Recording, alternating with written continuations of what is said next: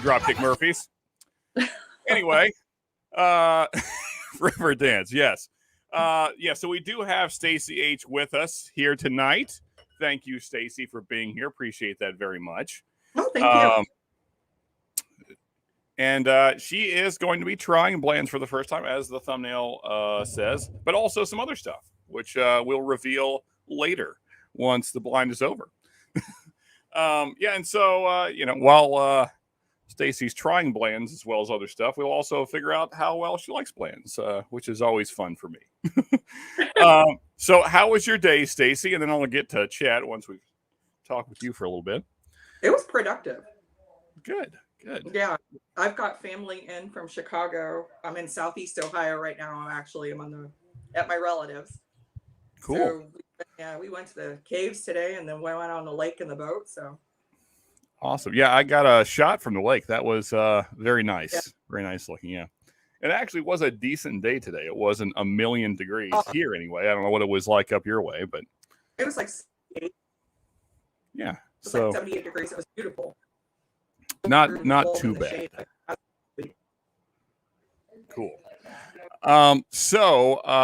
Let's see here. Let me run through some chat and say hi real fast. So we had Katie Turk here early, as well as, I guess, Bourbon Neophyte, because she tagged him. So I assume he was here, even though chat doesn't show it. Then me just saying stuff. And the Sugar Kitty, Bad Axe, Bourbon. Also, check out Bobby and his channel, Bad Axe Bourbon. He's doing good stuff. I was actually on his live earlier this week. Had a lot of fun hanging out there. I was just chatting, but watching them, Hanging AZ pre-gaming. What's up, man? Cool running. How we doing? Good to see ya. Old Man Crypto. Okay, so we got. Is this Old Man Joe just renamed? Good to see you, man. James Morgan. Hello. Yes, again. We were chatting earlier over on Joe's stream. Michael Hoffer, good to see you as always. And Michael, we got something for you later, so hang out with us. Let's see here. And then there's Anthony. There's Bourbon Neophyte. And there's Katie again. Slapshot, how we doing, Brian? Good to see you. Cheers, everybody. Actually, let me get something poured so I can properly cheers you folks. I'm going to start with a little bit of, I'm probably going to kill this bottle tonight. I need to get a new Jameson Black. So, yeah, we'll start with that. So, thank you. Black Barrel. What's that? I like the Black Barrel. Yeah, for a budget Irish, it's not bad. I need to up my Irish game, as Stacie knows, but I'm spending all my money on bourbon. Too much money on bourbon here lately. I know. Yes, we both have the same problem, just different styles of whiskey, but we're both equally broke, I feel like, right now. All right, so Michael Hoffer says it was 98. Oh, I'm sorry, man. And is that Mississippi? I guess that's what MS is. Is that? I assume. Anyway, that sucks. So, Stacie, I'm going to sip on this Irish a little bit. Actually, I will pour along with you. So we'll multitask. So let's see here. I got it laid out here because I guess I got the glasses in front of me. I will do the blind with you, even though why not? I'm just not going to go heavy, so that way I can drink some other things. I don't want to reveal early. So I am curious, though, afterwards, which one of these you're most excited to try outside of Blanton's, which we've already revealed. But yeah, I want to know if it's worth the hype, because obviously it's got a huge amount of hype. Oh yeah, a little bit, a little bit of hype around the Blanton's bottle, and people line forever to get it. So. Oh yeah, it's definitely hard to find. It's probably harder to find than it should be, I feel like. And, so Joe was actually just talking about this on his channel right before I hopped over, that, and I agree with Joe. It's a good bottle. It's a nice bottle of whiskey. It'd be better if it were more reasonably priced more often. But it is a good bottle of whiskey. I enjoy it occasionally, especially like on hot days when I want something a little more chill. Blanton's is good. It's just kind of the price point and the hype and the tremendous allocation. It's retail here, but you have to get in line on a weekday and wait couple hours in line. And yeah, for sure. So I'm going to move my keyboard out of the way here for a second. Do just a quick mix up here. Let me look over here. Yeah, that'll be good enough. All right. See, for you, I mean, it's truly blind because you've never tried any of these, so you don't even know what you're really searching for. Although I feel like even just with your knowledge of whiskey in general and knowledge of kind of these brands, you may still be able to pick out some things. So I'm curious to see how this goes. It'll be fun. Yeah, I know of them, but I've never tried any of it. Yeah. So I guess cheers. Cheers to Stacie and cheers to everybody in chat. Well, I guess we'll go ahead and get this thing going. Yeah. Cheers, Stacie. Thank you again for joining me for this. I appreciate it, especially since you had a busy day. So thank you for making the time. And we'll get into glass one here. I'll hold the Irish off for a second. So I am, of course, Irish whiskey glass. There we go. Yeah, those are nice glasses. Here we go. Glass one.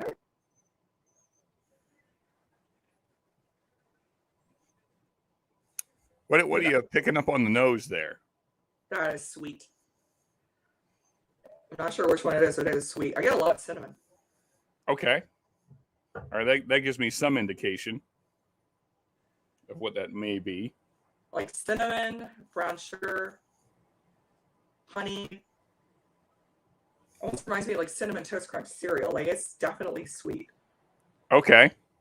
Yeah. Now I'm pretty. So there's two that it could be in my mind, but we'll see. We'll see as we progress. All right. Well, here we go. First sip, folks. Cheers.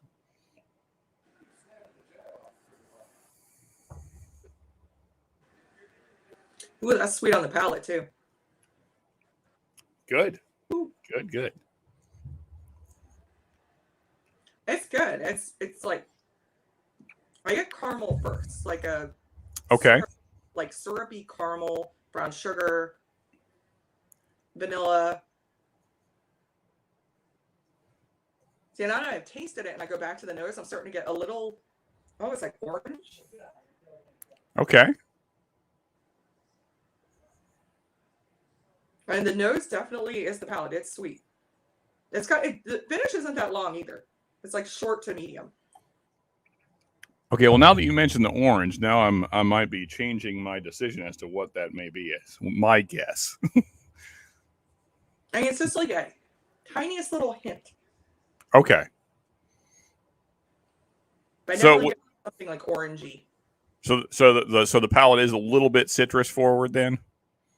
Oh, it's definitely mostly like caramel and brown sugar. Okay. I'm getting more than anything is that like on the palate I'm getting the brown sugar and the caramel and like sweet. On the nose I'm getting almost like a tiny, like it's like at the bottom you get just at the end a little tiny hint of almost like orange. Gotcha. Okay. Who is texting me right now? Sorry. I just want to make sure this isn't anything important because there's like 20 texts coming in. Okay. Yeah, it's just my family. Okay, they'll be fine. Yeah, I got mine right here too. The mine they're all still alive, so it's fine. All right. Real quick. So Chris Tat says Blanton's has doubled in price over here in Oz, but at least we still get green, original, gold, and straight from the barrel, but at stupid high prices now. Awesome. Well, that's pretty much everywhere. So yeah. Yeah, I hate allocation and all the stuff. I mean, so Stacie, you've spoken on this many times now about how you're kind of hesitant to even get into bourbon because of those things. So yeah, share your thoughts. Share your thoughts with the people. I mean, I'm in what would be considered an ABC state, a control state. So we do get things. But a lot of stuff like Blanton's, you have to go usually to one of the grocery stores on a weekday. You're going 2 to 3 hours before they open, and you're sitting there to get at the front of the line and waiting to even get a chance at a bottle of this stuff. And it's like, I really want to bother because I walk into the store and I see all this other stuff that, like you, Sean, and other whiskey tubers and people have chatted recommended that I've actually really liked. You know, I've got the Redwood Empire Lost Monarch that I do really like. I can go buy that on the shelf tomorrow for $40. Yeah. You know, the Teach recommended the Chattanooga 111. I freaking love that. And I could go and buy that tomorrow just on the shelf. So I'm like, I get it though, obviously, since, I'm just bought a ridiculously expensive bottle in Ireland because I couldn't wait a month and a half for it to get. So. And what bottle was that, Stacie? Share with us. I bought a bottle of Gold Spot. I bought it from Mitchell & Son, knowing fully well that they were going to kill me on the shipping. Normal shipping, if you get a bottle from Ireland, if I go to my retailers, €30. This one was 80, which is about 85 US. And I knew it. I bought Blue Spot the same way. I knew it. And it's releasing in the US in July, like late July, but there you go. But hey, sometimes you just need the bottle now, so it's worth it. It's worth a little bit of an upcharge, and stuff like that makes my husband want me to get into bourbon. When I more than per bottle just to ship it here. So. Yeah, that is a lot on shipping. But so I mean, as I kind of told you earlier in the week, I've kind of not paid a bunch for shipping, but I've kind of done similar things this week. So because of similar reasons. So yeah, it just so happened that B522 and Ronnie's batch of Booker's both dropped in the same week, and they were both at stores that were selling them for retail. So I was like, well, I got to buy them because they won't be here tomorrow, So if I want to get them at retail, this is my chance. So I spent more than I should have, which I'd already done because I was hunting with Ben. So I was already over budget, and now I'm just about another 150 over budget. So yeah, about that, yeah. Now I'm deep in the hole. Yeah, Tuesday I'm in an Irish whiskey club, and our first bottling is coming up, and I can buy it Tuesday, and it's a 2-stack single grain that has been finished in California Madeira casks. So that releases Tuesday, and I'm like, well, of course I'm going to buy one. So, everybody's hitting me up. Well, are you going to get the Russells? Just released a bunch of Ohio picks, and I'm like, I can't. I already. Yeah, my Russell's money went to ship that bottle from Ireland. There's no way right now. There you go. What can you do? All right, so AZ says he's going to be sipping. He's in the mood for some rare breed. Hopefully my video had something to do with that. Yeah, and then it's Sunday for James already. Okay. Yeah. There you go. And I just put Ancient Age in Blanton's bottles and pretend I have some. So yeah, there you go. Hey, honestly, you could do that with a lot of things, I feel like. And, as long as it's a decent bourbon, they'd be like, hey, yeah, this is really good. You'd be like, yeah, I know. Isn't Blanton's great? Like, I really feel like once I kill this bottle, I'm just going to start putting Rowan's Creek in there, and no one will know the difference. Actually, it'll be like the most exceptional Blantons they've ever had. What do you mean it tastes off? I don't know what you're talking about. It's just, it's a little proofier than normal, but it's an exceptional bottle of blend. So it's gotta be yeah, you just probably haven't had it in a while. That's what it is. Yeah. And plus, these are single barrels. They do really vary. So you just ate something that messed up your palate. That's all it is. So I actually just kind of did. I just brushed my teeth about 20 minutes ago, and I feel like I'm still not. So that first sip didn't quite come across the way it should have. Are you getting mint? I got a little bit of mint, yeah, mint and kind of a chalkiness, So yeah, that kind of ruined that first sip. That's okay. Are we ready for glass 2, Stacie? You feel like you've had enough time to in between sips? Okay, I did like that one. Okay, cool. All right, so glass 1 is a winner. Hopefully they all will be, but we'll see. We'll see how we go here. Glass 2. My nose is a little. And I know what the proof is. I'm not putting water on any of them. Yeah, I mean, so all these are relatively low proof. There's nothing really crazy in here. There's one that's a little higher, but I think I am coming down with what you had earlier in the week, kind of like a head cold kind of thing. And that infection, I started getting it on Saturday, and it just kicked my tail for several days. Yeah, I got a little bit of stuffiness going on and kind of some throat congestion. Yep. I mean, all the fun stuff, Yeah, that's what I had. My sinuses and throat were it just felt like somebody took sandpaper all the way through. It was horrible. Yeah, that's always fun. When swallowing is just painful. Yeah. Okay. Hooray. Well, let's do some swallowing. This one, the nose is completely different. This has a lot more. It's like baking spice. Okay. And it smells like cookies, like a cinnamony, like a sweet cinnamon cookie. What are those, like the snickerdoodles that are like cinnamon? Yeah, that's I had to think. Yeah, that's the thing. Snickerdoodles. Yeah.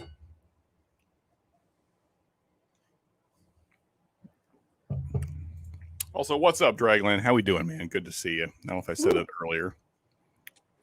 That one's peppery. Okay. Peppery. Mm-hmm. Little peppery. Like. Okay. Not like black pepper, but like, I don't know, like peppercorn or like spicy ginger. Okay. Got a little heat going on there. Yeah, like a little spice from that. I'm getting sugar, but it's not like brown sugar and it's not like caramel. It's almost like, I want to say like treacle, like that, like burnt sugar. Okay. What's up, Bobby? Good to see you, man. How we doing? And go, mods, if you could please drop Bobby's channel in chat so people can subscribe to him. He did a great live Thursday, Wednesday. Yeah, that's really cool. Will Lisa? Yeah. My memory is terrible. So whenever it was awesome. Yeah, no, that was a really fun live. Hat. I loved her hat. Yes, yeah. Lisa's hat game is impressive. She has a few of them. I need to step mine up, I think. I think she might have more than me, so. So like underneath all the spice, I'm getting like a little bit of like raisin. Okay, cool. So thoughts on that one? Are you digging it or not so much? Much as the other one. It's just it's a little too much pepper. Now if I water, I'm gonna try to add a couple drops of water to this. Okay. Let me see. I'm trying to see. Does it feel proofier as well? And that's what I'm trying to figure out, if it's just that much spice coming off at like a ginger note, or if it's just finishing hot. Because if the first one is what I think it is, and this one is what I think it is, there's a pretty big margin of proof difference. It's just finishing hot. Okay.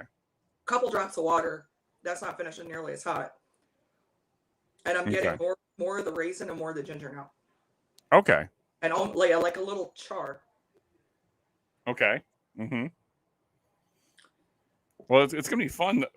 So I'm trying to figure out as we go along, but that's the thing. I'm trying to interpret your palate, which is a hard thing to do because I know what these would taste like to me, but everybody's different. So that's what makes this interesting. I like the first one better, although I feel like this one is more complex and has more going on. Okay. I feel like this one is like the first one, I think is, I don't know, not knowing what it is, I do feel like you just sit on the porch and drink that and like it's good, but it doesn't have a lot going on. You don't have to think about it. Right. Okay. The second one, you could feel the layers. You could feel like it's one you want to sit and just sit all night with and kind of break apart. Like it's definitely got more going on. Yeah, I'm leaning towards two different ones because I'm trying to interpret your tasting and nosing notes. So that there's two that I think that we'll figure it out as we go along here. But I think I know what that is now. That very last little tiny bit in the glass, I know what that is now. Yeah. Okay. Cool. I'm getting cherry on it now. Ah. Okay. All right. That's what I was leaning towards. That's what I thought it was as well. Now that you said that, now I think we're on the same page. That, I got raisin until that very last little bit in the glass, and the second that went down, I'm like, that's cherry. Okay. Yeah. I know what that is. Oh, okay. So we're gonna reveal at the end, Bobby. So Stacie is doing a blind flight, but in the flight is Blanton somewhere. We may have done it already, or we may not have. We're not sure yet. We're about to head into glass 3. So she liked glass 1 pretty well, and then glass 2 is kind of iffy. But we'll see. We'll see how it goes as we move along here. Part of Blanton's is to get. I'm kind of hoping it is number 2. And I'm hoping it I could see number 2. They're being hype about it because it is got a lot going on. Okay.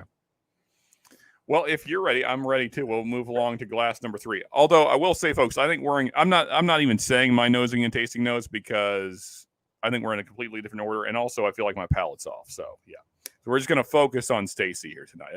Colgate will do that to you, Sean.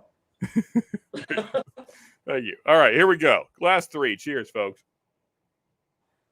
All right, this one right off the rip, I can smell the wood on the nose. This I haven't been able to on the other two. This one, the first thing I get is like oaky wood notes. Okay. It smells like a barrel. Okay. All right. And I'm getting like vanilla, like buttery, like almost like sweet bread or something, like bready. Ooh, that smells good. Oh, sorry. I'm going to run through a little bit of chat here while you think about what you're tasting. Whiskey Eyes, how we doing? Hey, Trish, how you been? Good to see you. I know you have been busy. I know that's why you had to kind of step away there, but thank you for stopping in. Appreciate you. And Trish, and don't think I've forgotten about your logo. You didn't do them for nothing. I am working on them. I've just been also super busy. I've barely had enough time to keep up with YouTube stuff. So, but I'm trying to get somebody to work on animating the logo so I can move it into my roll-in and take the place of the current one. So thank you again, Trish. And it will not go to waste, I promise. There is the link for Bobby's channel, Bad Axe Bourbon. So please check him out. Let's see here. There you go. Yeah. And there's Whiskey Eyes channel as well. She is not quit. She's just taking a little break. So Trish does go live still some. So look out for that. Okay. So there you go. Elisa has 10 hats. See, I only have 4. So there you go. I need to step it up. I thought so. I figured that she had me beat. So I was right. Cheers, Sean and Stacie. Yeah. Hey, Scott, how we doing? There's another great channel, Fifth Quarter Tailgate, talks all things sports and whiskey Monday nights. Scott, you go at 11, right? 11:30, something like that, Eastern. So I know your time, it's different, but it's like 11 or 11:30 Eastern. Scott, let the people know. Again, my memory's terrible. Hey, Richie Z, how we doing, buddy? Good to see you. Appreciate you stopping in. All right, so let me get back to Stacie here. So thoughts on that one? I like this. Okay. I get a lot of like vanilla, cinnamon, clove, like baking spice on the palate. I get oak, I get caramel. I get more wood on this one than the other two. Okay. A lot more wood on this one. All right. I'm trying to. All right. I think I have a guess. Still heat on it, but as soon as I added like 2 drops of water, that was gone. Completely gone. Okay. So there was you would say a little more heat than glass 1, as much as glass 2, you think, or no? Oh, no. Okay. No. Gotcha. All right. Yeah, I have a feeling on that one as well. So now, just in your mind so far, do you like glass 3 better than glass 1, better than glass 2? What are you thinking? Okay. My favorite so far. That's your favorite. I like okay. This is cool. Good. This is really good. It's got spice to it, and it's got the wood notes to it, but it's still got some sweetness, but it's not as sweet. Number 1 was pretty sweet. This is not as sweet. And I love that you can taste like almost from the barrel, or it's just woody notes, but it's really good. And would you say that has a longer finish than 1? Definitely has a longer finish than 1. Okay. Yeah. All right. Yeah. So I think I have a pretty good idea what you're. I think I'm trying. I'm going to. Once you're done, I'm gonna say what I think your order is, and then I'll have you do the reveal. And I'm curious if I'm any good at guessing other people's. Yeah, because I'm still getting like caramel and clove. Okay. I think it's like clove. I don't think it's allspice. It tastes more like spicy, like clove. And I look really long on that one. Dragland 7268. You're almost at 1K sub. Yeah, I'm getting there. Yeah, 100K is right around the corner. Yeah, that would be amazing. Probably a long ways off, but the thing is, so when I first started this, I honestly was doing it for a second form of income, and that would still be nice. But now, I love the community so much that I don't really care. Like if I get monetized someday, that'll be cool. But I've gotten to know so many great people, like this great woman on screen here. And so, now it's just, it's not work. I mean, the editing part's work. That part sucks. But, but like the lives and the hangouts, that's so much fun that, this is the highlight of my week. So, yeah. If I get, oh, it sucks, because I had when I first started watching all you guys, I had no intention of creating my own channel, and I'm literally probably going to create a video as soon as that gold spot gets here. awesome, So awesome. I like it. Everybody is so awesome. Honestly, I would know nothing about bourbon still if it wasn't for all you guys. You guys have helped me so much. I can actually hold a conversation about bourbon now. Yeah, I mean, and you've gotten to try a pretty good amount. So, I mean, yeah, your palate is certainly growing in the bourbon game or whatever. And I mean, you already had a huge palate anyway because of all your experience with Irish. So you're just adding to it another hat you can put on.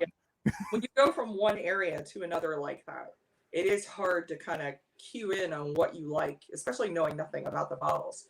So you guys I can tell you what I like, and you guys have been able to help me pick some good ones. For sure. Yeah, awesome. Well, let me just before we go to glass 4, I just want to run through some chat because I am behind. Yeah, thank you, Bobby. Yeah, if everyone could hit that like, I'd appreciate that. That way, more people can see it. That's always great. And here is the link to Anthony's channel, who goes live tomorrow at 7:30 my time, which is Eastern. So, figure it out on your own time zone. But yeah, 7:30 Eastern. Anthony's live on Sundays. I assume he's going live tomorrow. I didn't ask him yet, but I assume he is. I think Stacie likes KC, maybe. So are you a Jim Beam, Knob Creek fan generally, Stacie? I've not had Jim Beam, honestly, since I was in college. I do like Knob Creek. Knob Creek and Forester have been the two that I have really liked. And Chattanooga. There you go. Yeah, I mean, I think Knob Creek is honestly some of the best stuff that Jim Beam does. In fact, tonight, once we're done with this blind tasting, I was going to do a side-by-side of Ronnie's batch and my Knob Creek store pick that I have.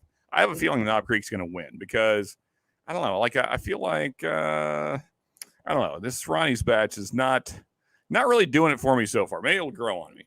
But so there is the link for Scott for the Core Tailgate, and he goes at 11:30 Eastern on Monday. So there you go. All the questions answered. Adriana in the house. We got all kind. Between Stacie and Adriana popping in, we're really classing up the joint here. Thank you, ladies, for both being here. But yeah, hello, Adriana. How we doing?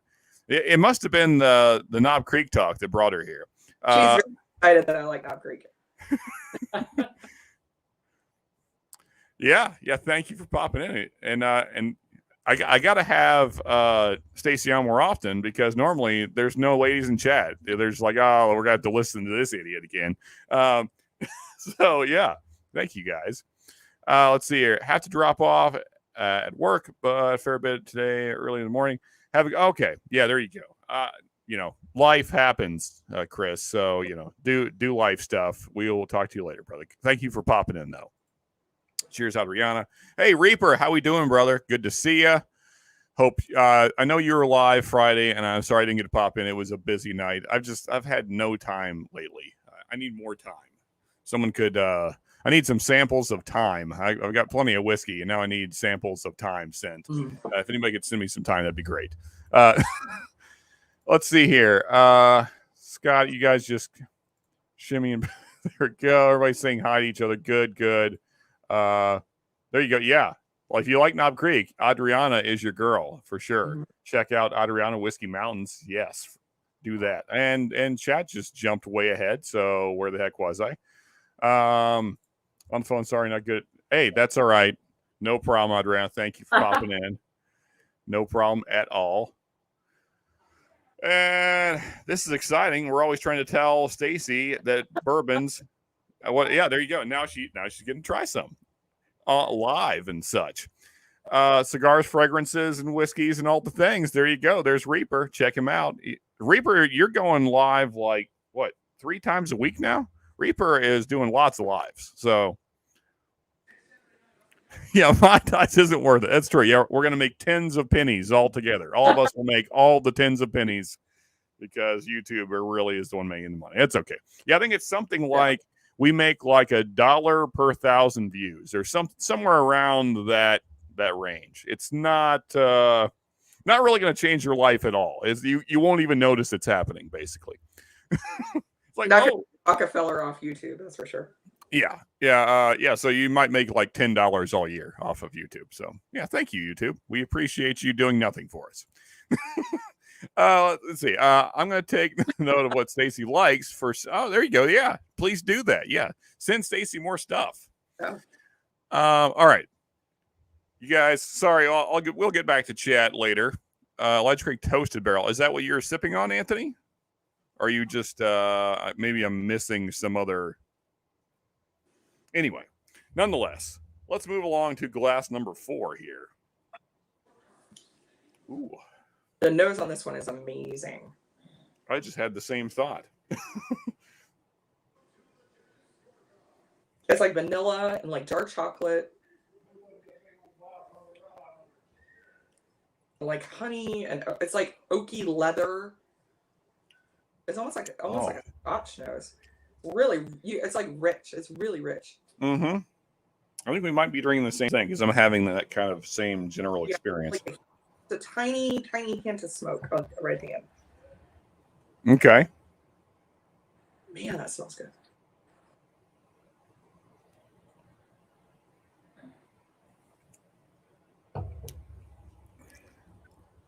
I'm watching your face.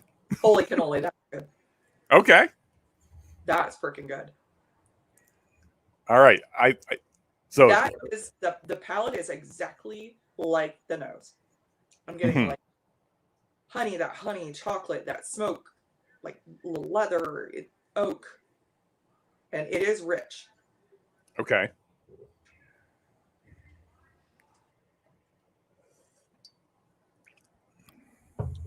And just like a hint of smoke at the end. Okay.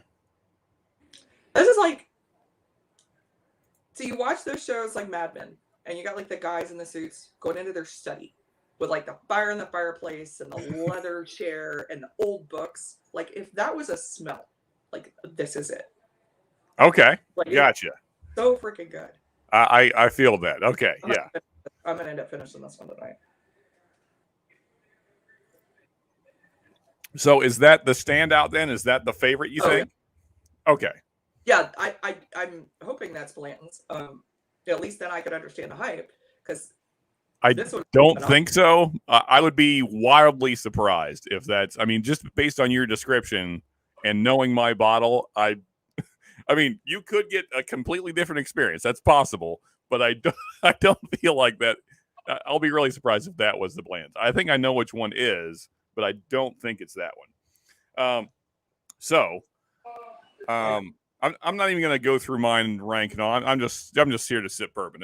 This is Stacie's show. I'm just along for the ride. So, do you feel like you're comfortable ranking them now, or do you need to go back through it all, or? Oh no, I can tell you, I don't even need to try. I'm going to end up finishing that sample sitting here. Number 4 is my favorite by far. Okay. And then what would you say was your second favorite? 3. 3, and then next in order, third favorite? Probably 1, then 2. Okay, so 4, 3, 1, 2 is your order? Yeah, and I hate to do it because that's like 1 was really sweet. It didn't seem like it had a lot going on, but 2 was just a little spicy at the end for me.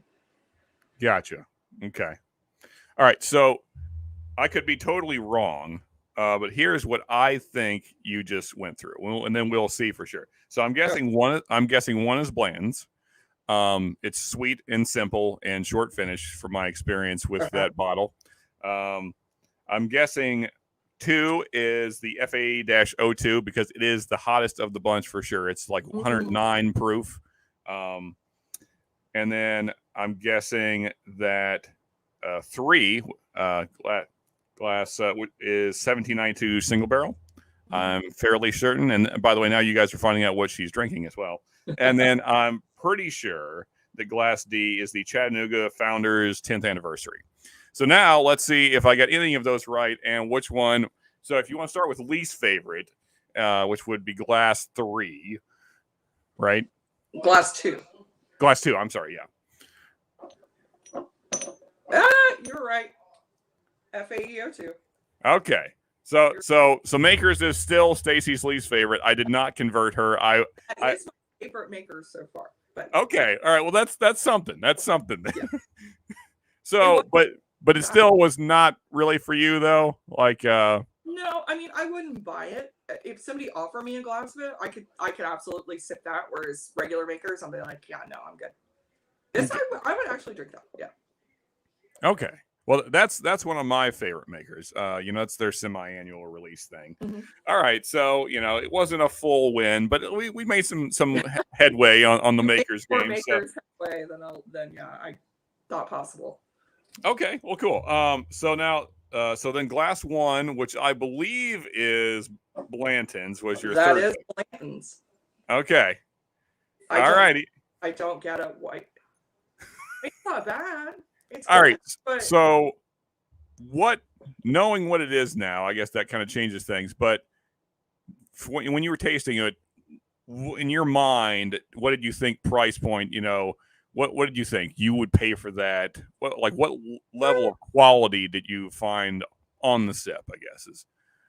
No, I don't know a lot about bourbon. I mean, maybe like 35. I mean, like yeah. Isn't that what Buffalo Trace goes for, or something like that? Or in some places it does, yeah. Yeah, but nothing like super expensive. I wouldn't think it was over $50. No. Yeah, I mean, so that's kind of how I've always felt about blends. I kind of feel like it's like a $40 bottle, and if it was 40 and on the shelf, I'd be like, all right, cool. Yeah, if I walked into a store and it was on the shelf and it was $35, $40, I'm like, yeah, I'll get it. Yeah.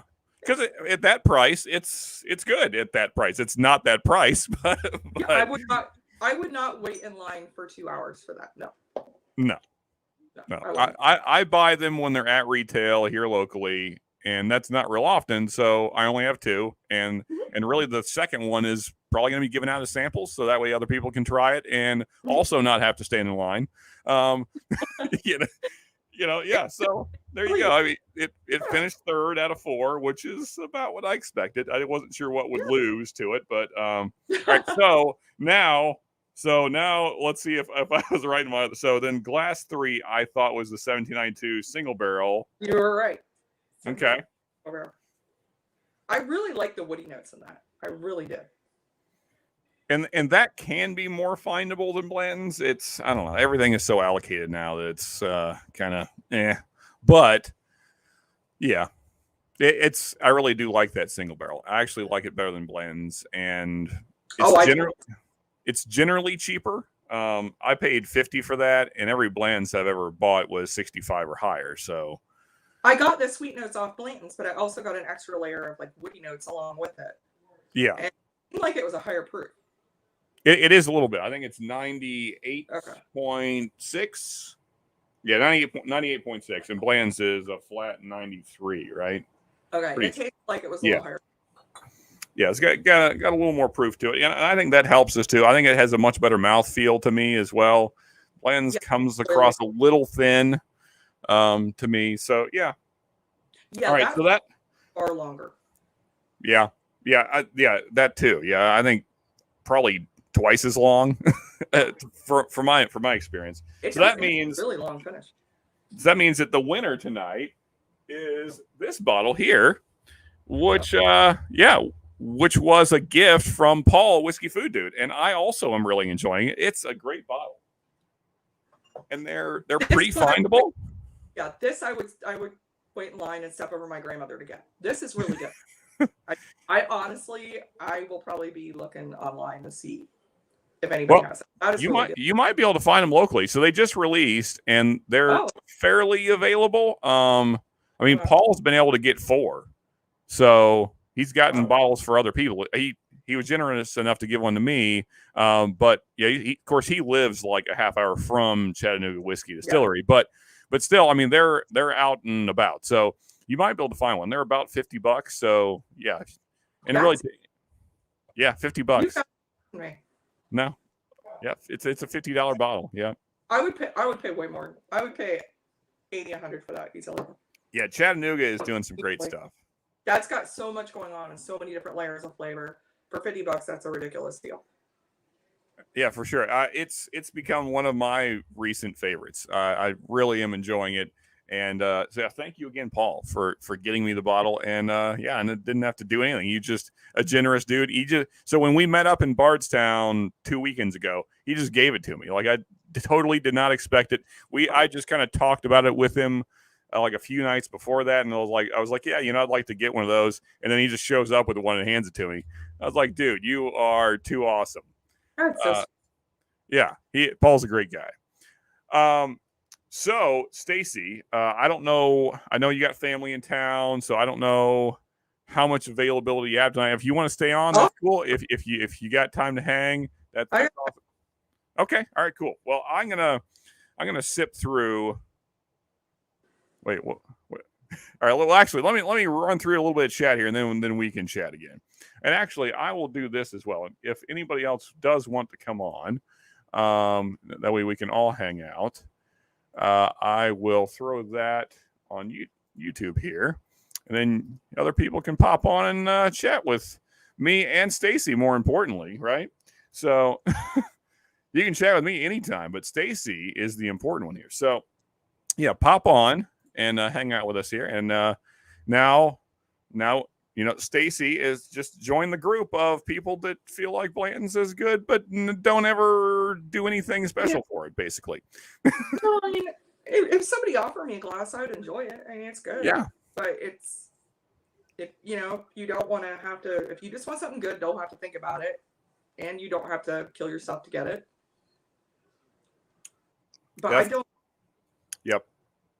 Oh, wait, no. It's nothing that I would completely believe to the craze. I don't get it. It is weird to me. Like the Blanton's hype is a really strange thing to me. Like given all the bourbon that's out there, it's really hard for me to understand how things even got this way.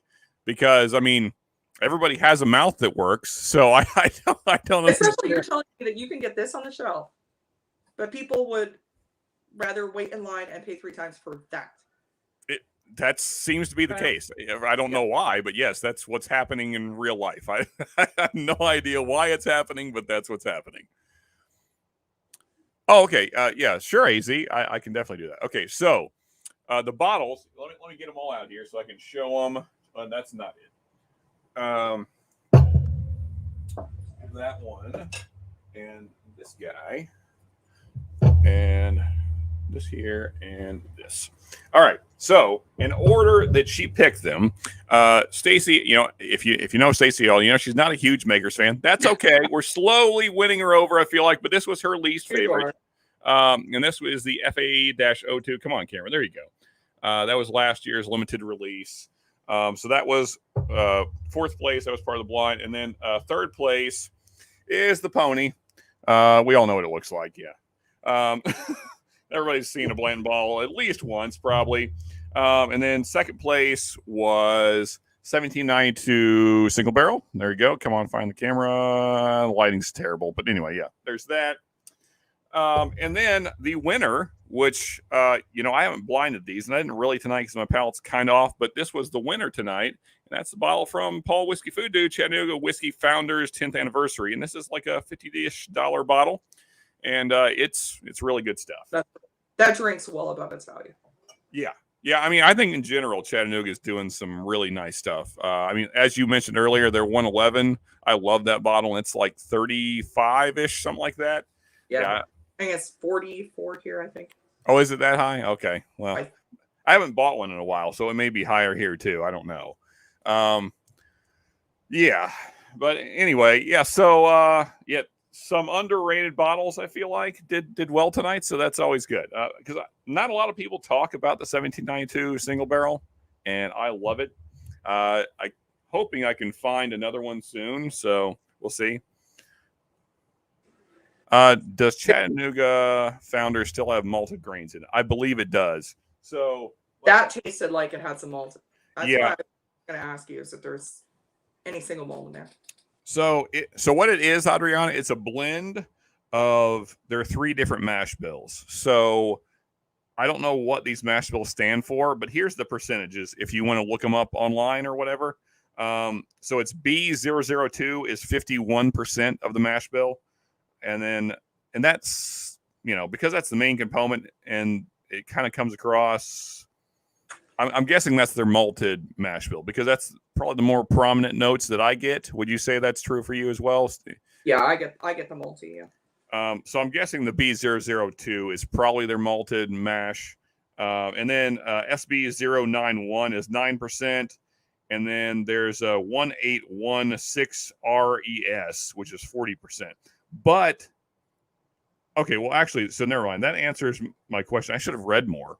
So 60% straight bourbon whiskey distilled in Chattanooga, Tennessee. So that's the B and the S. No. That's Chattanooga. And then 40% is MGP. So that 40% down the bottom is MGP stuff. So I don't know what that is, but either way, there's definitely some malty goodness there. Makes sense why exactly. Why wouldn't you like malt? Because Yep. I like malt. all the good stuff. But so Texas bourbons kind of have that same kind of thing going. Well, a lot of them do. I like and those. I love it. Yeah. I like American single malt. I like Irish single malt. I like Scotch single malt. So that makes sense as to why I do like it. Now, if you had to pick from those four, what would you pick? Well, like I said, my palate feels off tonight. Like I'm just not getting what I normally would. So I can't really rank them tonight. But like just in my mind, I feel like Blanton's would probably be last in this grouping for me. Because I really like the FAE-02. I don't know that it would be my favorite. I would say it would probably be between that and the Chattanooga right now. One of those two would probably be my favorite, and then 1792 single barrel. Actually, it might beat it. All three of those would be in the mix for. Hard to say where they'd finish, but any of those three would be in the mix for second and third. I just very much like your description. This is a good bottle. This Blanton's. It's just, it kind of bores me. It's simple and it's the proof is low. The finish is short, and so there's nothing really wrong with it. It's just kind of like, yeah, okay. It's a one note bourbon. Yeah, for sure. And I tend to lean more towards like cast strength stuff now. So yeah, it doesn't knock my socks off or whatever the case. I don't care for cast strength that much, but that one, it was just, it wasn't bad, but it wasn't anything spectacular. Yeah. I think I would have liked the FAE-02 if it wasn't for those peppery notes, because it's the one reason I pick things over, like I'll pick Red Spot over Blue Spot because Blue Spot has those peppery notes and I don't care for that. So. Okay. Yeah. I can see that. Yeah. I just don't care for those. But. So of the spots, because I've only had the green, I think. I'm pretty sure that's the only one I've ever had. I used to have a bottle of green. I feel like maybe I've had, what's the next cheapest is Yellow Spot, right? Yes. Okay, yeah. I feel like I've had that before, but it's been so long that I don't really remember. Which of those would you say is the most bourbon-esque? Although I know totally different category, but I would go with Yellow only because the proof is much higher. The Green Spot, the one bad thing about Green Spot is it's a 40 proof or 40 ABV. It's very unique. I mean, it literally is like a caramel green apple Jolly Rancher. It's like green apple saltwater taffy. I mean, it's very distinct in that it's one of the few Irish whiskeys you get green apple notes. You're probably going to either like the Red Spot or the Yellow Spot. I'm about to get you samples up here next week. I'll have all of them. So, well, I mean, that said though, I really enjoy the Jameson Black. Like, I wish we had what's the barrel proof ish version? Well, it's just higher proof. It's not barrel proof. So it's not. So they do have a barrel proof. Or not barrel. Well, a cast strength. The barrel proof is not an Irish term. They don't use barrel proof. They do have that. That's why I hated their new name. Because they called it Jameson Black Barrel Proof. And they made it 50%. So it was obviously to try to build off the bourbon craze. Because barrel proof is not an Irish term. They do have a cast strength, but you actually have to go to the Jameson distillery to get it. It's a distillery exclusive. Oh, okay. So anybody going to Ireland, go to Jameson, you can get some Jameson Black Barrel cast strength. that would almost be worth the trip. Although many other things there, I would need to take a lot of money. Yeah. Like, first, the flights would be really expensive right now because flights are high. But then, yeah, they're yeah. I haven't asked. A friend of mine actually just got back from. He went for Whiskey Live.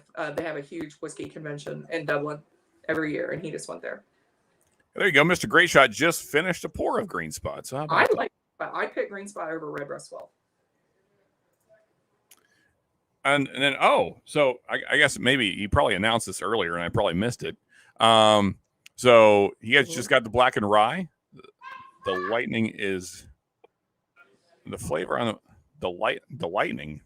Oh, is that like a special release of? Okay, I think it's the rye. I think it's called Rye the Lightning. well, that makes sense. Duh. Being a Metallica fan, I should probably have picked up on that, but I wondered. I'm sucking. Anyway, the 90 proof is killing it. See, now downside to drinking cast strength all the time. Now, when you actually lower it to drink something at 90 isn't that bad. But see, it would probably bore me as well. So now, Woods or anybody that does know, so we were talking about this the other night on all the lives have been running together here, which is why I'm kind of taking a break from Whiskey Tube and drinking because I've been doing too much of both. That's why I'm kind of going light tonight. So that way, my memory can recover a little. Anyway, whenever we were talking about it, so is that a Willet rye or an MGP rye? I don't know. If anybody knows, I'm curious because somebody was saying it's Willet. So if it's Willet, then that's a hard sell for me because it's like 60-ish, I think.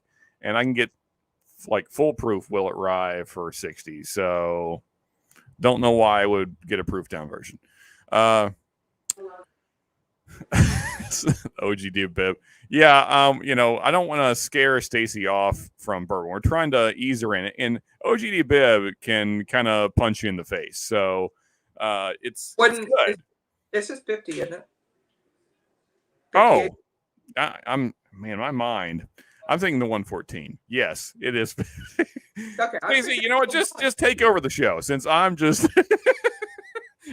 I don't know where my mind is tonight. First, I missed the Metallica reference, and now I'm confusing Bottle and Bond for 114. I'm doing well. Okay. Adrian does not like Willet Rye. Well, it doesn't say Knob Creek on it, so that makes sense. Let's see. I have a Willet Rye that is MGP rye. Okay. Well, that's true as well. There was a time period where that was happening. I need to send you a sample of Balcones single malt. That sounds awesome. Yes. Sounds amazing. I am definitely up for that. I need to. I've tried the non-cast strength version of that and really enjoyed it. I need to find another bottle. I need to. Not that I can spend any money right now, but if I could, I need to find one of those.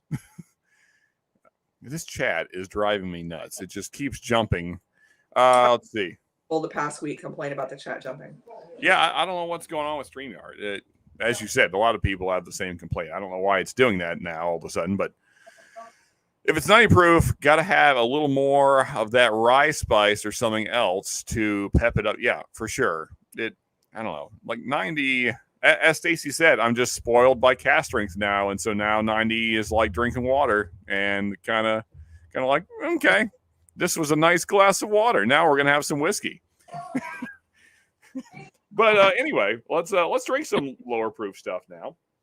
I'm moving on to my Jameson Black here. What is this? Is this just the flat? Yeah, it is 80. Okay. So probably a bad idea after coming off those, because one of those was 109.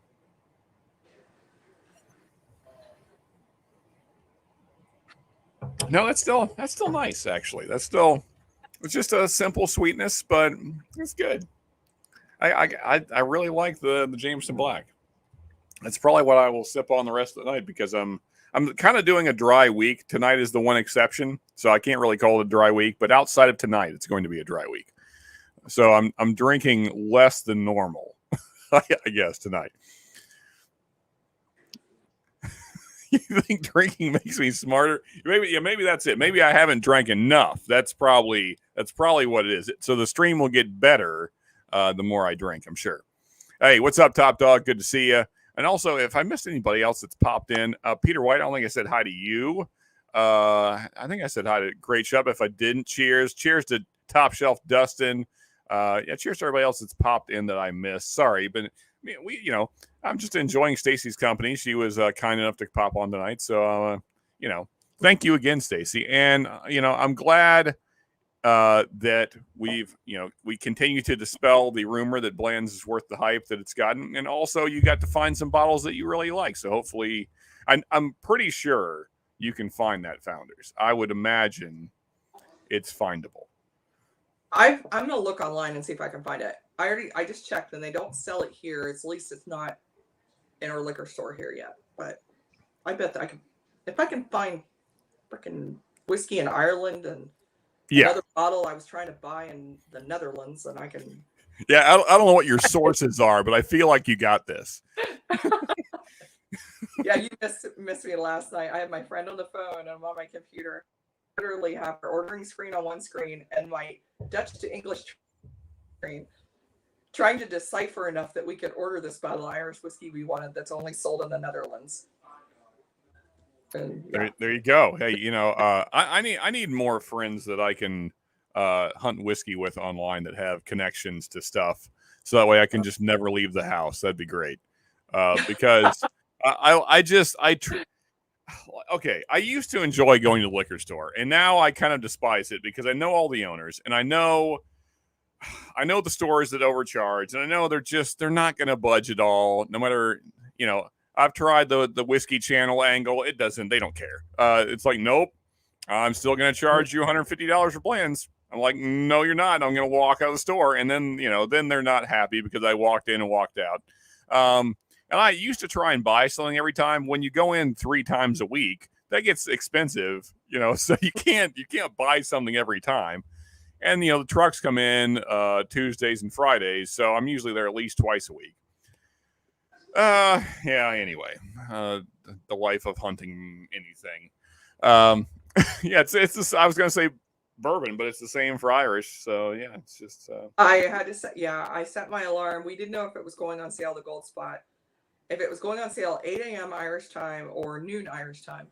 So I set my alarm for 3 a.m. and got up and checked, and no, it's not on it. Had to set my alarm for 7, which would be noon Irish time. So and that's when it released. So got up and ordered it, and yeah.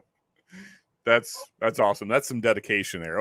I think everyone on the live appreciates that level of dedication to any whiskey, Irish or otherwise. That's it's gotten worse because now even if they don't ship to the U.S., I have a place in Ireland I can ship it to. It'll ship it to me, but I'm paying extra shipping because I'm shipping it 2 different places.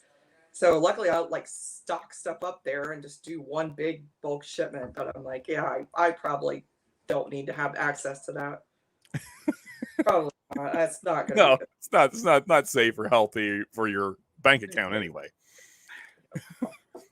Man, $80 shipping though. That's rough. 80 that is, oh, that's right. So it was 80, 85. Yeah. Normally I can get probably 3 bottles for that. So what is that in dollars? 80 euro. Oh, I think it's around 85. Oh, okay, so that's not a huge difference, but euro to dollar. She is in Ohio. I am. I'm in Central Ohio. 83.97. Okay, all right. So that's not a crazy difference from American to euro, but still, that's still a lot on shipping though. Either way, so.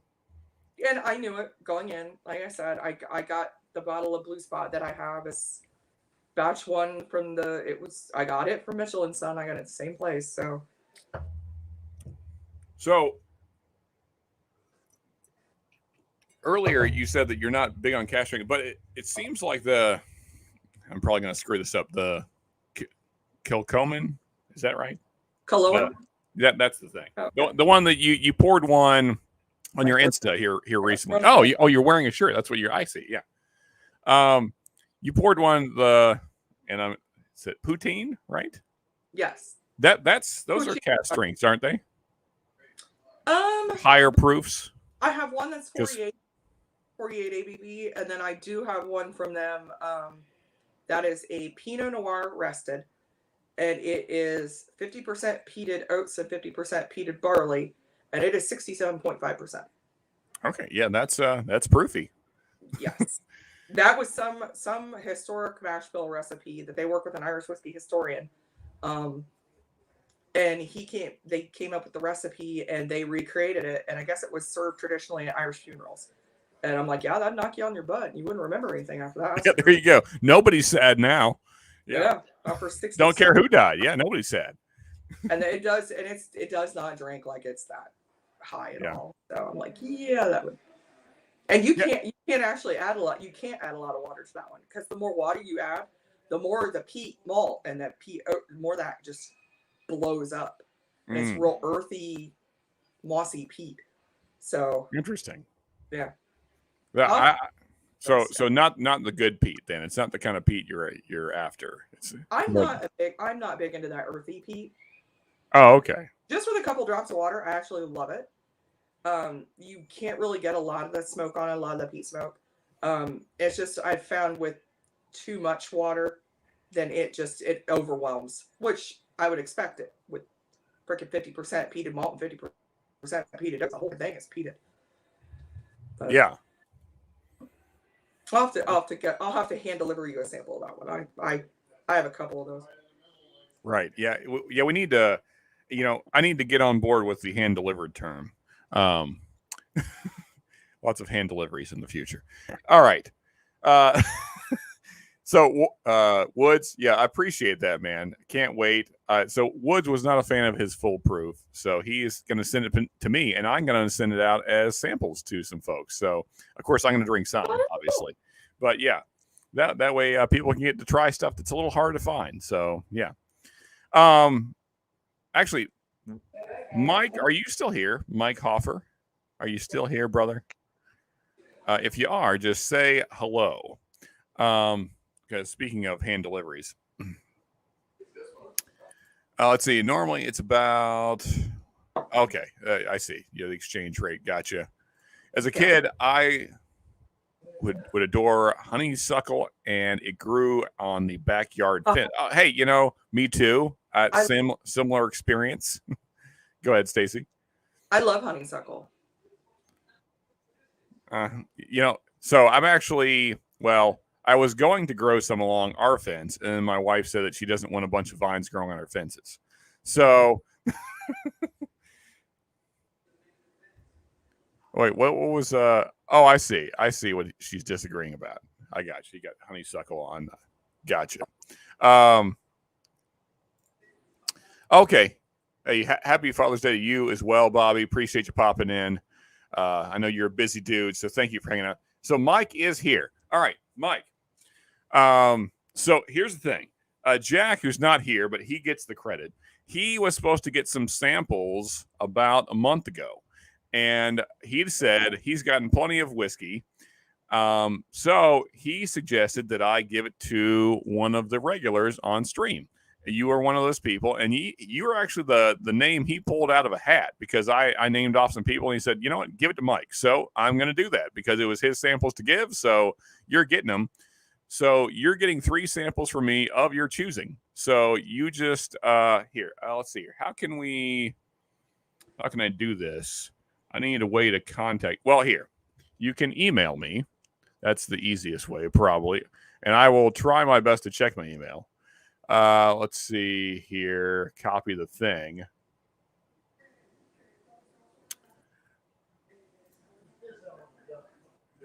Give me a second here. Stacie, carry the stream while I'm doing stupid crap here. One bottle that I've gotten recently that I actually got from Whiskey Tube, did not care for it, is Eagle Rare. Do not like. I'm kind of with you. I got a bunch of acetone on the nose and just wasn't a fan. Not at all.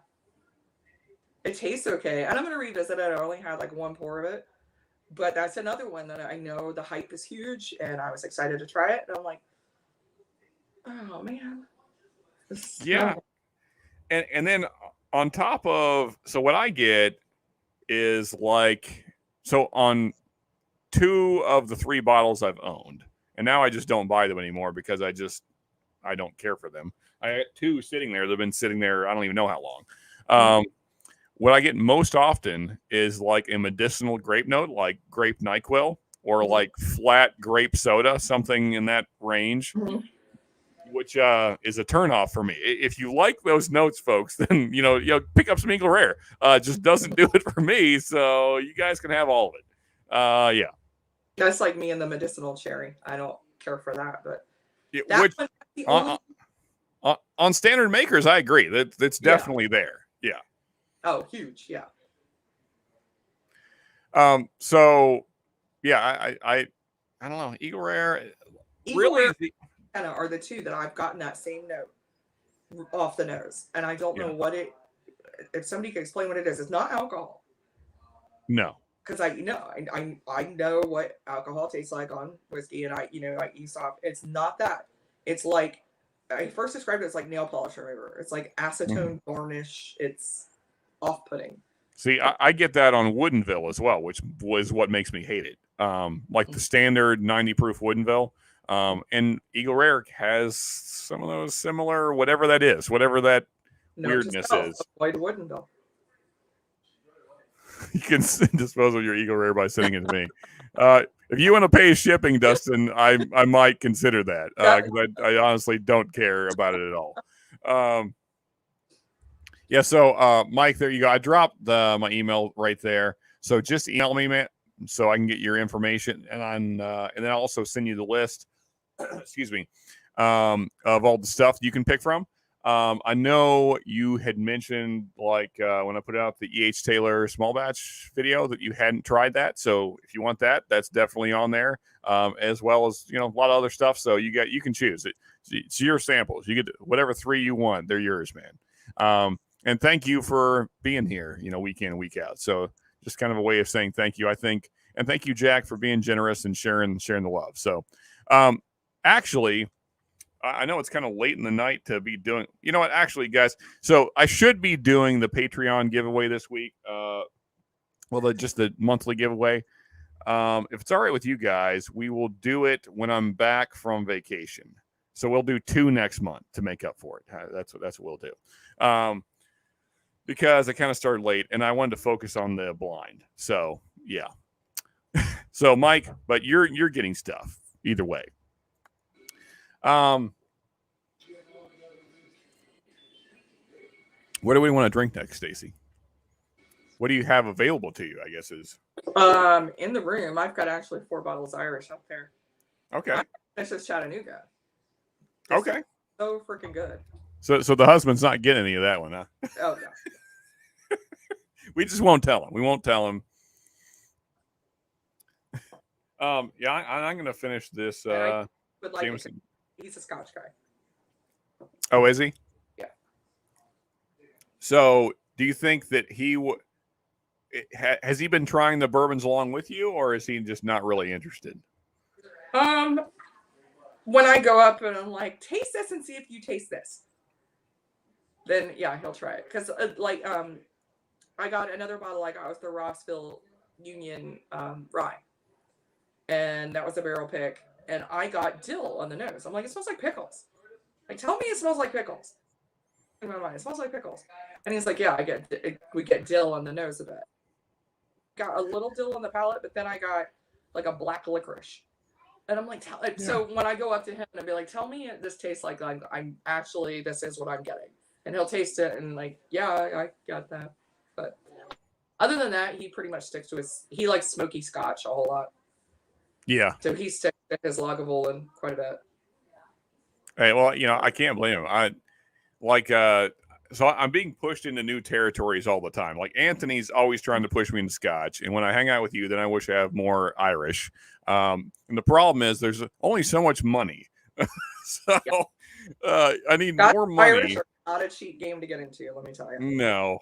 I mean, so that's why I just kind of stick with my Ardbegs because they're kind of price friendly.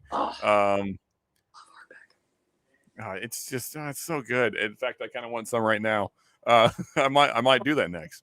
And Mike, you are welcome, man. Like I said, I appreciate you being here week in and week out, trying to reward you guys. That's just, you guys keep supporting the channel. You guys are always in the comments, always here. So thank you, man. I wish my bottle of Woodinville tasted like root beer. Yeah, no, I've never gotten a root beer note. I've gotten lots of like, as Stacie said about you, wood varnish, lots of that going on. So if that's a note you're after, then great. You might be able to use it on a table you have or something. Do you like this nail polish remover? Do you wish more stuff smelled like nail polish remover? Yeah, that's never a thought I've ever had. I've never thought, man, I wish my whole house smelled like nail polish. Never. Like when my wife's doing her nails, I try and get as far away as I can. So, yeah, I don't want more of that, and I don't want to drink it, especially. And also, since I'd around still here, so see, other people also get the dill note you were describing. Of course, you just said that on Willet, but yeah, so it's I've never gotten that on a rye, but I know a lot of people do. Rossville Union, that it's Libar sent it to me. It's a single barrel store. It's a store pick, and I got dill on it, and then I got dill and like black licorice notes, and I really like the flavor, but it's just when you first roll up on it, and you're like, it smells like pickles. Like, yeah, well, there's some that I've nosed that I get that note, but I've like some Adirana was saying, I believe earlier, that she actually gets it on the palate. And she's not the only one. There's a lot of people that have mentioned that they get dill pickle. For me, I usually get more of like a minty note. Man, I just keep burping. Excuse me. Which I'm not a huge fan of either. Like if it's overly minty, that's not really my thing. I like it okay, but it's not my. So like me and Woods, we've talked about this a lot because Woods is a huge MGP fan, and I enjoy it when it's more like the bubblegum sweet style of MGP rather than the more like anise licorice mint stuff. When it goes that way, then I'm like, I don't really want this. Anise is favorite notes in whiskey. So. What's that? Anise is actually one of my favorite notes in whiskey. That's one of the reasons I love Power Signature. It has big anise notes in it. Anise notes, yeah. Well, so anise I don't mind as much as because it's not quite licorice, but it's like licorice adjacent. It's not like sassafras. Like actually. Yeah, it's similar. So I can stand that note. But when it's like super black licorice, because there's like this fine line where it goes from good and I like it to okay, now it's just black licorice and now it's gross. So yeah, and so MGP is always kind of riding this line for me. So some bottles I really love, and then other bottles like, oh great, I got licorice again, or it's just all mint.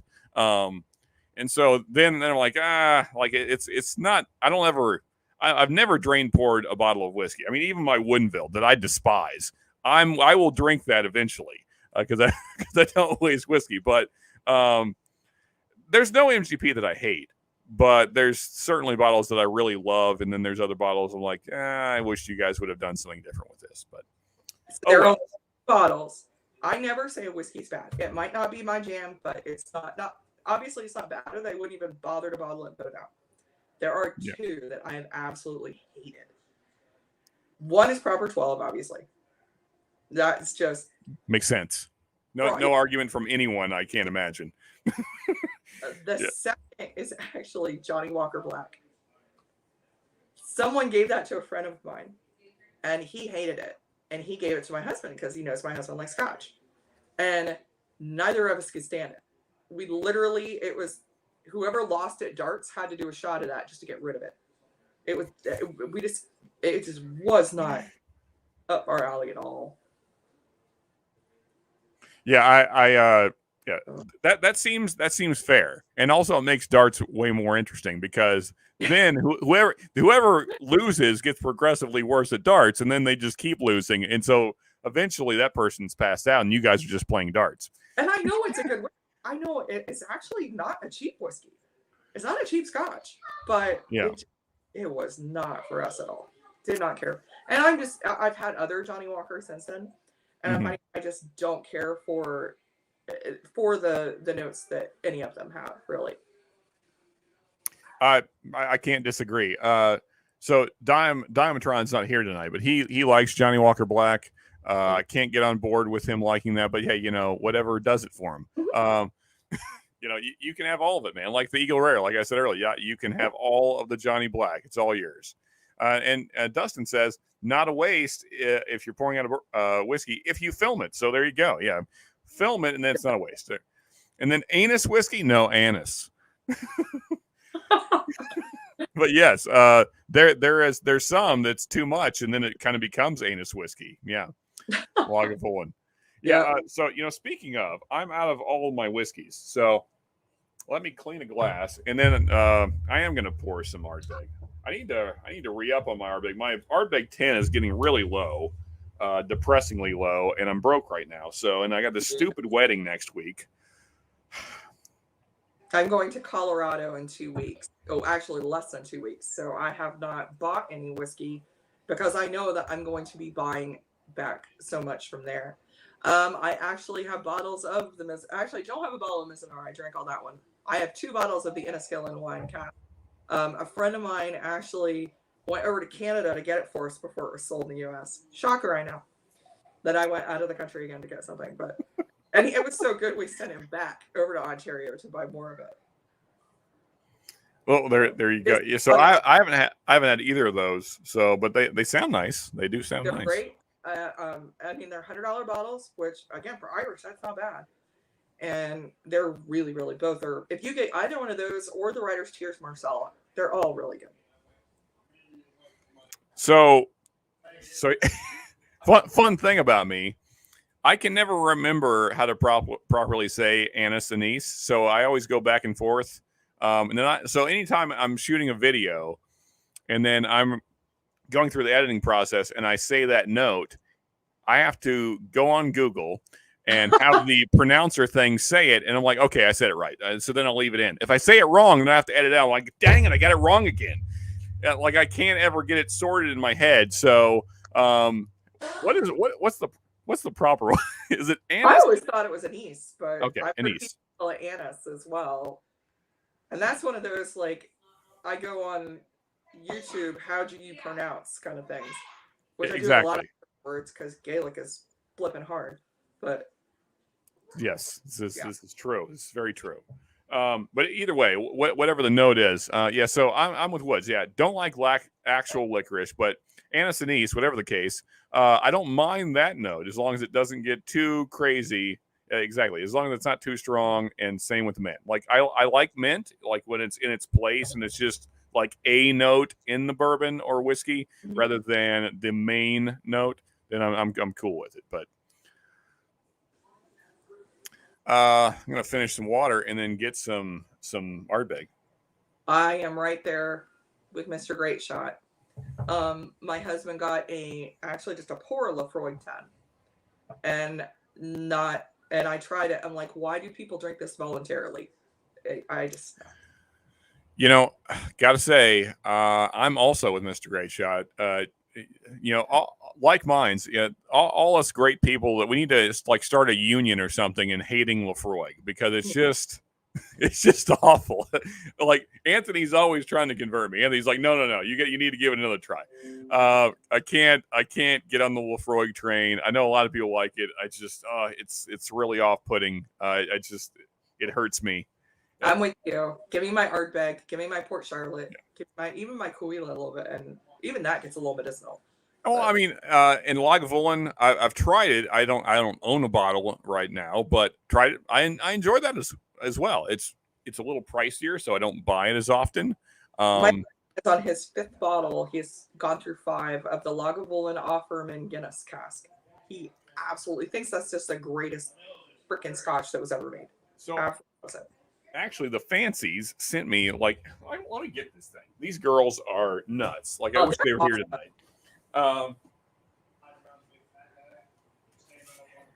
So they said they were going to send me some samples. Look at this. Look at that. Oh my god. There's like 16 bottles. They're so awesome.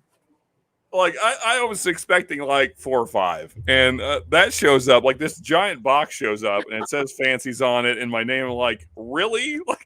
Like okay, I don't. Now I have to repay them. I don't know if I have enough good whiskey to send them their way, but hopefully I can send them some good stuff. Yeah, that was a really nice, generous gesture on their part. So actually, I think Offerman is in here somewhere. I'm pretty sure because I hadn't tried it. The Offerman or the Offerman Guinness, because there's 2. I could see them having the Guinness. I think they have the Guinness. You know what? We're gonna do this. I'm gonna break up my sample thingy here. Those 2 are so awesome. They're so generous. They are fantastic. How is this thing sealed? What the crap? Oh, I see. Tape. Well, we're doing it. Why not? Can't believe I don't have a knife on me. This is a tragedy. Pen will work. Because I'm curious. Oh, how do you What's that? How do you not have a knife around? Oh, well, normally there's always one in my pocket, but like I just showered before the stream, and so I just threw some shorts on, and so that's why I don't have a knife on me. I usually have like 4 or 5 pairs of scissors in the bar area because I always, when I'm doing sample bottles, and then I always lose the scissors. And so all of the scissors in the house end up accumulating at the bar eventually. All right. We're gonna find the Offerman. Oh man, they sent me these girls. I tell you, they are I got all kinds of good stuff here. I was trying to read all the labels through the packaging. Mm-hmm. But you know, some were facing the wrong way. So now I'm actually seeing what all I have. There it is. There's the Offerman. I knew I was getting that one because Chris asked me about it, and I said, no, I've not tried that. So here we go. Live tasting here. Although I have to save a little bit because I want to review this thing. And what's that? I said, Anthony, just call me Scotch Neophyte. Yeah, I mean, that seems like the direction you're going, Anthony. So it seems more accurate. He does occasionally drink. I think he just drinks bourbon when I'm on, honestly. Usually it's Scotch. Yeah. So here, anyway, I live in a county. Yeah, there you go. I was going to say country. I was going to say, we live in the same country. Yeah, live in Port County. There are plenty of people. Yeah. Exactly. There's always somebody, like even if it's like Jim Beam White Label, somebody will be happy to take it. So I had a neighbor that actually gave a bottle of Jim Beam White that was like half full because I was just like, yeah, I'm never going to drink this. So please take this. I gave that to a friend of mine. I had, it's one that a buddy of mine got in Ireland, and it was the Hinch single pot still. I did not care for it at all. And she liked it. I'm like, here. It was like too gone. I'm like, I'd rather go to somebody who's going to enjoy it because I'm not going to enjoy it. Yeah. Yeah. Unfortunately, this guy was kind of an alcoholic, I feel like, because he went through it in like 2 days, and he told me, he was like, yeah, I killed that bottle already. And it was the 175. I was like, dude, but you know, hey, whatever. You enjoyed it, I guess. I don't know. Anyway. Hey, cheers, shits. Good to see you, man. How we doing, Adam? Adam. And guys, the link is there. If anybody else wants to pop on and hang out with me and Stacie, that would be cool. Drunk people and sharp objects. The universe is so random. Easy. Anyway, let's get this Offerman poured. Actually, I mean, I do have a giant knife down here beside me, but I didn't want to like break my samples, so we need Anthony for this. Exactly. Yeah, Anthony. If you got a second, I'm pouring Lagavulin 11-year Offerman Guinness. So, yeah, it seems only right that you be on. There we go. I did it without spilling. I need a little more than that. Okay. So and that's the Guinness one, right? Mm-hmm. Oh, I like it already. Yeah. Okay. It's got that chocolate fudginess from Guinness. It's nice. Oh my God, the nose on that is phenomenal. I'm just gonna smell this for a while. See, I'm Ardbeg 10, but I'm out of an O. So right now, all I have is 10 and Ano, and I need to get another Oogie, but I've just been spending so much on bourbon. So Yeah, that's exactly the reason I haven't. Because like I said, I'm going to Colorado for this. Talnua Distillery out there is releasing, and it's the world's first American single pot still bottled and bond. So I'm going out there, and of course I'm going to come back with that. And I've already got 2 bottles waiting for me out there. And then my buddy is picking me up 2 bottles of Irish that I just told him last night. And then here we go. We got Trailer Park Hillbilly here. How we doing, Anthony? Perfect. I heard you. I'm lurking in the background. I never know if the internet's going to be good up here, but no, you sound great. You're coming through super clear. Got some Oban. All right. Oban, you got a dog. What more do you need? Yeah. Oh yeah. She's always right here. I can't. Whatever I do, she's right here. Justin, right? We don't get a whole lot of good scotch. Yeah. So well, see, it's the same in Kentucky. We very limited selection, but yeah. What do you got there? So Oban Little Bay. Tell us about it. Little Bay. Well, I can't because I haven't opened it yet, so I'm going to open it and get my first taste of it, and so I can do a review of it at some point. You going to help me? Is that what you're going to do? There you go. Puppy here to help. Yeah, she's like, pull that out. Go ahead, take that thing out of there. But anyway, yeah, you can't go wrong with Lagavulin. You just can't go wrong with Lafroig. I mean, come on. Everyone here has got their nose turned up in the air. I mean, really?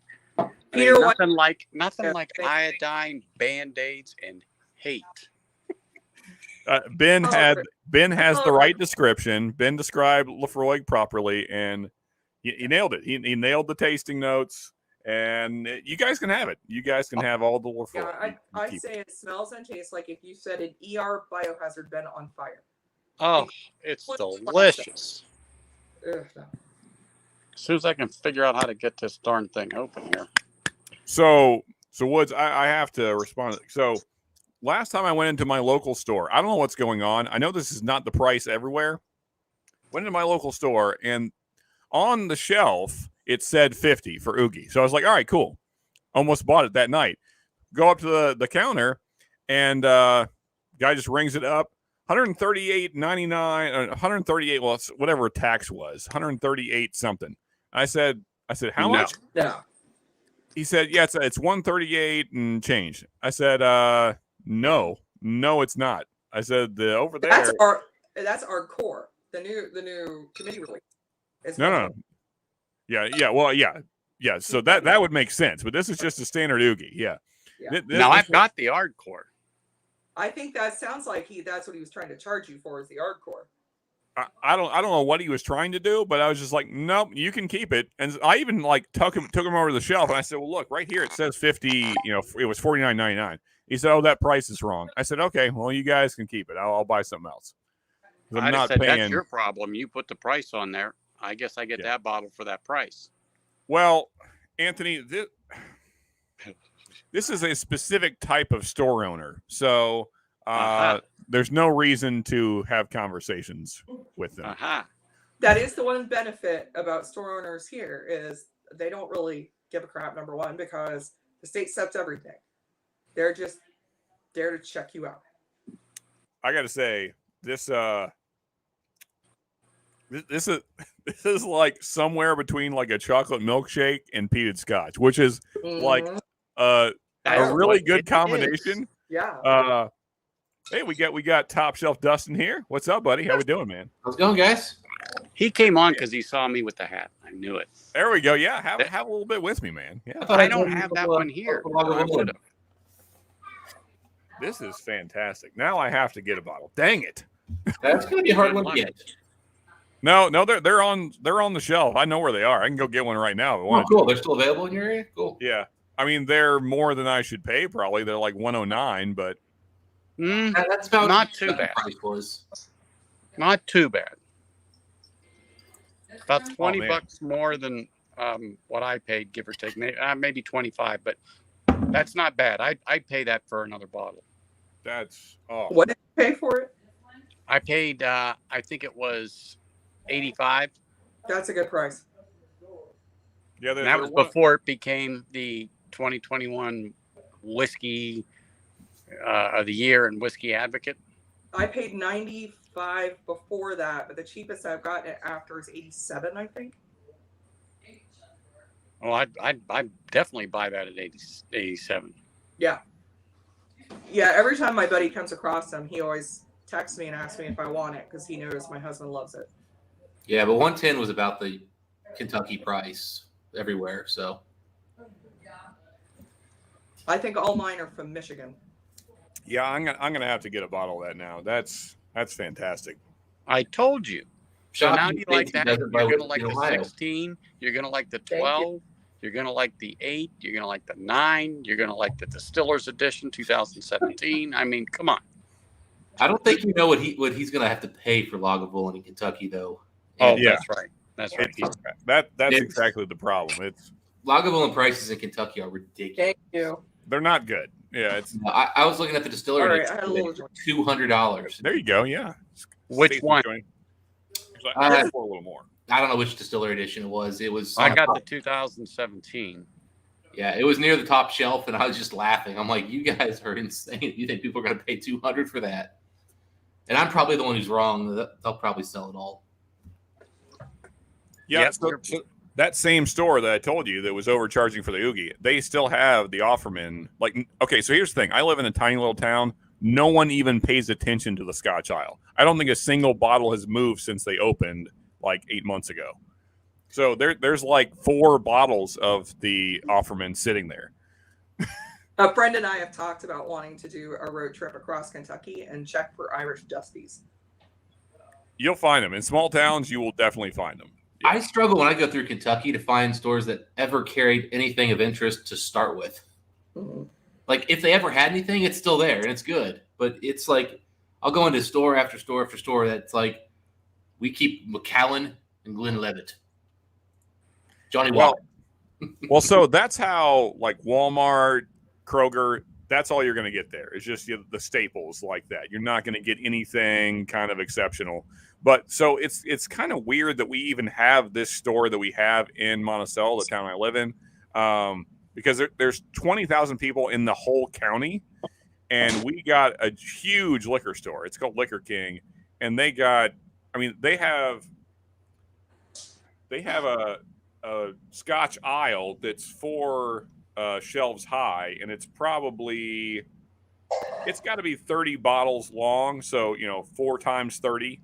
So they have, I mean, for a small town, that's a really big Scotch selection. It's far bigger than Walmart or Kroger.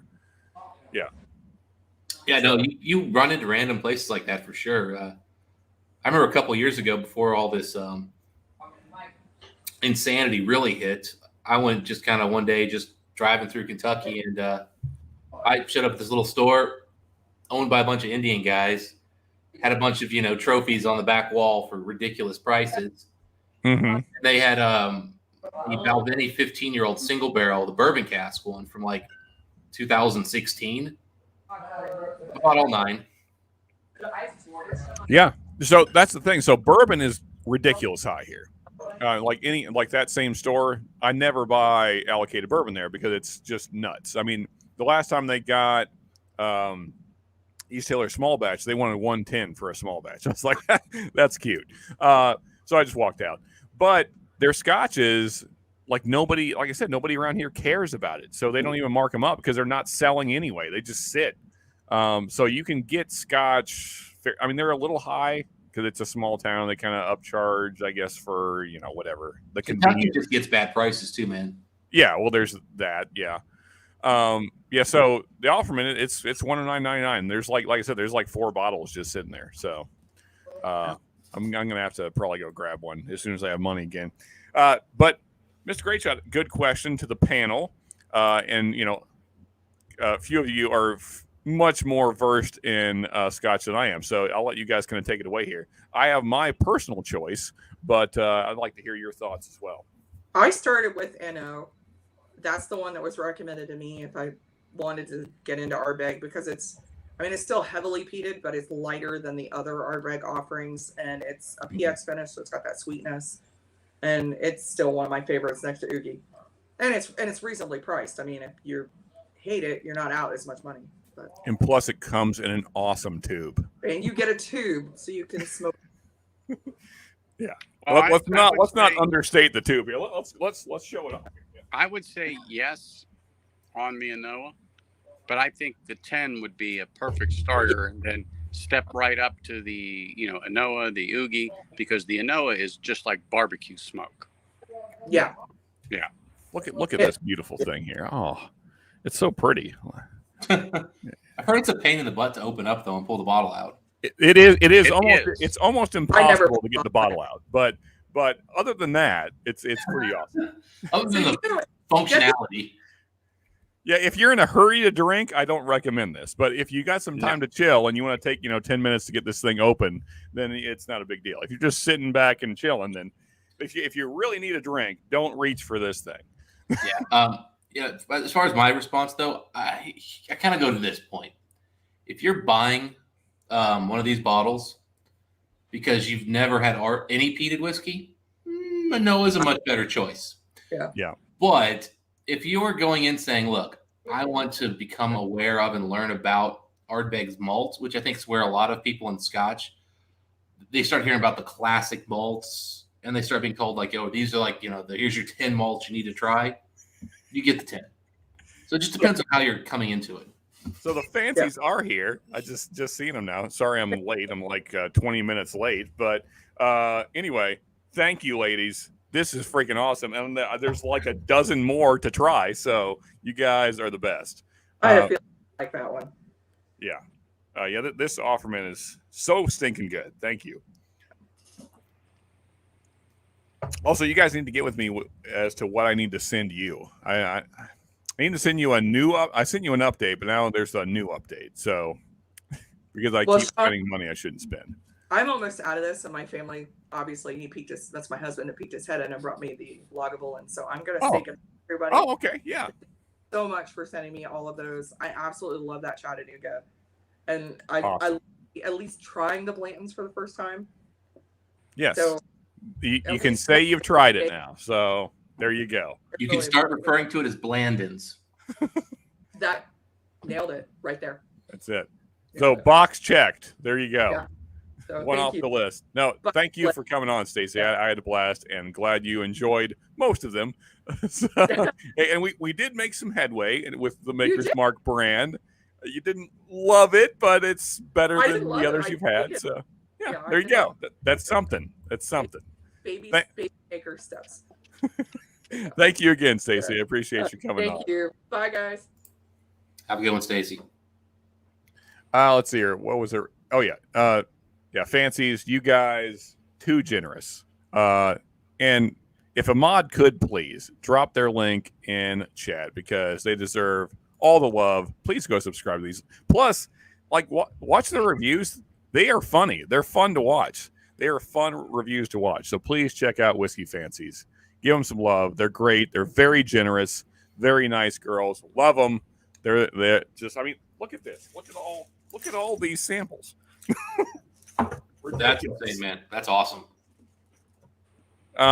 Yeah, I have somewhere around like, thanks to very generous people like the Fancies in the community, I have something like 80-something samples I'm supposed to get through here. So I might just start doing samples every day. Just do a video a day just so I can get caught up because this community is amazing. What's the point of drinking your own bottles if you have that many samples? I don't even need to. I should just stop buying whiskey and just drink samples the rest of my life, I guess. There's a few channels. That's pretty much all they do. I got to start getting through some of the samples I have. Holy smokes. I'm offended I don't have a knife on me, Adriana. I can't believe it. Yeah, it's upstairs. I know where it is. But, I mean, well, I have a knife near me. It's not real practical for opening any small packages that you want to, be careful with. This is the knife I always have downstairs. In case of zombies or whatever. But that's only practical for like a hike in the woods or something. Like that's actually what it is. It's actually my backpack knife when I'm hunting if I need to cut down brush. That's why it looks so rough. It's been through a few small trees. Okay. I'm looking at that thing going, there's really only one purpose I've ever needed a knife that large for. Yeah. No, or like if I need to make a blind real quick when I'm hunting, that's what I use it for most often, actually. But yeah, not great for opening small packages with whiskey in them. So, And it's razor sharp as well, so I also didn't want to cut my hand open on stream. So yeah. You wouldn't be the first person to do that. Yeah, but he probably wants to stay off that list. There's certain lists you don't want to be on. Oh, I agree. Yeah, that's one of them. I mean, I have cut my hand on it, but I'd rather not do it live in front of a dozen or so people. I mean, like for example, if you accidentally shoot like say your TV while cleaning your gun, it happens. You don't want that on stream.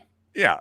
I mean, although that would probably make a great short, it'd probably do really well on like TikTok, Instagram, YouTube. It'd be demonetized and it'd be banned from every site out there. Come on, man. Well, if you just had it on the TV and you didn't see the gun, it'd probably be. Yeah. You might be right. I'll never forget. My mom was dating a guy in a wheelchair, and I would never bring up the wheelchair except the fact that like Lieutenant Dan style. I mean, he was it was one of the fancy ones, but he managed to shoot his $3,000 TV because he forgot to empty the chamber before cleaning his gun. And now, why a guy in an apartment needed to clean his gun that he hadn't used, and why it had a bullet in the chamber, I have no idea. Well, I mean, I go through mine about once a year just to make sure everything's good. But yeah, why there was a bullet in the chamber. That's the piece I'm a little confused by. Yeah. I mean, that's kind of like gun 101. Make sure it's empty when you're doing anything with it inside, basically. Or make sure it's empty when you're doing nothing with it. Because, again, you're doing nothing with it. It doesn't need a bullet in the chamber. Yeah, true. Yeah. Just in general. Yeah. There's only one time you need a bullet in the chamber. So, yeah. I mean, I guess, if it was a revolver, like, like a pistol, those I could see why you keep one in. You just want something in case somebody breaks in.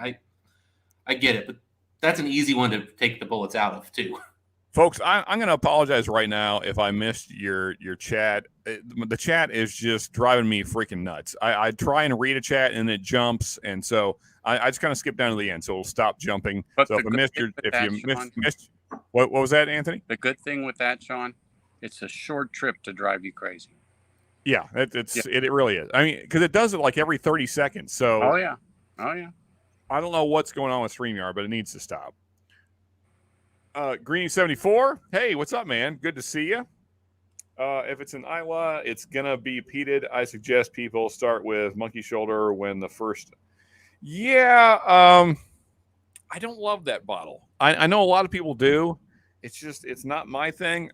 So I actually started there. I started with Monkey Shoulder because that's a lot of people said the same thing. Start with Monkey Shoulder.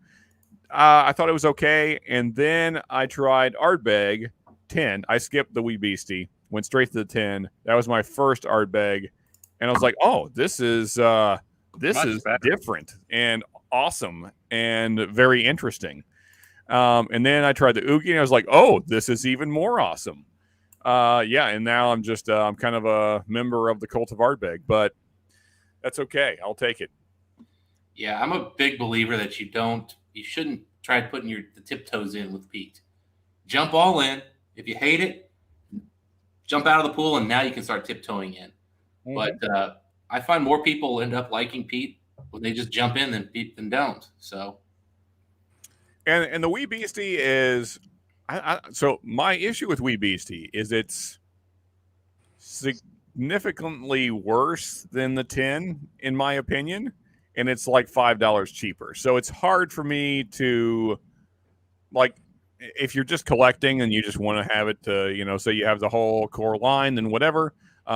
It's different, but I don't think it's just too young, in my opinion. Half the age. Yeah. So why spend $5 less for half the age? Just spend the $5 and look. I'd spend $20, if there was the difference, because it's way better. Yeah, I've never bought the Wee Beastie for the very simple reason that enough people who I know who've had it, who don't mind young whiskey, said it was too young. And I was like, all right, I'm out. Yeah, exactly. And the thing is, 5 years for a Scotch is like, that would be what, like a 1 year bourbon or something? I don't know what that's equivalent to, but it'd be a really young bourbon. I would say 2 to 1. So I'd say it's about 2.5. Yeah. I think 2 to 1 is a fair number in general. Yeah, so again, same store I was talking about earlier. If you guys want to come to Wayne County, Kentucky, check out the Liquor King. There's like 5 of these sitting there. So they're $50. That's a really good price, actually. Yeah, so as soon as that one's empty, I know where to grab another one. And sorry, Woods, that yours came in the regular box. That stinks. If you're new to peanut whiskey altogether, Ardbeg is probably not the brand to start with. Just my opinion. Yeah, I mean, I would say, so I guess maybe I'm the exception to the rule. It's hard for me to say, because I mean, I also feel like I don't like a lot of bourbons that the majority of the community enjoys, like Blanton's. I think Blanton's is boring.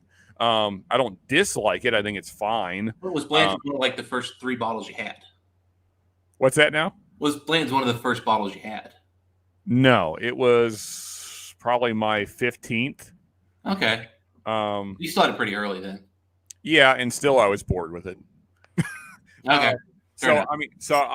By then, I mean, so I grew up a 101 drinker. I was 101 for most of my life. And then I started branching out and trying other stuff. And then, so Buffalo Trace was the first thing I tried outside of 101 about 6 years ago. And I was like, man, this is, this is not a brilliant thought now, but at the time I had this thought, I was like, man, this is really different than 101. I wonder what other, flavors are out there.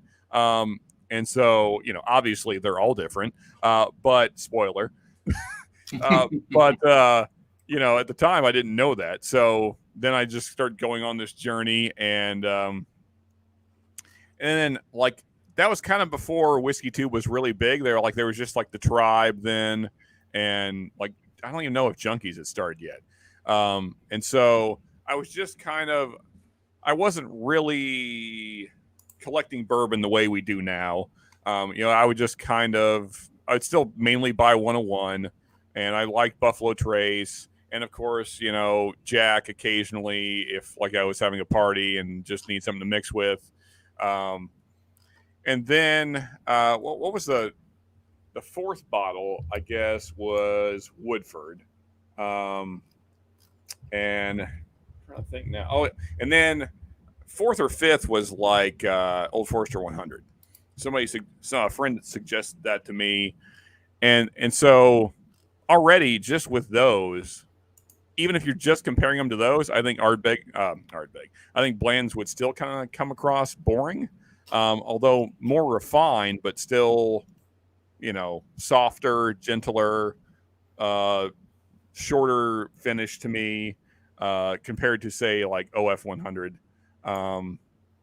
which is not like a high quality bourbon by any means. It's just there's bolder flavors there, I guess is what I'm trying to get across. So, yeah, I agree with that one. Yeah, it's always interesting, kind of how different when people get into whiskey is. Like, I was drinking, bourbons that, before I was legally allowed to drink. Yeah. My dad was buying them for me, try this one. That's how I also started. In fact, my journey into whiskey starts that way. I was 18. A buddy bought a bottle of 101 750 and I drank way too much of it too fast. And that was my introduction to whiskey. So hooray. And there is the link to the fancies. Please check them out. As you can see, they're very generous. They're very nice and they're funny as well. So they're entertaining to watch. And did someone post the 2 great people that are on screen with me? I guess they did earlier, but if somebody could repost them for anybody that for some reason isn't following these 2 great people, please follow Dustin, Top Shelf, and Bourbon Neophyte. Yeah. Let's see here. Chat just jumped ahead on me again, pissing me off, but I'm going to keep trying to read it anyway. I want to say I paid $35 for the last bottle I bought. What are we talking about here? Blanton's sounds about right. Yeah. I think he means Monkey Shoulder. Yeah, and that probably is about right. I don't think I've ever paid $35 for Blanton's. No. The least I've ever paid is $65, and that's still not a great deal, honestly. When I got into it, they were around $40, $45, I think, was kind of the retail on them. But that was more than a couple years ago. I had a little less gray in my beard then. Yeah, so my first Blanton's was 4-ish years ago, something like that. It was an anniversary. It was an anniversary present 4 years ago. So that's 4.5 years ago is when I got that. Now, mind you, I thought Blanton's was overpriced back then. So That's because it was, and it's still just gotten worse. Well, honestly, the price increases on Blantons have actually been less than a lot of other brands. Like they've become less overpriced while remaining. Like True, yeah, that is true. Yeah, the one that yeah, I mean, me is Woodford. Woodford was this premium bourbon back when I first got into whiskey, and now it's the exact same price. Yeah. Like it was $30 when I got into bourbon, and we're talking what 2007. It's $30 now. Yeah, for sure. Yeah. Like everything else, they basically discontinued it, or they dropped the age statement, or they raised the price. But to be fair, I think it drinks like a $30 bourbon. So, I think it's right where it should be, because I feel like because of the proof point, especially, now maybe I'm wrong because there's a huge, I know I'm the outlier here. There's a huge crowd that likes the low proof, milder stuff. But for me, like I have a hard time paying more than about $40 for a sub 100 proof bourbon. It's really when I'm out and about and I see the options over 40, I'm usually not going to go minus 100 proof for 40 and over. That's just me. Yeah, but let's play devil's advocate for a second here. You're on YouTube talking about whiskey. You're an extreme outlier. Oh yeah. Oh yeah. If you're talking about low proof, under $50, okay? So you want under 100 proof, under $50. And you want something that is approachable. So let's say more sweet than spicy. And let's say something that doesn't give you a lot of alcohol flavor notes. So not just like the burn, but like flavor notes. Right. I mean, what would your list be? Because I'm just kind of wondering in general. Could you give me like 3-4 bourbons you think would be on that list? Yeah, I mean, so with that criteria, then Woodinville fits the bill really nicely. Yeah, for sure. And that's where that's where Blends is also in that similar kind of thing. See, that's not what I think about much. So let's see here.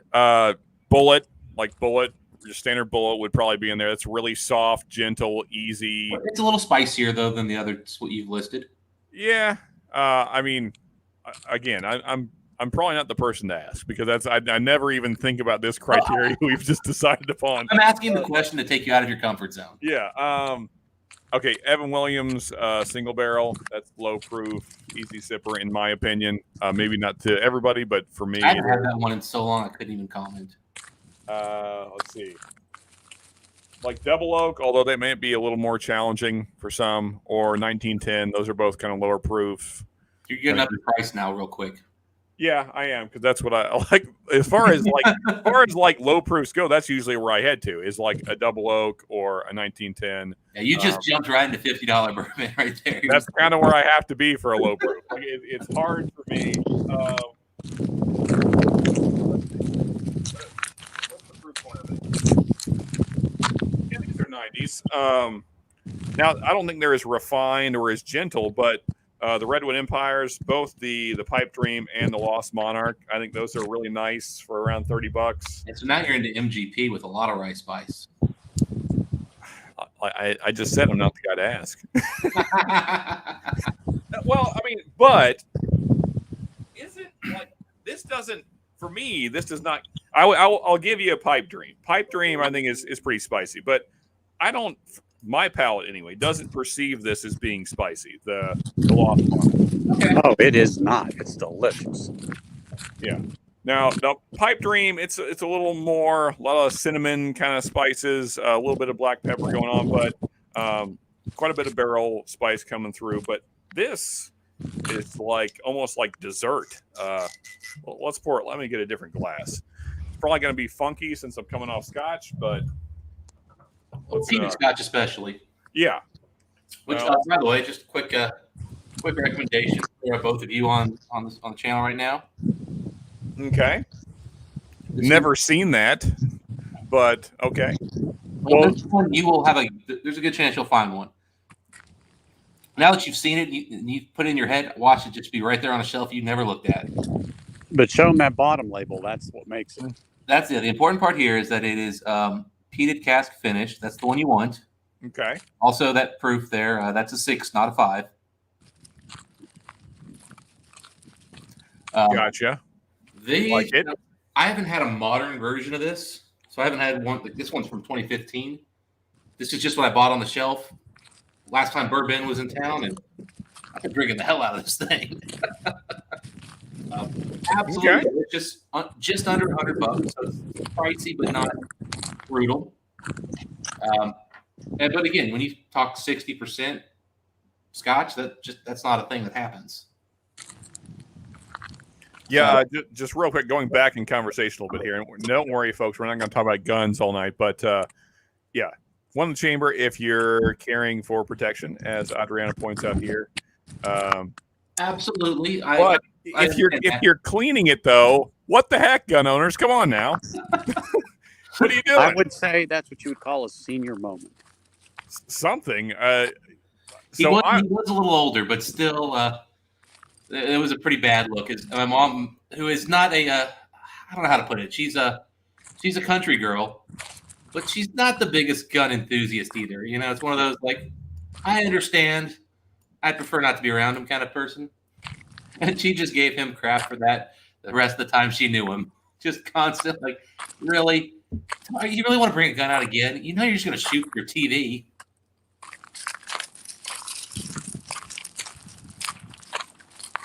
Oh, okay, here we go. Yeah, cheers to that, Green 74. That sounds good. So I have an ASW, but it's totally different than that. It's the pick from Mash and Drum, or Mash and Journey, I should say. Give Scott his credit, man. He at least shows up occasionally. His channel's bigger than ours. Yes. There you go. Nah, man. You know what's funny is I ran into this guy. He was doing a tasting at and there goes the chat again. And he was talking about Whiskey Tube because he actually watches Whiskey Tubers before he does the tastings to try to see if he's missing anything.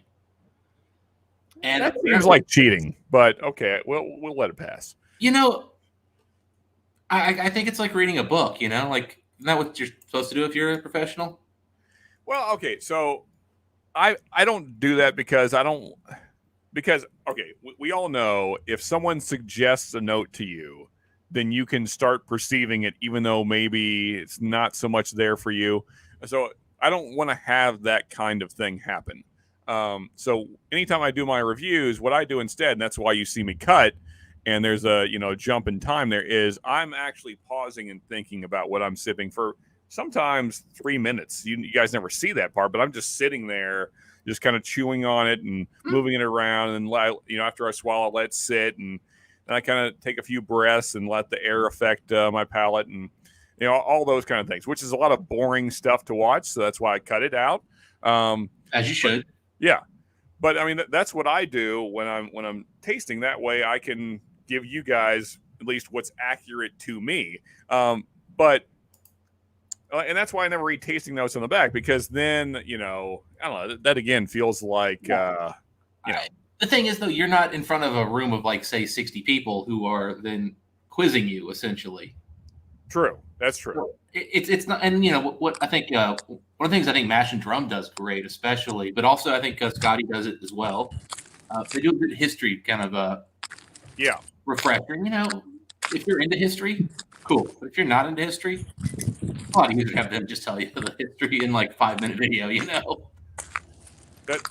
So that's why for anyone that watches me and also watches Mash and Drum, which I imagine most of you do because he's far bigger than me and been around way longer, it's not on accident there's barrels on either side of me. That came straight from him. So he was one of the first channels I ever watched, and I just love that look. I love the barrels and the bottle sitting on top. And also, Jason was kind of the standard for me early on because I knew I couldn't do what the junkies were doing where they play off of each other, and I couldn't do what Tribe was doing because, again, they're playing off of each other, and they're basically having a conversation amongst themselves. I couldn't do that. And so Jason was kind of my standard of what I wanted to do, as well as you said, the history thing, which I've kind of gotten away from, but I really like that. And so if you watch my early videos, even though they're terrible because the production value is horrendous, and my just audience presence or whatever is not great. I just was not good at talking to the camera. But a lot more history there, and I kind of miss doing that. So I might work that in more. It's tough to throw in history sometimes when you're, like, for example, you're reviewing a new bourbon that just came out. It's the history. It just came out. Right. Exactly. I mean, there's always a story, but also the stories get so marketing BS. It's tough.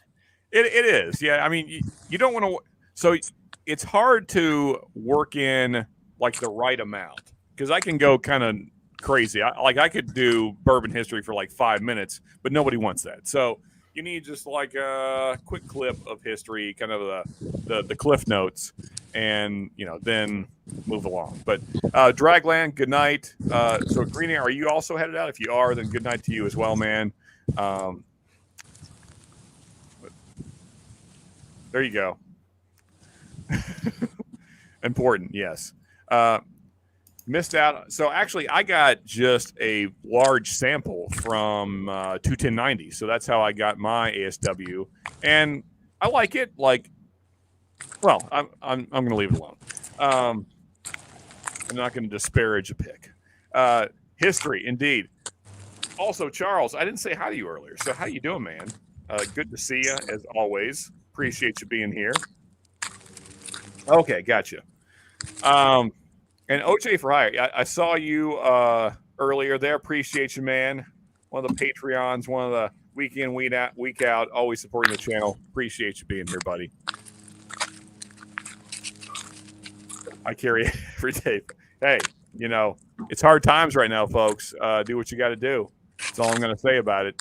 I'm not going to talk gun talk, but I could. Anyway.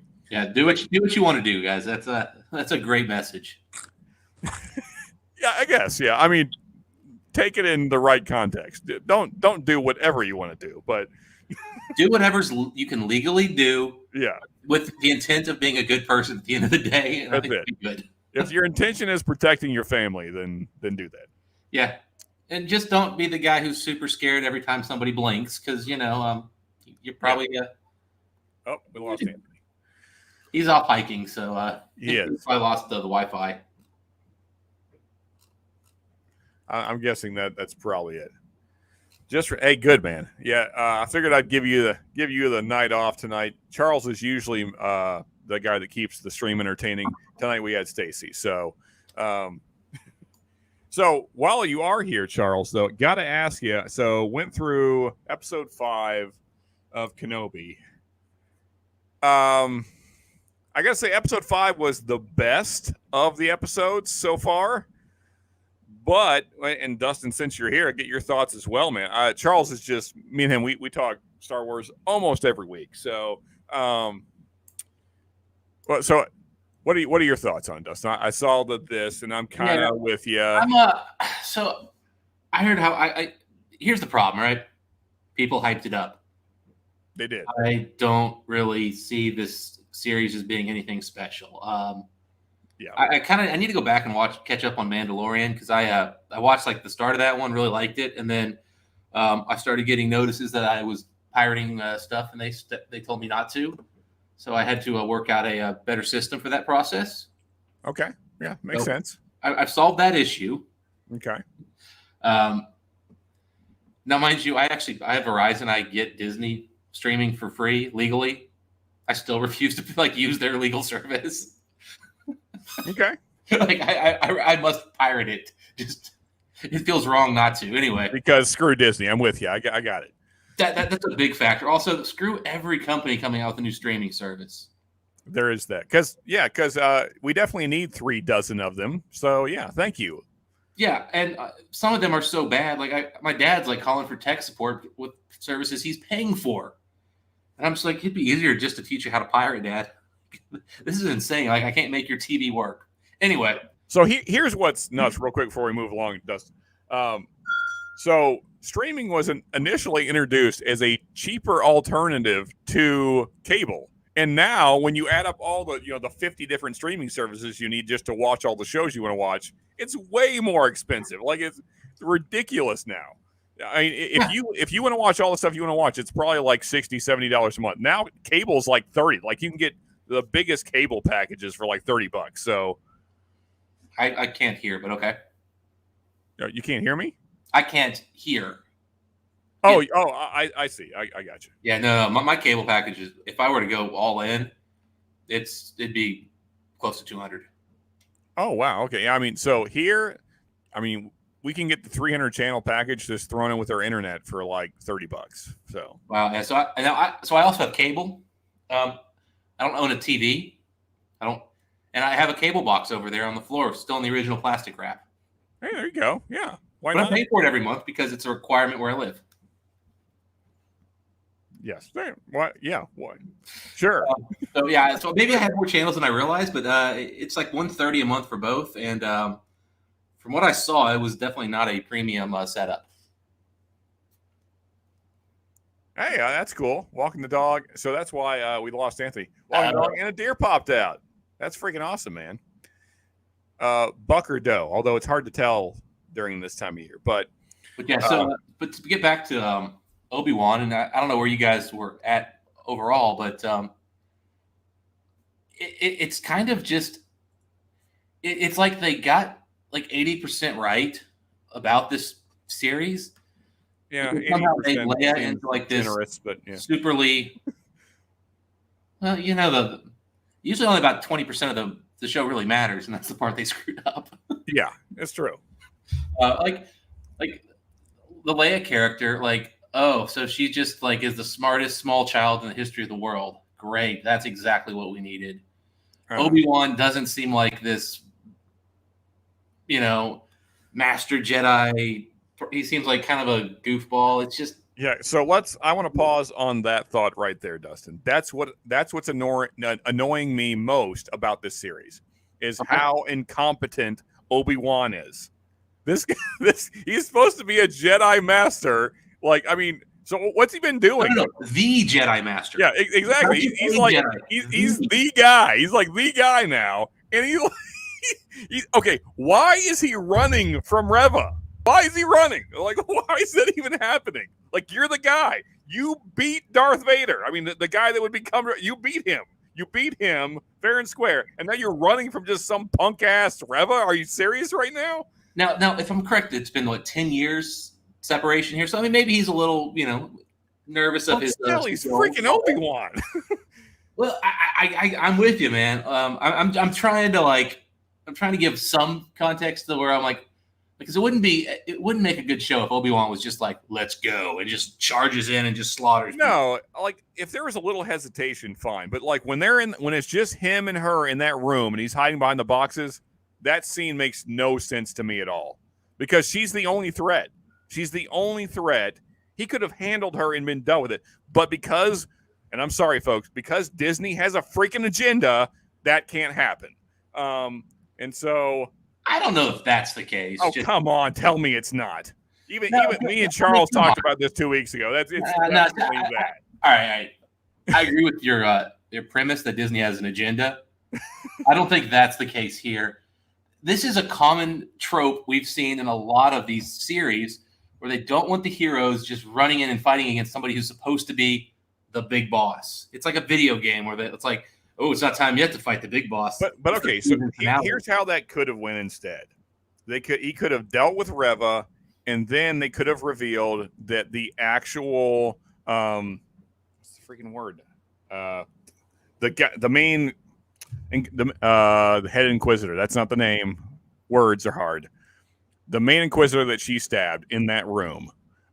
Instead of that happening, he could have dealt with Reva, and then he could have still been after her. So the main baddie could have still been after him. So it wouldn't have affected the story at all. We didn't need her.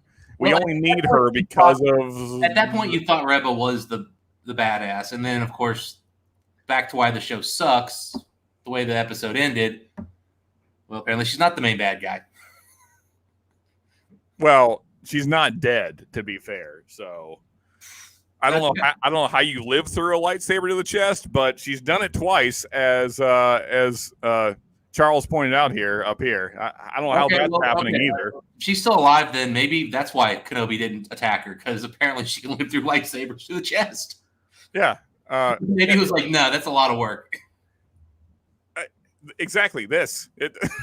She has lived through 2 lightsaber attacks to the chest. Like, okay. So again, I'm just gonna walk away and be like, okay. And like the first time, she was a child, so that takes up a lot more space in your chest when you're tiny. I mean, there's no way you're missing organs when this big of a hole is going through your tiny child chest. Oh, geez. Yeah, I don't think Disney being woke or having an agenda is the issue. It's just terrible writing. Well, there's that. So that's the other thing. Is she's not even an interesting character. She's not like she's poorly written. Is what I think. The actress does a good job with the material she's given, but she's poorly written. She doesn't come across as an interesting character. So, hey, Mike, I hope you emailed me, buddy. But if you didn't, please do. That way I can get your stuff out to you. Have a good night, though, man. Appreciate you being here as always. She's my queen. Oh yeah, thank you, Greeny. I mean, I don't know, man. It's just not well done. It's just not well done. So like, here, I guess the reason it feels like it's an agenda is because we just keep saying this same trope: have to have a strong female character. It can't be a show. Like they just do it over and over and over. It's like, okay, Disney, we got it. We got the message, guys. I don't disagree with that, but I how do I put this? I think the fact they chose to have a strong female character, I can believe you on that being an agenda. The fact that he's not just going out there and kicking her butt, I think that's more just this obnoxious thing that they do in these shows where they just want to like take too freaking long to like eventually have a battle. Like it's just like good guys are always running from bad guys. It makes no sense. Yeah, I mean, so like I have no problem with plot armor in a show. It happens all the time, whatever. But at a certain point, it's just like, okay, well now it's not even plausible in your own universe because we know who these characters are, so now it's getting to the point of ridiculousness. And that's kind of the territory that this kind of feels like we're into. And yeah, thank you, Charles, Grand Inquisitor. But if you want to hop on, feel free to. The link is there. So yeah, I mean, at some point, you're supposed to turn your brain off and not be so focused on all this, like technical aspects of stuff. Like, I mean, again, this is a show geared where they want people like you and me to watch, but they want kids to be enjoying this more than anything. It seems like it. It's definitely not for the old school Star Wars fans. That's the way it feels anyway. Well, it's certainly not for me and Charles. Well, but TV shows are never made for the geeks. They really aren't. There's not enough of us, and we're too fucking picky. Like, we are so picky. I guess. I mean, so the fact you guys remember that she's been stabbed twice just points out how geeky people like. I'm not a super big geeky Star Wars guy. To be fair, they show it in the same episode. They show her get stabbed both times in the same episode, so it's not like fair enough. You can't even forget it. Like, okay, that happened. How did she live through that shit? Oh, she's doing it. It's happening again. It happened twice. I will point this out, Sean. It took me 3 sittings to finish that episode. Fair enough. That's fair. That's why it felt like it was spread out. So yeah, it felt like it was a long time because it took me a long time to watch it. Yeah, I think I started watching it one night after having a couple whiskeys, and then I was like, "Nah, I'm tired." Pause. Came back the next day, put it on for like 10 minutes. I was like, "Nah, I'm not in the mood." See, I think Woods nailed it. Disney plus girl power equals that's why she's still alive. There you go. I mean, again, I don't think you're completely wrong by any stretch, but I do think the whole running from the bad guy is like just become this trope in all of these action movies, and I don't understand why it's a thing. It's like, you build up the hero to be this super powerful person, and then they spend all their time running from the super powerful bad guy. But to be fair, Disney didn't do that. Disney didn't build him up. That already happened, and I feel like they don't want that. So they're like, nope, we're going to throw that away. Now there's this new Obi-Wan that just sucks. He's just an idiot that gets pushed around by a 10-year-old girl. That's who he is now. Yeah. Now, see, that's the part I have way more problem with, and that's where I think we're starting. You mean the most annoying character in the whole series, Leia? Like, why is this child not getting spanked? Why is no one spanking this child? She's the worst child I've ever seen in my life, and no one is spanking her or doing. There's zero discipline on this child. It's like, hey, Leia, don't do that. Oh, you just killed another person. Leia, stop killing people. No, you can't do that. No, you can't. Oh, she killed somebody else. Leia, stop killing people. We already told you. You know, she had a couple of like quotes in her statements that I really enjoyed, and I was like, all right, cool. We're gonna have like the smart ass kid who actually knows some stuff. I was like, okay. Princess Leia will use the Force and fly. Exactly. Yeah, I feel like she's gonna do that in this series. It's not even like 10-year-old Leia is just gonna start flying and like killing everybody. Yeah, she's gonna have more power, more force power than she had in the actual movies as an adult. That's where I'm with you. Anyway, go ahead, Dustin. You're going to say something. Yeah, I mean, again, I'm with you. Leia's to me is the real issue in this show because it's just like, oh my god, you people can't possibly be going this far. I don't know who wrote this character, but they wrote the most annoying character I've ever seen in any movie. Like it's irritating to watch her on screen. Because every time she's on screen, she pisses me off. I'm like, why is no one disciplining this child? It's a child. This is not an adult. This is a child bossing everybody around and just being a jerk. And nobody does anything. Just like, okay, well, we got to go along with it because she's 10. No, you don't. She's a child. Somebody made her. That came from somebody's balls. Discipline it. I mean, she is a princess. So, I mean, you get a little bit there. I'm sorry, I'm getting off the rails here, folks. I apologize. It went too far. It went too far. Like it's just, yeah. Again, I'm with you, man. Like it's just, I feel like what sucks is like the budget's huge. The overall plot hasn't been terrible. No, it's been okay, but the execution is just it's terrible. Like. Also, what's up, Paul, Biking Bourbon? How we doing? And folks, please subscribe to his channel. If someone could drop the link, appreciate that. Good dude. He rides bike through the woods like a madman and also talks bourbon. So, yeah. I don't know, man. Every time I'm like, okay, maybe Disney will get it right this time. This could be a good one. And then there's always this BS that they can't. It's like they can't help themselves. They just can't help it. They're like, nope, we got to ruin it. How can we ruin it, guys? I know. We'll write the most annoying character anyone's ever seen on screen. Yeah, well, the other thing I think that at this point is we're 5 episodes in.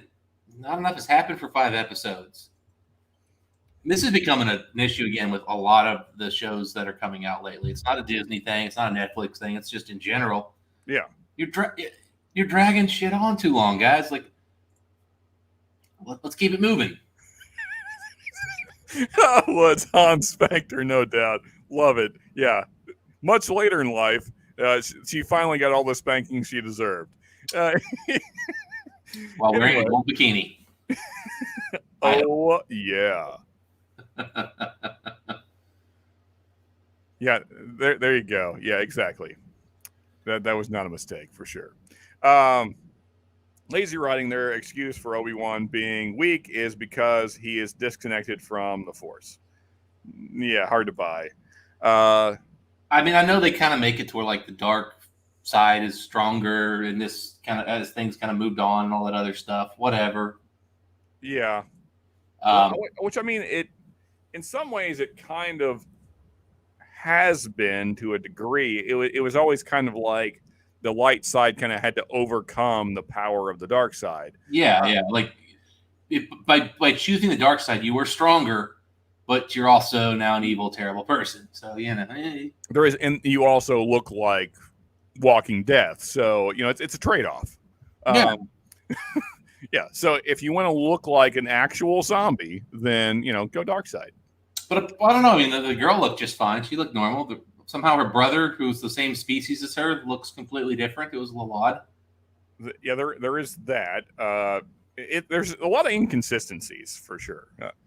Yeah, enough. the whole again, it's been like one of those things where you're like, you guys got all the easy stuff right, and you fucked all the stuff that matters up. Like, yeah, I'm with you, man. It's weird. But as a Star Trek fan, I have been suffering horrible pain for many, many years now.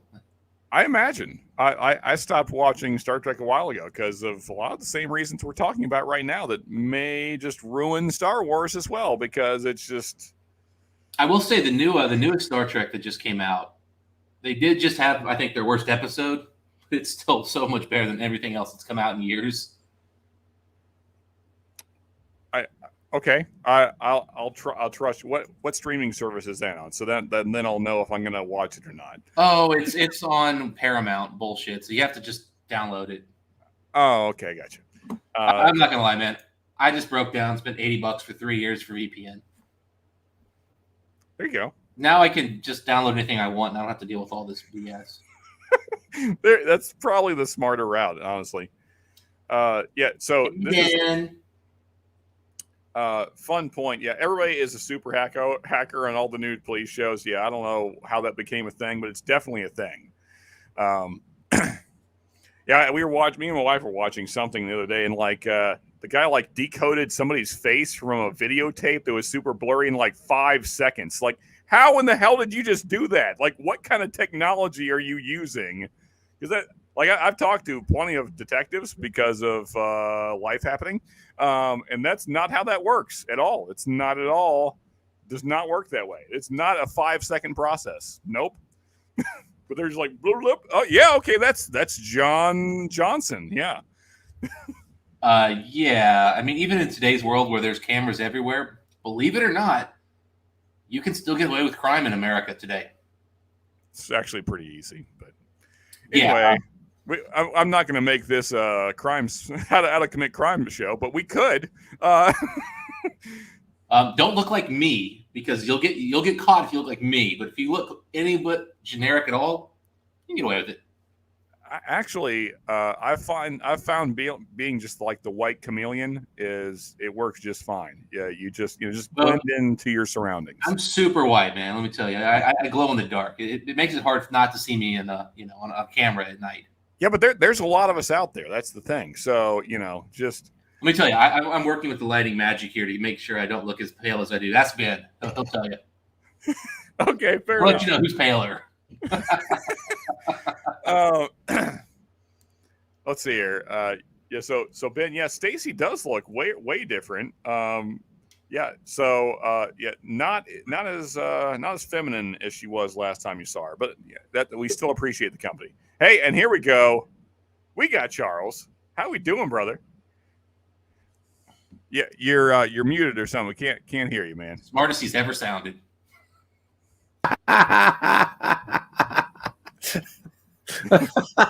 What's up, man? Good to see you. By the way, Hagen AZ just said Strange New Worlds is the new Star Trek. I forgot to mention. You guys dragged me into this. You dragged me into this. You guys talking Star Wars, and I wanted to hop on for a quick second. Okay, and also Ben says that Dustin is translucent. You ain't wrong. Okay. Fair enough. All right, so guys, you and Dustin talk Star Wars for a second. It's bathroom break number 1 over here. So for keeping count. All right, boys, start the get tracker. All right, here. I don't know what I was sounding like a second ago. Can you hear me? Yeah, you sound good. Okay. You guys were saying something about the dark side being stronger. It's not stronger. It's easier, more seductive. Yoda said it. It's just a quicker path. It's not the stronger path. Okay, I know to become more powerful a fighter, historically, maybe sooner, people have turned to the dark side. That seemed to be kind of a theme. Oh, with the dark side. Okay, this is how the Sith see it. They feel that the Force, when there's too many users, it spreads out the strength. So they want to reduce the users so they can tap more into it. And they try to control the Force, where Jedi are supposed to let the Force flow through them. So I think the difference between the dark side and the light side is that dark side users want to control the Force. Light side users try to become in tune with the Force. So when it comes to getting what you want out of the Force, That's what the dark siders want. So that's why I'm assuming, and this is from me reading so much and absorbing it over the years, the light siders just accept what is, where dark siders try to make the force adapt to their will. So when it comes to fighting, it would be better for the dark side because they don't just flow, you know, they just take it over. I think as a person, you're better if you're on the light side. But I mean, in terms of just, you know, the ability to like blow shit up and like do some crazy shit, it seems like at the very least you become a more powerful fighter faster. It's quicker. I'm not one of these guys. I agree with you. I'm not arguing that one. I agree with you. I think that you can tap into power faster from the dark side because it's easier to get to it. Where for the light side, it like I kind of believe in the balance of the force. It's just the force. There's no light or dark. It's your philosophy of it. So it's more how to use the force. And most people, when they get the power corrupts. So they tend to go back to that side. And nobody's here. It's just me now, right?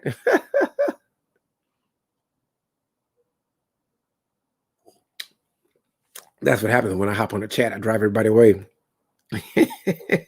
Well, Green says Lord Sidious beat Yoda with his force lightning. Well, technically, he didn't really. I'll be right back, Charles. That's okay. I'm gonna start reading some of the chat because Green 74 said that Lord Sidious beat Yoda with his force lightning, and he didn't technically beat Yoda. Yoda was knocked off the concourse, whatever you want to call it, the Senate standing flying little saucer, and he thought there was other troopers that he couldn't defeat, so he just left. So it wasn't really like he took a loss. He didn't finish the fight. He fell off. Is that really a loss? A loss means I whipped your behind and you can't beat me. Yoda is like, man, there's no way I'm going to win this, so let me leave. And Sidious knew he had the advantage. So I guess technically you can say it's a loss, but if you're not knocked out and you can still fight back, he didn't lose. He just gave up. That's what I think. Yeah, he failed to kill him, but he didn't lose the fight. He just failed to kill him. So yeah, it's let me go back and read some what you guys. If you guys are saying something, let's read back, see if I can read it all. Where are we at? James said, hey, what's up to everybody? I disagree. The dark side is more powerful. Well, you tell me where it says it in canon. The dark side is more powerful, Brother Green or Sister Green. I don't know what you want. And then I'll concur that. I have no problem retracting my statement. But as you can see, I'm really a Star Wars guy, and I've been studying like almost my whole life since it came out. So I've never heard the dark side being more powerful. I've heard it's more seductive, and I know dark side users always try to say it's more powerful, but not from what George Lucas says, not from what the canon says, not from what the book says, not from what legend says, not what it says today. It's quicker, easier, more seductive. Go back and watch Empire Strikes Back when Yoda really broke it down. And I think they discussed it in other mediums too, but I'm gonna stick with the films because the films is the only canon people really try to accept. You don't need to shave every few weeks as you don't look like the wanted poster. Charles is just in time for Whiskey Wars After Dark. Let's get to the weeds. Hey, what's going on? What is going on? I'm gonna smash that like button, people. Yeah, it's harder to reach the path of the clear. It is harder to reach the path of the clear mind. Yeah. Okay. What's going on? Canon actually doesn't confirm it. Okay, tell me.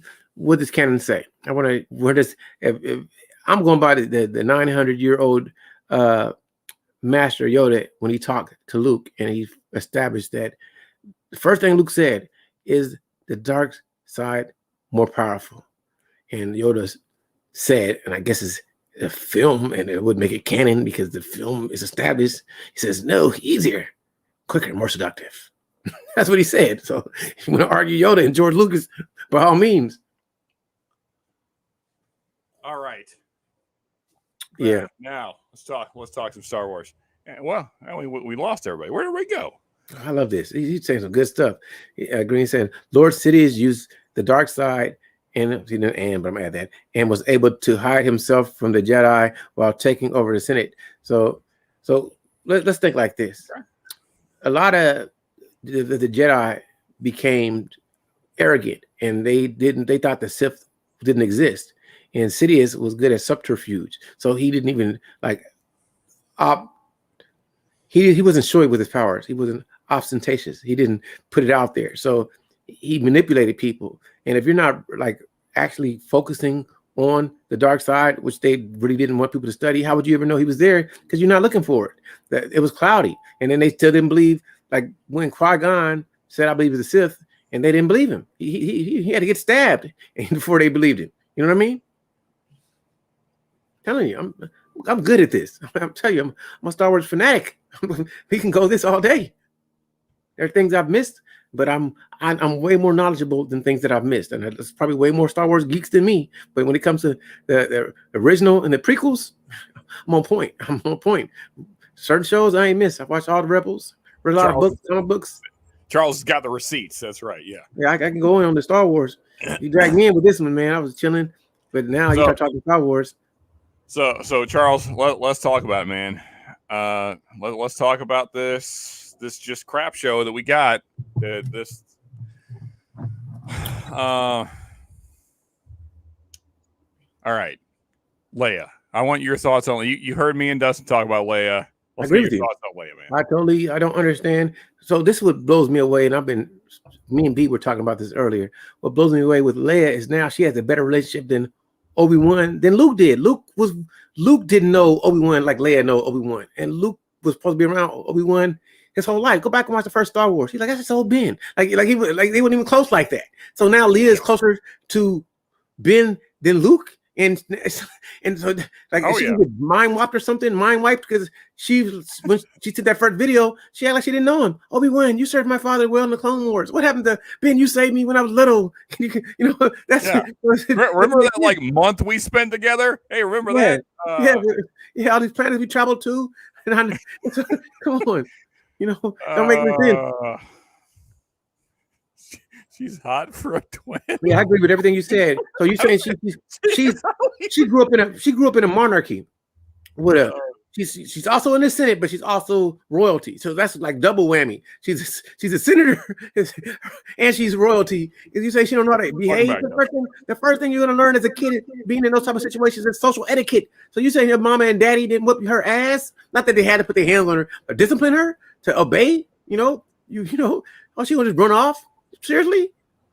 Like exactly. So I know. I guess I'm old fashioned. I'm not woke. Don't give a damn. Discipline your kids, people. Like, we don't need more Leias in the world. Like that stuff pisses. Like when I'm out and about with my wife, especially like if we're out to dinner and there's a child behaving like Leia, that will piss me off. Really, like I want to be as far away from that family as I can be because those kind of children ruin everyone else's experience around them. To be fair, she's not screaming and yelling. She might. She's worse than that. She's talking down to adults like she's an adult and she's a child. That doesn't bother me when it's other people's kids at another table. You're at another table. I don't care. When I see a child disrespecting an adult, I just think to myself, what? Especially if the father is there, I'm like, hey, what happened to your balls, buddy? Did you lose them? Or where apparently she's got them. Does she I don't know. I remember myself as a kid. My dad, there was really little he could do. That was not my experience. That's the thing he could do. He didn't. Oh, trust me. I know what a belt feels like. Slave like yeah. Man. Physical violence at a certain point no longer impacts the kid anymore. Oh, there's a lot of stuff you can do though. I think it's a lot of things you can do. Nintendo was thrown out. It doesn't have to be taken. Didn't matter. My response: I put a hole in the wall with rocks. Yeah, I'm a military guy, so I'm telling you, as a military guy, it doesn't always have to be physical violence. There's a lot of mental things you can do, and you can discipline them.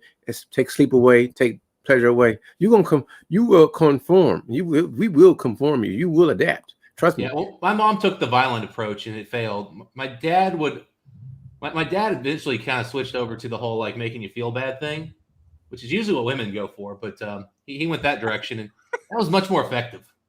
Yeah. Because my dad could scare me with the whole physical thing, but the thing is, your ass can only hurt so much when you're being smacked. Like there's a limit. I think a combination of all the above is effective. Go kill their soul as well as their body. Yeah. Okay, I would say this. There are ways, even without physical discipline, stand in the corner, all types of things you do. Make somebody do dead cockroach. Don't let it take away. The thing is, you have to make the person feel like what they did was wrong.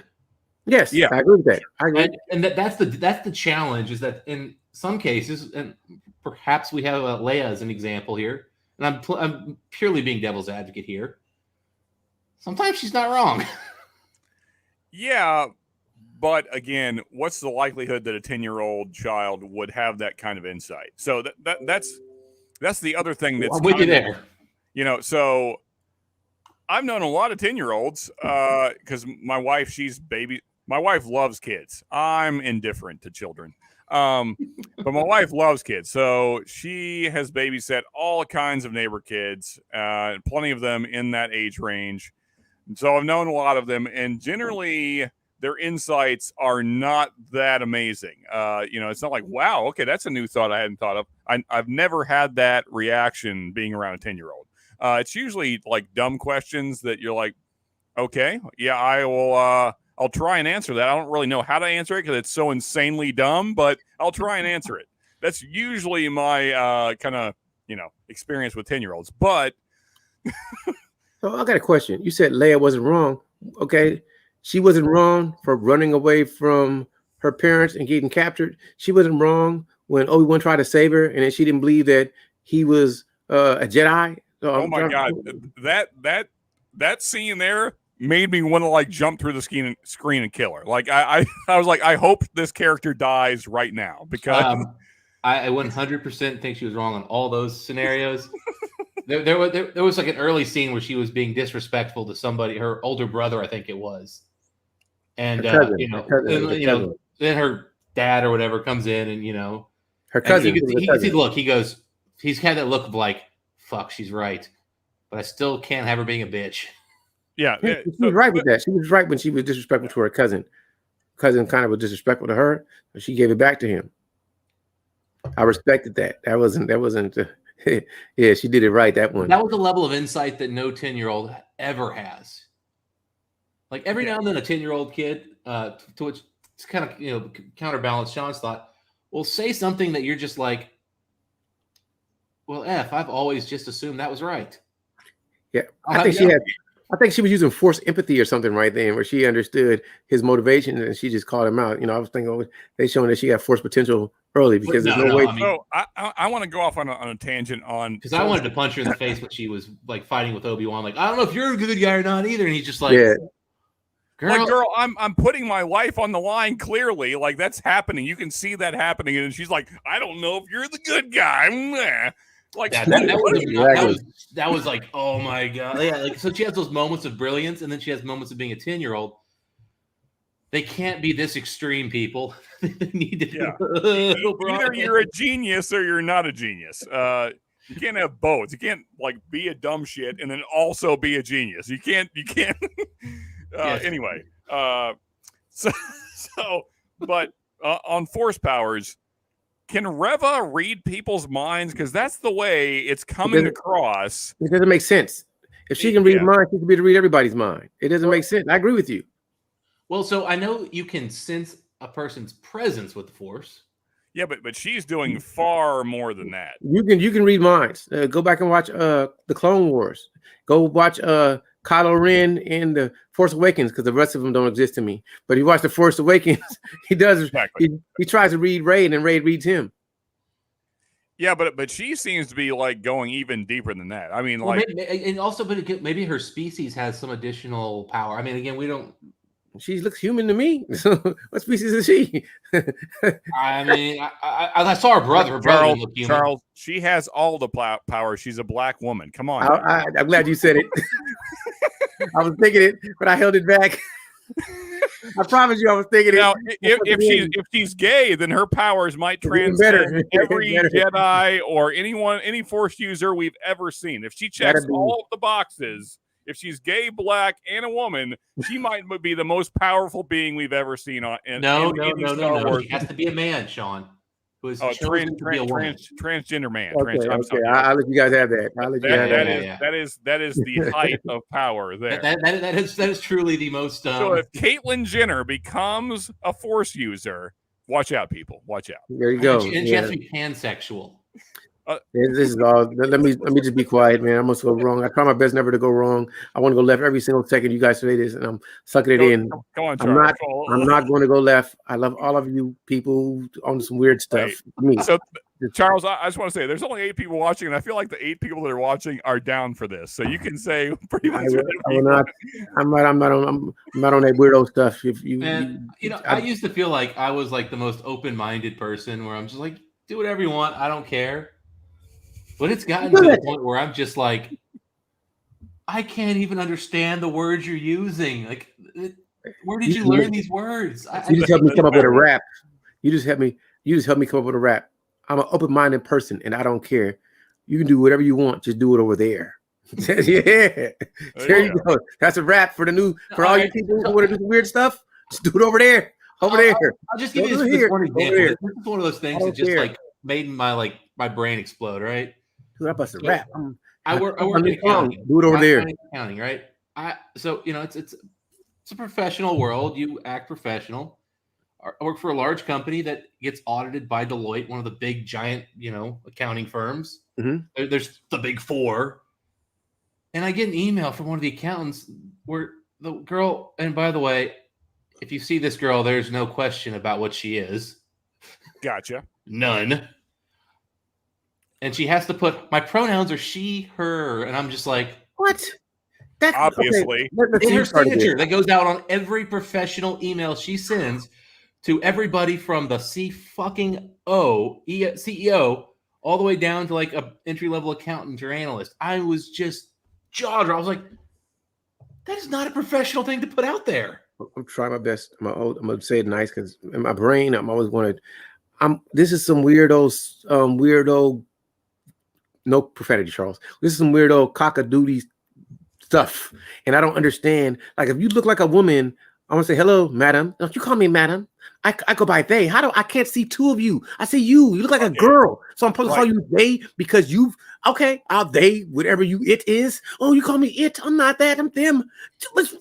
I don't see 2 people. Are you just?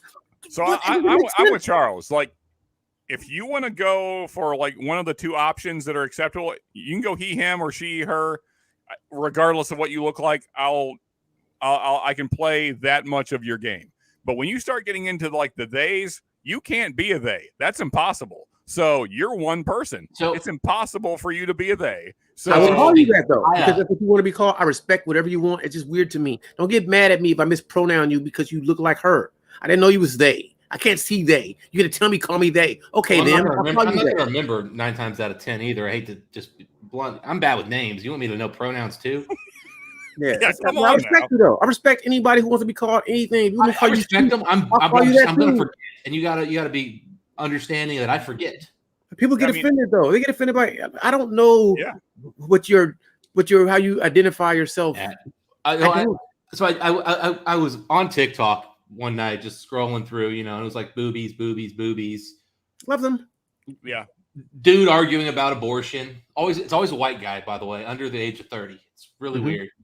Like, bruh, you've got no life experience and you're trying to tell people what to do with their bodies. Like, anyway, next screen. And then I hit on this one where they're debating about the whole transgender thing and all this stuff. And there was actually a couple people that are having like a fairly like reasonable discussion. And I was just like, I'll listen for a minute. So they brought up this whole they thing, which to me, dumbest thing I've ever heard in my life. Yeah. And so what they said is it actually went back to Shakespeare at the time when men all played women because they didn't have women actors back then. It was all men, even for the women. So they referred to the male actors who were being females as they. Thank you, Scott. Which was kind of an interesting, like, I sort of kind of understand that context in that scenario. I don't quite understand it in the modern scenario, but I'm like, okay. Okay, they were kind of like it's a dude, but he's playing a woman, so they sort of a duplicity of person. Okay, whatever. Yeah, but it's also dumb because it's a plurality. I mean, they is a plural, so and that I'm still with you there. Unless you're pretending to be a man and a woman at the same time, unless you're two people, that's called schizophrenia, though. I'm pretty sure it's not bipolar, schizophrenia, something like that. Yeah, or hermaphroditic. But even then, you're one person. Yeah. I'm just. I'm talking about. I'm just both at once. Well, but you know, if you're a hermaphrodite, that is an interesting question because it doesn't quite make sense either. Yes, you're both. You can't say the other what they used to say because that's offensive. Quick, Scott, do you want to jump on to this insanity? You want to join the conversation? We're having a ton of fun, and I, you can say whatever you want here because I don't care. I identify as a bottle of Blanton's, overhyped, watered down with a round exterior. Love it, whiskey food, dude. Thank you, Paul. I will never call somebody Blanton's out of respect that they're a human being. Yeah, it's true. I just want you to be happy, man. I don't care what you're better than a bottle of Blanton's, Paul. Now, like I said, I mean, if somebody I know personally wanted to be called they, I'd learn how to call them they. But it wouldn't be easy. It'd take me a while, and I wouldn't be comfortable with it. But I'd do it. See, I'm with Woods. Is that you can pretend to be, I mean, me and Charles, we've had all kinds of conversations about it. That's why Charles is a tree and I'm a lion. So if I start murdering people relentlessly, just rabid murder, I'm a lion. So just know that's why. And Charles is just a chill tree. So, don't bother the tree. He's giving you oxygen. Just hang out with the so sometimes the lion and the tree hang out like it's happening right now because everybody appreciates a good shade tree. But don't ask me to play along with your stupid game. You can play your game, and that's fine. Yeah, we can all pretend to be stuff, but I'm with Woods. I'm not playing your stupid game. That's where we're getting into now. Is it's like forced. You like have to play the game that certain people are playing, even though you don't know they're playing it until you've already addressed them, and then they're like, "Hey, wait a second, you're not playing the game right." I'm like, "Didn't know we were playing." So okay. Yeah, news to me. Also, I'll ask you this: how different is this topic though than how we had to change how we referred to people of color? At one point, it was okay to call Charles Black. Then it became African American. There was a time Negro was okay, and colored. Although colored is a little more broad, I feel like, but it was colored back in the past before. Absolutely, yeah. But I think that was kind of broad because the majority of people of color were black, but we had a few Asians. They would fall into that category, but there was like 6 of them. So who cared? So my thought personally, Dustin, and I'm probably wrong on this, but I just, the cares there's very few of them. So my personal thought is all of those on the words you just listed are proper terms. Negro, black. Well, black is not. Black is actually more slang, actually. But Negro is actually a proper term. African American is sort of because a lot Jesse of people Jackson came up with that term. Jesse Jackson came up with that term, and most black people will go with black of today. They like it's like the Black Power movement. Black is beautiful. Negro means black in with Spanish or whatever. So Spanish, which is kind of weird that people are using it. Whatever causes solidarity between people that they don't think is derogatory is the term that you should use. I'm not really big on the term African American because Elon Musk is African American. So I mean, it doesn't really. As DeSantos pointed out recently. Yeah, so it doesn't. It really doesn't. It's not specific enough, and it doesn't matter. But anyway, I don't. This is what I'll say to me for everybody. No words you choose to use will really. It doesn't bother me, even if it's a derogatory term, because no matter what, I'm still a man. Or even if you call me a woman, I'm a man to me. So your thoughts, as long as you don't yell at me, say what you want to say, because you have the freedom to speak. And I'm from the United States of America, and I'm human, and I'm a man. And then because of how you look at me, I'm a black man. That's it. So it doesn't matter if you just call me American. What's interesting? We've been told that depending on who we're talking to, the context, politically correct, we have to change the words we use. It's weird stuff, man. And I don't care. And the thing is, for the most part, most people just kind of were like, all right, so I can't say Negro anymore. Cool. Say it. That works. Whatever you want to say. Same thing. And then it was like African American. People were like, all right, fine, I'll go with this. But I want to point out something that's different, Dustin, is that those are still dealing in the factual world.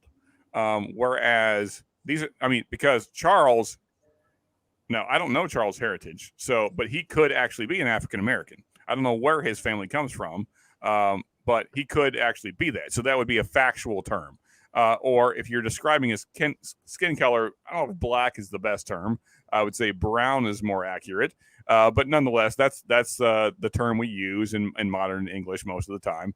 So people know what you're referring to when you say black. And same with me. I'm not actually white, but when you say white, then that I know that that's referring to me. Those. That's different to me than playing pretend, because Charles is not pretending to be black. He clearly is. We identify him as black, and you identify me as white. We can see that when I see Charles, or when you see me, you know that immediately. So there's no pretend here. So that's why it's different to me than the new thing that we got going. And I mean, I get where you're coming from, but I think the bigger point is language keeps changing on us. Yeah. Yeah, it does. At one point, gay was a very positive term for being happy and friendly and loving life. And people referred to homosexuals as gay. Apparently they were enjoying their life.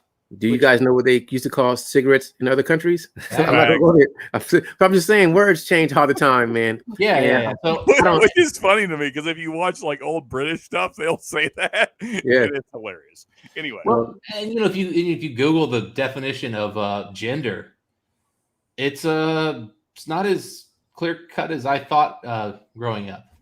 Well, it's changed recently, but yeah. Well, not 1920. That was when the separation happened, apparently, but from what I've read. Again, now I did recently look at a 1919 dictionary, which oddly enough, my whiskey tuber has a 1919 dictionary at his house. There you go. Hey, always handy to have. Yeah. Apparently back then it was a little more straightforward, but that was a year before what I've been told is when they officially kind of made gender more about social defined versus biologically defined. Why that changed, I have absolutely no idea. I go with biology over most things. I mean, we all have to adapt to society and fit in. Still, I just go, if you produce sperm, then you're a man. If you have a uterus and give birth to a baby, then you're a woman. That's it. Simple. A lot of people pay a lot of money, though, to stop doing both of those things. But you can't change your chromosomes. There you go. Well, because you can have your XX or XY. Now, there's always mutations and variances, but overall, most people are either XX or XY. Yep. That's it. It makes life easier if you just stick with that. I certainly agree. Now, whatever your mental state is, whatever you've been programmed to believe, and it's not genetic. I mean, I can never really truly empathize, yet I can have sympathy for your issue. I mean, sympathy means I'm sorry that you feel like that, but I can never be that, because well, and that's why here. A girl shouldn't feel like she has to wear a dress any more than a guy should feel like he can't wear a dress. You're still a guy and a girl. You just decided you wanted to dress different. I'm okay with that. That's social programming. Social programming tells women that they need to wear their hair long if they believe that. Social programming says that the man should cut the grass. So a lot of these things are not inherent. Well, mind you, I mean, women get to grow their hair long because they keep their hair. No, what I'm saying is women can cut their hair short if they want to, but you've been programmed that it's more feminine to have long hair. That's programming. That's not genetic. Genetic is something that you can't control regardless. Programming is something that. But I think that's kind of what people have thought about with gender is, do you present yourself under the norms and standards of one or the other? I think that's kind of where the separation that people want. No, I'm a lion. We went over this earlier. Yeah, I was about to talk about lions. A male lion would have a big old mane. That's genetic. If you can bang all the girls and be the head lion and run the pride, man, do it. Yeah, okay, you're making this. You're kind of a weak ass dude, Sean. Though you're gonna be fucked by a lion. As soon as one of them wants to take you down, you are not big enough. Well, that's why us humans here we're smart enough to have guns. So I'm both. I'm a they. I'm a lion and a male human. So I honestly, Sean, I think you and a gun are still getting your ass beat by some lions, dude. So this is what I'm going to say. A lot of people have to learn to separate social programming from natural genetic tendencies, and a lot of people don't understand that. That's what confuses people. I'll join you, Woods. Wearing a dress is social programming. Having a period is natural. So that's the difference. So people confuse, like, it's based on your society and your culture, how you believe women should be. And do we need a word to describe people who act socially female versus socially male? Oh yeah, get it. Restate. No, word for it. We don't. Do we need a word to define those who act female socially? Do we need a word? They have a word. They call it cisgender, right? Cisgender is if you identify with your gender at birth, and then if you don't identify with your gender, then you're transsexual. That's the words they use to identify. I don't understand gender. neither of those words, but okay. Yeah, but I'm saying those are the words they use. So if I'm a man, I come up with a penis and identify being a male with a penis. That's my cisgender. You know, with my delete the answer to the cigarette question. Where are you at here? I'll get it. They have words for everything to express. Well, but skill. I mean, now you're getting complicated. I just want a word that says if you feel like a woman or feel like a man. Trans. Oh yeah, I feel like a cisgender. If you feel like your gender. Well, no. I don't want to, because I don't want to know your gender first. I just want to know how you feel. Are you man or woman? Masculine. That's the word. I feel masculine, so that means I feel like a man. Okay, so if you feel feminine, you're a woman. You feel like a woman. Okay. I mean, that's how I take it. Would you not agree with those terms? Well, but I mean, usually if you say I'm feminine as a guy, I've never heard that used that way. But that would work. Yeah. I'd be fine. If I told you I was a feminine man, you'd be like, oh, he's kind of sweet. Would you think that? Or I mean, I'm just saying. What do you mean by that? Well, let's say like, I don't know what you look like, what you talk like. We're just typing. And you're like, I'm like, yeah. So I mean, I don't want to ask if you're a guy or girl. I want to ask like how you act, just to avoid the whole woke society. Well, I act like a woman. I act feminine. I act like a woman. You got to ask this question. And as Cohen points out, also Shania Twain feels like a woman. So that's all that really matters.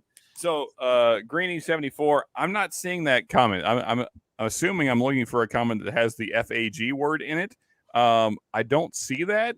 If you mean the comment where you say gay used to mean happy, I think that's appropriate. I don't think we need to delete that. That's just a statement of fact. So, and fag used to mean cigarette. Yeah, those are not offensive things to say.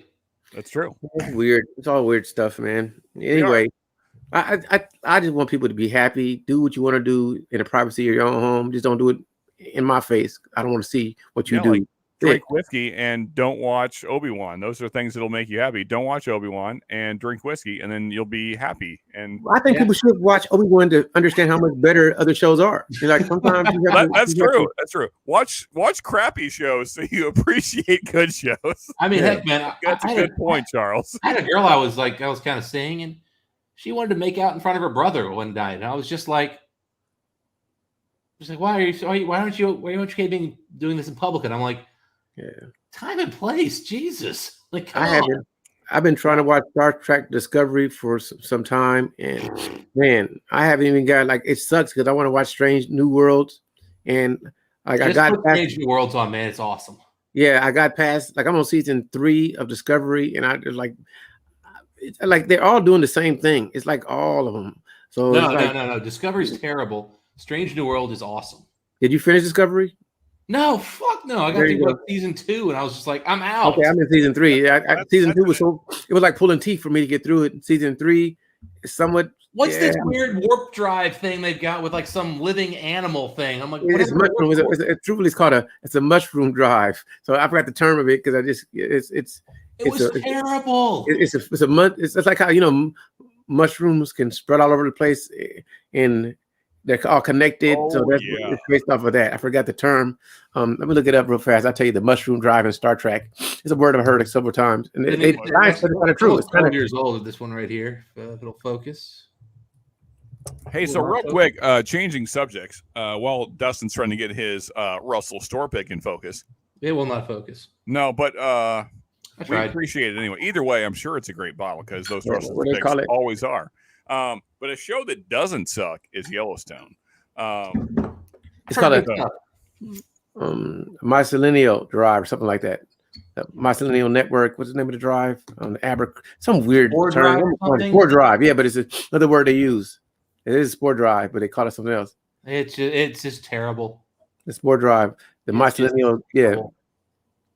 The spore No. drive. Yeah. Put on Strange New Worlds, and you'll be back to like 1990s, early 2000s Star Trek. Oh, yeah. Okay. The spore drive operated by bringing the USS Discovery into the mycelial plane where it can transverse the mycelial network. Mycelials are filament-like parts of fungus.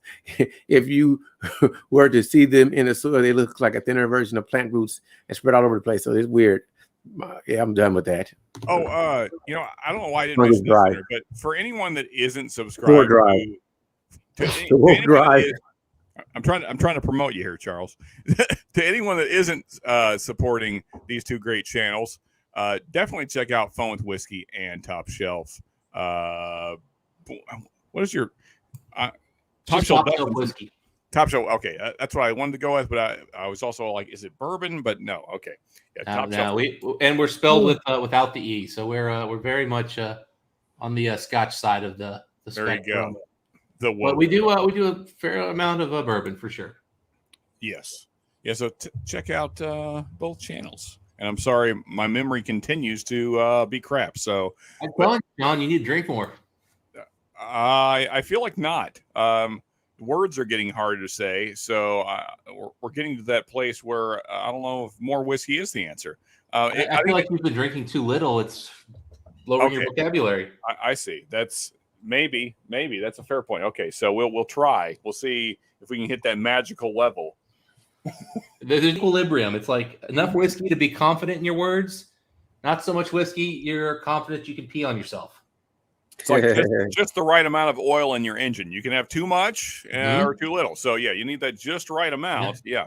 Or as my dad keeps telling me, you can't call an electric car an engine; it's a motor. It's true. That is true. Yeah. And also they don't sound cool. But anyway, they don't. But man, do they go fast? They do. Very, very fast. Go fast. It kills me that they do go fast. Yeah, this is the batteries and the mileage is what is the problem. Anybody who like is mad about like electric because of any like political stuff, you get behind the wheel of a Tesla, buddy. I know. I don't care about the political stuff. You're going to be grinning ear to ear. You're just like, oh my god, this is amazing. I grew up. My dad always worked on cars. I was always working on cars growing up. My cousin and my uncle always were working on cars. My cousin actually owns a Hellcat, and my uncle owns two 69 Roadrunners. So I grew up around a lot of that style muscle car. So there's nothing like just the roar of a big V8. It's a unique thing, and that has nothing to do with the speed, but it's the sound. You can feel it in your soul when it's back before like SUVs. I drive one of those type of cars. My dad was a Jeep guy, so when I was a little kid, I knew my dad was home because I heard his Jeep that had a Chevy 400 plus cc custom engine in there coming up because I could hear that engine just blasting. Yeah. I get it, man. I get it. But I tell you what, those Teslas are fun, dude. Yeah. I would love to drive a Tesla or let it drive me. And here's the other thing, man. You talk to any mechanic about the Teslas and stuff, they're like, dude, from a day-to-day driving thing, this is the greatest thing ever. Yeah. Yep. I think the camera has gone back to like one frame a minute. I do not understand this. A Tesla to me, if I could buy, there's two cars I probably would buy, and because I'm not opulent, I would buy a Tesla, and I like the Ford Raptor. I think I would buy those if I could afford them. Oh yeah, I mean that's just me. Like the Raptor is not practical at all, unless like you need to go over a mountain that has other mountains on it, and also covered in more mountains with also trees. Just go through all of it. Now, if I could just pick a car that was just totally out, you already know the Urus, Lamborghini, I would buy one of those too. So Like have you seen the T-Rex? no, I don't remember. Because it's just Dodge version of the Raptor, Oh, and I think I have seen it. it's ridiculous. Yeah, it's just like it's just the Raptor with even more power. So it's not quite Velociraptor power, but it's for a production truck, it's pretty insane. So yeah. Yeah, see, that's my like. Most of you guys probably already know. I don't really care about politics. I mean, we talked about like political stuff tonight, but I'm not like liberal or far right or whatever the things are. I don't even care enough to know the terms, as you can say. But it's just, yeah, I don't. That's really my thing. I don't want to be forced to do anything.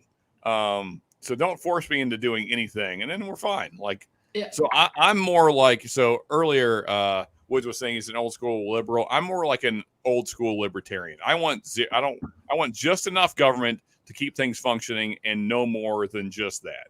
I agree. I Yeah, don't I'm with you. like, so just do the things that make society work and then shut up, because I don't ever want to talk to you ever. I don't want to hear from you. I don't want to see you on the news. I don't care what Joe Biden's thoughts are. I don't care. I don't care what Trump's thoughts are either. So if that offends people, don't care. I don't want to ever hear them talk ever. Just do your job and shut the hell up, because I don't want to hear what you have to say. Because they get there once a year. Once a year they get to talk.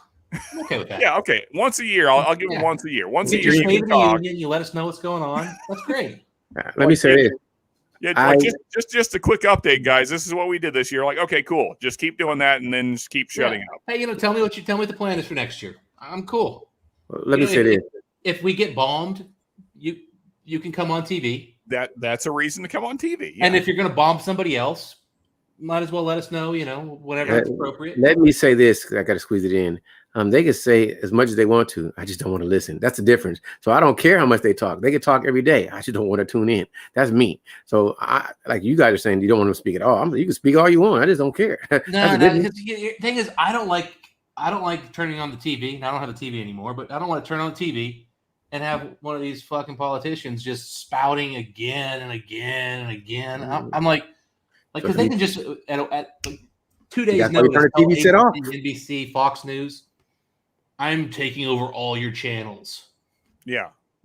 Whenever, I don't know when it was, but whenever we went to this 24-hour news cycle, that's about the time that news really went to crap, because then they're like, well, we just got to make stuff up now because we don't have anything to talk about. So let's make this more dramatic than like the most dramatic reality show you've ever seen. And so that's what the news is now, just all the time. Did you guys understand my point? I don't care that they speak. I just don't want to listen. I don't care about any of it at all. I get your point, Charles. I'm just saying, like, the thing is, the president has the ability to they can't force me to listen, but they can make it really uncomfortable for me not to, because it gets put out there so aggressively. I just don't want it. I hear what you're saying.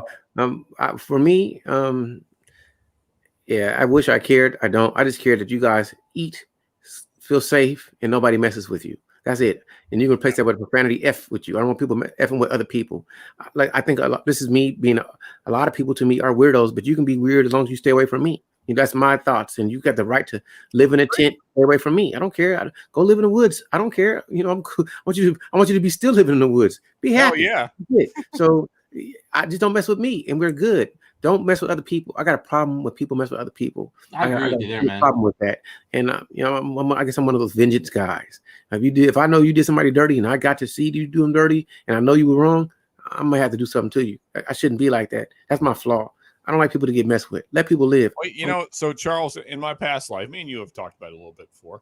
I feel that because that was kind of my thing. When you like there. I know we should, if you're of the mindset that believes this, we should maybe rely on God, or maybe if you don't believe that, then I guess none of this matters and who gives a crap. But nonetheless, either way, I feel like there needs to be justice. So when you screw people over, then, like Charles said, I have this inner desire to make you hurt. But, and I used to be really good at that. And now I try to be, and that's why, as Dustin pointed out, I am kind of a small guy now for my height. I don't work out anymore because I used to be all about that. I used to be much bigger and much more lethal. And now I'm not on purpose because I don't even want to be tempted to be that guy. So I don't train anymore. I don't do anything because I just took myself out of that space. So, yeah. Yeah. I just try to keep it simple. I want to pour me a little bit. Since I'm taking it easy today. This is That's it, man. Basic larceny. Life should be simple. It should be easy. Basic stuff, not expensive. I think it's a great. Hey, yeah. Expensive, pour. Get around $20-something. You ain't got to pour much. I'm pouring very little, and it tastes decent, hits well. You know, it's great. If you haven't tried it, then you haven't really been drinking bourbon.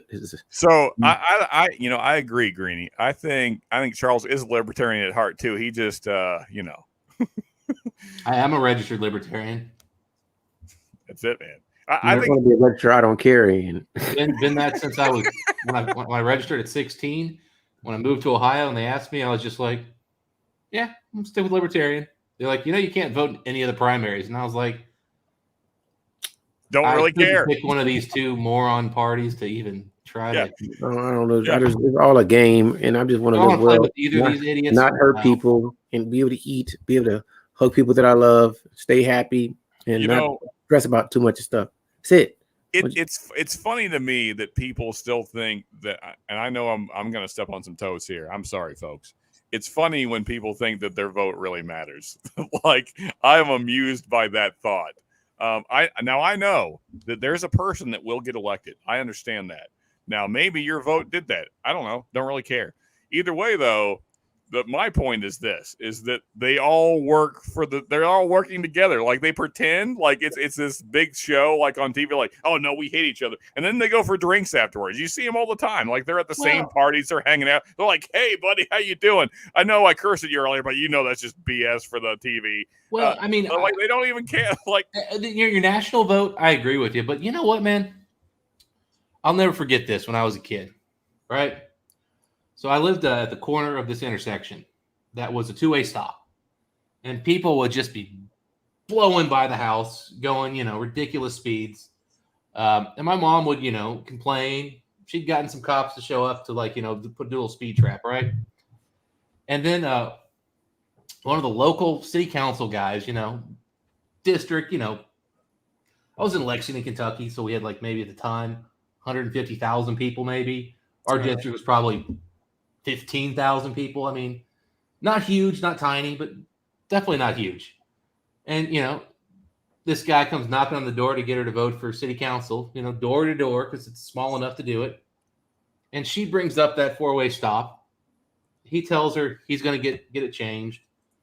She puts his sign in the yard. He gets elected. He gets changed. Your vote, when you're talking about really small local politics, can really make some differences in your real life. The vote for president, that matters. Yeah, I think it's all who you know more than anything. If you have somebody you can talk to and you have influence, then it matters. If they don't know you and they'll never talk to you, it doesn't matter. If you have no influence, that nepotism is the way that the world seems to run more than anything I've seen. Is who you know. And how again, much I'm talking local, man. I'm talking even local. If you super local, even in a city, you I'm talking people knock on your door and they're like, "Hey, I want you to vote for me." Yeah, I hear what you're saying. I totally don't. I'm not disagreeing with you. What I am saying is who you know, though. So you could vote locally, yet if no one knows you and you have no influence, they won't care what you think. It's when people can impact them that they know have sway is when they make things happen for you. Do you agree with that? But you don't have to have necessarily. You don't need to have sway per se. You just simply, this person agrees with me on putting more stop signs in. It could be that simple. Okay. I mean, I have to take your word for that. I'm so this is a weird point to stick on, but I'm not big on stop signs. I'm all about survival of the fittest, even though I don't necessarily believe in evolution as a whole. But nonetheless, I don't know how to unpack that one. Yeah, Sean talks about it a lot, so trust me, I already know his thoughts on this one. Yeah, but so I mean, what I mean by that is that if you can't figure out a 4-way stop, then we don't need you. So let's move it. Well, but if it's a 2-way stop and it's labeled as such, What? Okay, I'm gonna go back to what you said. For me, from what I observe, in every life, there's some people who can say something and something's going to happen, and there's somebody that they can say something and nobody is ever going to hear what they said. So, like I could talk to somebody and I need something done. They don't do it, but then they come to find out that John Joe over here is the king of this, runs all that. Now they want to hop up and do what I say. So when I was talking, even when you're talking local politics, it all depends who knows who. Because somebody, my mom's a nobody. I mean, she's literally just a house mom. Dude knocks on the door in our starter home, you know, low income, not low income, but like barely middle class income, lower middle class. Mm-hmm. Knocks on the door. She talks to the guy for 25, 30 minutes. It happens for that she one voices one concern that she thinks he could make a change for. Mm-hmm. He goes, well, that makes perfect sense. He stood there for 20 minutes. She saw a couple cars zip through, and he goes, you're right. Probably need to do something. Yeah, I hear it. I understand. I mean, so let's say this. Your vote can matter. The thing is, your vote doesn't matter when you're voting for Joe Biden or Donald Trump or Hillary in her diapers, Clinton. I mean, sorry, depends, Clinton. Again, or if you're voting for Mitch McConnell, who makes all of them look like kids and goes up to Biden and goes, "Hey, Sonny, how you doing, little boy?" I heard doesn't matter. I agree with you. That's not my argument. My argument is that there's someone who can say something to somebody they're not going to pay attention to. The right person says something, it can change. So that's my statement. Like you said, she was just a normal housewife, yet he happened to be there and he happened to see it. And then it happened. So let's say a dude was just walking down the street and say, hey, they put a stop sign somewhere. He'd be like, okay, but he doesn't see it. He may totally forget because that person wasn't impactful or that person didn't make his presence felt, whatever it may be. So it's usually the circumstance and who you are that makes things happen more than just anyone. It's always like that. I mean, I'm sorry to guys cut in, but I wanted to read this comment for about 5 minutes now. So what Wood said here is exactly where I fall at. I don't care about voting, don't care about a party, don't care about politics much at all. But if you try and take something away from me, then I get really pissed off. That's the only time I ever care. And that's why I feel like government should be as small as it can possibly be, because I don't want you in my life at all. I don't like you only need to exist. The only reason, in my opinion, government should exist, if I'm giving you money, which we are doing, we're giving them a lot of money. So take that money and serve our communities and do nothing else. That's your job. So if you're a voting person, that's what you should vote. I don't care what your policies are on gender identity or racism. We'll handle that locally. You shut up because you're not in my community. So we got that. Yeah, I don't need you for that. Just pave our roads, get our lights up. That's what I'm paying you to do. And shut up. I don't. But say that here recently, we all know that the government's going. I think we all agree the government's going way too far recently. Can we all raise our hand and say, yeah, okay, we're done? It depends on what you're talking about. Word recently. I'm gonna say it depends on what you're talking about. In the last decade. No, it depends on what you're talking about. I think government started going too far around 1920-ish. I'm sorry, 1915. That's about when I think government really got out of hand. I'm gonna say it depends on what you're talking about. I don't really disagree. Ramping up here lately. It depends. I don't know that I agree, to be honest with you. Do you understand what I'm saying, Sean? It depends on what you're talking about. It depends on what you stand for. Like, I don't want to be forced to do anything. So I don't want somebody to force me to take a shot. I don't want somebody to force me to do this or that. Yet, I do want the government to defend us.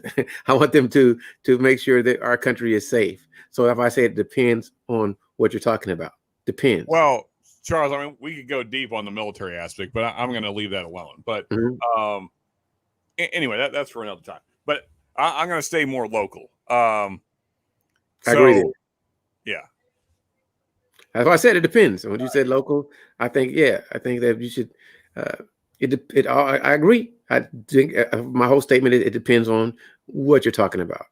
I think that since we're supposed to be a free country, we're not authoritative or dictatorship, then people should have the freedom to make their own choices about their own person, you know. And if you want to put regulations in, then that takes away people's rights. And I'm all for people's rights, even if as long as you stay to yourself. You know what I'm saying? Don't bring it to me. We good. Well, I mean, so here's an example of what I mean. So, you know, all these checks got passed out, and everybody was so excited, and everybody was pissed off when they didn't get their check. And nobody, it seems like, now I'm not talking about the people in this chat or on this panel, but a lot of people, the majority of the people in the United States, were like so happy to get their checks, had no forethought as to what that would actually mean. What these giant bills that were getting passed would mean for us as a country.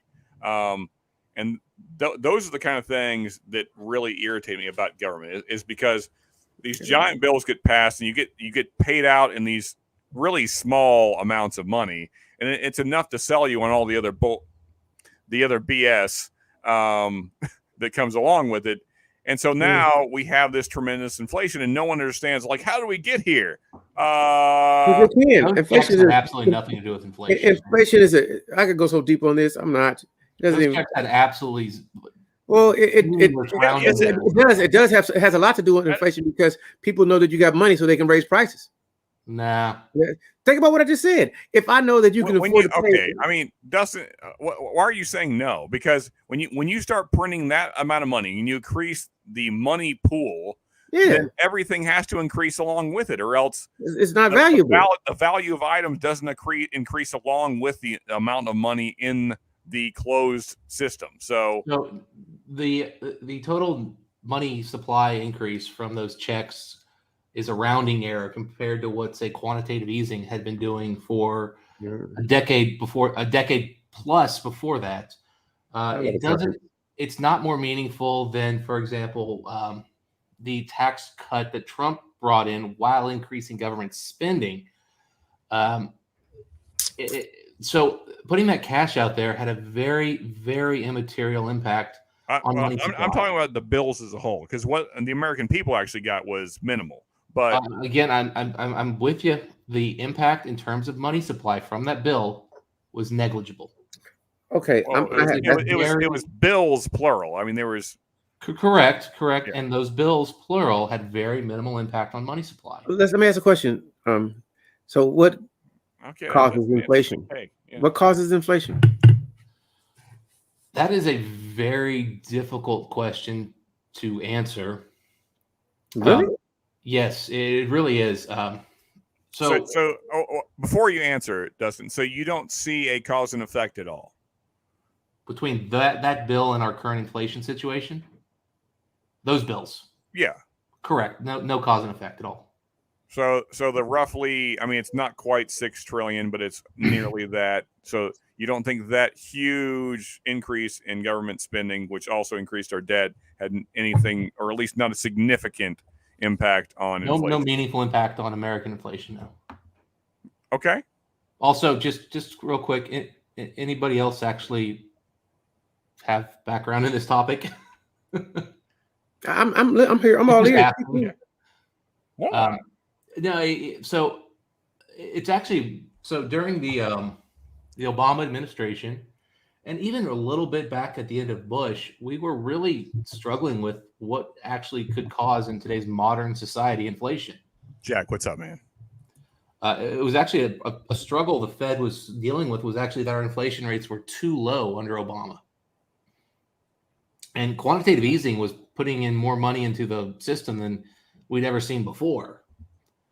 And it didn't work. I mean, sorry, let me rephrase this. It may or may not have worked based on their goals, but they were struggling to get inflation to get to what they thought was a healthy level. It was actually too low. What we're seeing now is almost completely the result of supply chain,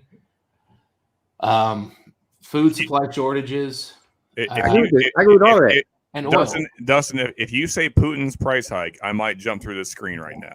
I agree with everything that Dustin said. I agree with. I have no argument. Putin was involved, so Putin is playing a factor. The thing is, we haven't really seen the impact of Russia yet. Let me ask a question. Exactly. Dustin, so do you believe that globalization and the lack of getting supplies how we should is the main cause of the inflation right now? I would. Globalization comment is actually an interesting one. I'll pause on that one for a second. I think our inability to get goods to people is the biggest problem. Yes, right now. That comes from globalization. Yes, but our inflation would have been massively larger prior to this had we not had globalization, which keeps costs down. So that's where I'm kind of. I don't want to jump too far. Yeah, I understand. Yet, if you increase technology, then you can produce items at a cheaper cost. That would lower inflation. Would it not be so? That's what we're doing right now. So, and also, Dustin, I want to be clear. I don't think that the bills that were passed were the only cause. I mean, just the things that were put in place for COVID were a huge, kind of what you were, which caused the supply chain breakdown. I mean, because I know guys that work in the trucking industry, and so COVID had a huge effect there, and so then things aren't moving because of restrictions and truckers not wanting to even deal with all these new restrictions and laws and things that were being forced on them, such as getting the shot. So a lot of guys just quit. So the number of truckers is far lower than it's ever been. Well, not now. I'm talking about talking 6 months ago. It's increasing now, but we're very close to record highs in trucking. Well, but that's more recent. So I'm talking 6 months ago. When then we were not very far off, really. I don't know where you're getting. What happened, Sean, is we had a shift in employees. A lot of people did is they actually started their own trucking companies, and also a lot of people wanting to be in trucking moved towards the coast to be part of the whole big inflow where the wages were being driven up. So here in Middle America, we lost our truckers. So here in Kentucky, Ohio, Michigan, we're seeing shortages of truckers. It's not so much on the coasts where the stuff's being brought in, and so we've reallocated resources, and that's a whole other issue. It's not number of workers; it's where they are. Okay, well, I mean, but if you're talking about a country though, then you need them everywhere. So But the numbers are I understand your point, but still, if you have a shortage so you're saying the coasts are doing fine, but there's still a lot more country. So the demand shifted more to the coast for the last year and a half. So they were able to get more truckers, which basically right now trucking on the coast, man, you get 2 days just sitting in the port, sleeping in your truck almost. It's ridiculous. Exaggerating a little bit here, but okay. The reason I bring this up because I have a pretty good buddy. Actually, he owns one of the properties I hunt on, and so I talk to him pretty often. And they could not find truckers to save their life. They had stuff sitting. I mean, I'm talking about like fresh goods sitting, rotting in containers that they could not get moved because there was not truckers to do it. So, no, you're right. I'm not saying we don't have a trucking issue, but again, it's a more complex issue than a lot of people are trying to paint it. Well, I didn't say it was simple. I'm just saying. I'm saying the problem is more complex. It's not just like, oh, we don't have enough people doing it. Like, for example, we are right now just short in the U.S. of record employment for total people, full time and everything. Guess what? The economy's still not great. It's not so simple. There's layers here, like an onion. And a lot of people are continuing to want to focus on what the U.S. government did here in the States, and I get that. It's China, for example, is a bigger problem for us right now than anything our government did. China's current policy of zero infection it's crippling the global economy. Yeah. So don't blame Trump. Don't blame Biden. They didn't do that.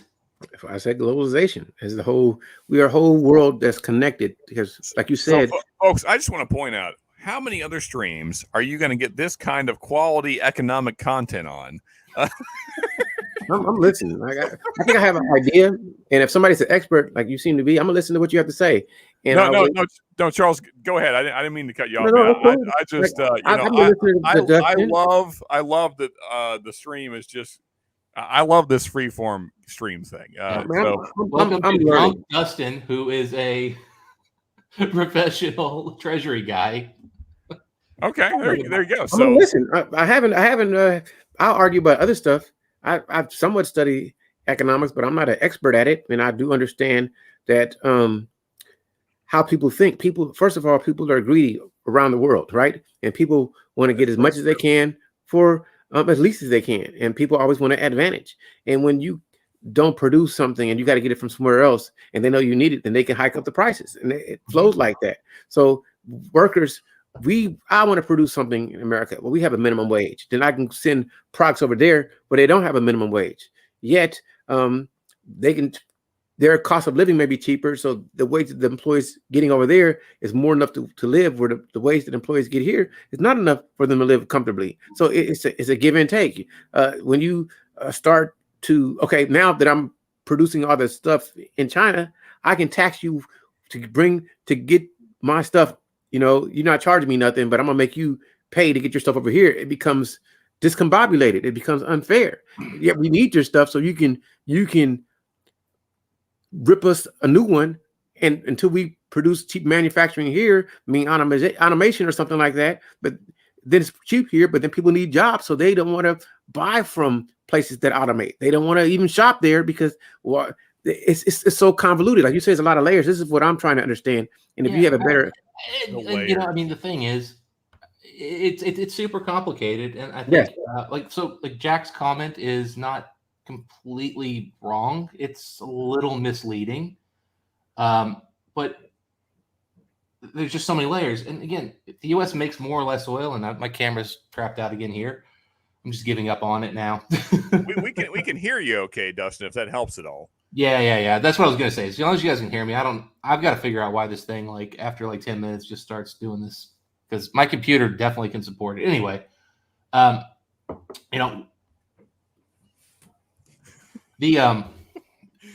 will never happen, Cohen. I would never run for a public office ever because I detest it. But continue.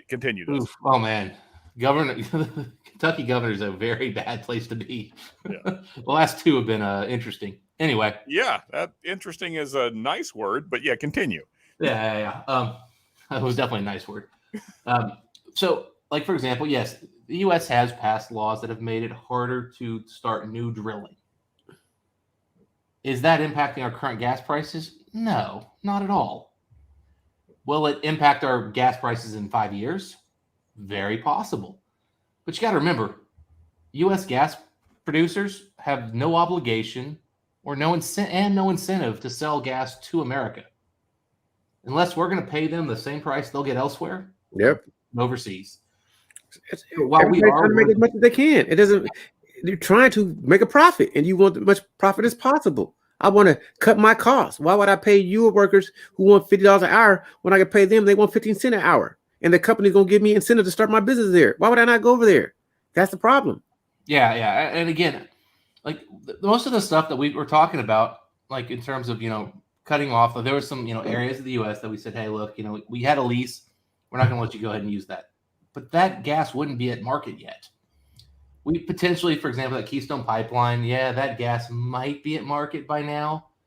Let me tell you, man, that could have maybe lowered gas prices in the U.S. by 0.25%. Congrats. You just saved, what, a penny off of your gallon of gas? I mean, maybe. And that's an extreme number, really, to even say that. It wasn't going to be meaningful. Now, again, that doesn't say I'm supporting anything that the current administration has done on gas. But, if you look back at, let's say, the prior administration, Trump, he was very much different than any other president we've had in terms of his focus on gas and the gas industry. I don't want to go over the rest of it. I think this might be my favorite comment so far in this whole economic conversation. Curry did it. It's the Golden State dynasty. That's what's caused all the price hikes. No, hey, shout out to Golden State Warriors. I was happy they won. If you're a Boston fan, sorry, folks. I love Curry. Yeah, man, Curry's my dude. So Curry is the thinking man's basketball player. I feel the same way, man. He's a what? The thinking man's basketball player. And shout out to Thinking Basketball, another great channel. Ben Taylor's a friend of mine, actually. Really? Well, okay. I think I was chatting with Ben back when he was on a message board called Real GM under LG. So yeah, like when he first did his channel, I remember like posting on there, and he's like, "Oh, dude, so great, glad you're around." Yeah, no, I used to chat with him all the time. let me say this. I'm gonna talk bad about Steph Curry, and at first I love him. The only problem I have with Steph Curry, and this is the truth, is he's not cocky enough for how great he is.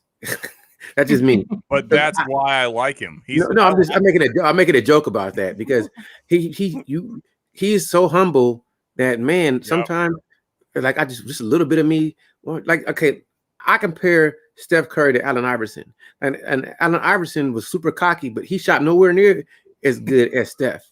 But he would be, so that's all I'm trying to say. Like, Steph is better than damn near any guard his size that ever played the game, skill wise. Iverson was my dude back in the day. Yeah, I was a giant Iverson fan, but looking back, man, that boy should have shot a lot less and passed a lot more. His brain, he was like Curry with his shot in his brain. You know what I'm saying? Curry is exceptionally a great shooter, and I appreciate everything he's been watching. Him is video game. He shoots like video. It's unreal. Go watch his rookie season and see how he shot. He shot good, but they didn't let him shoot how he shoots now. He was taking open shots. You would never let him have an open shot today. Never. Like you understand what I'm saying? He shot so great that people defend him coming half court. They don't leave him alone. It's unreal, and he's humble with that. So great is the fact that he was able to realize, and Kerr, kind of weaponized it with his. Which, by the way, shout out to Kerr, who took the triangle, modernized it with the motion offense of Greg Popovich, and then created this whole new thing to like weaponize Curry. Like, genius.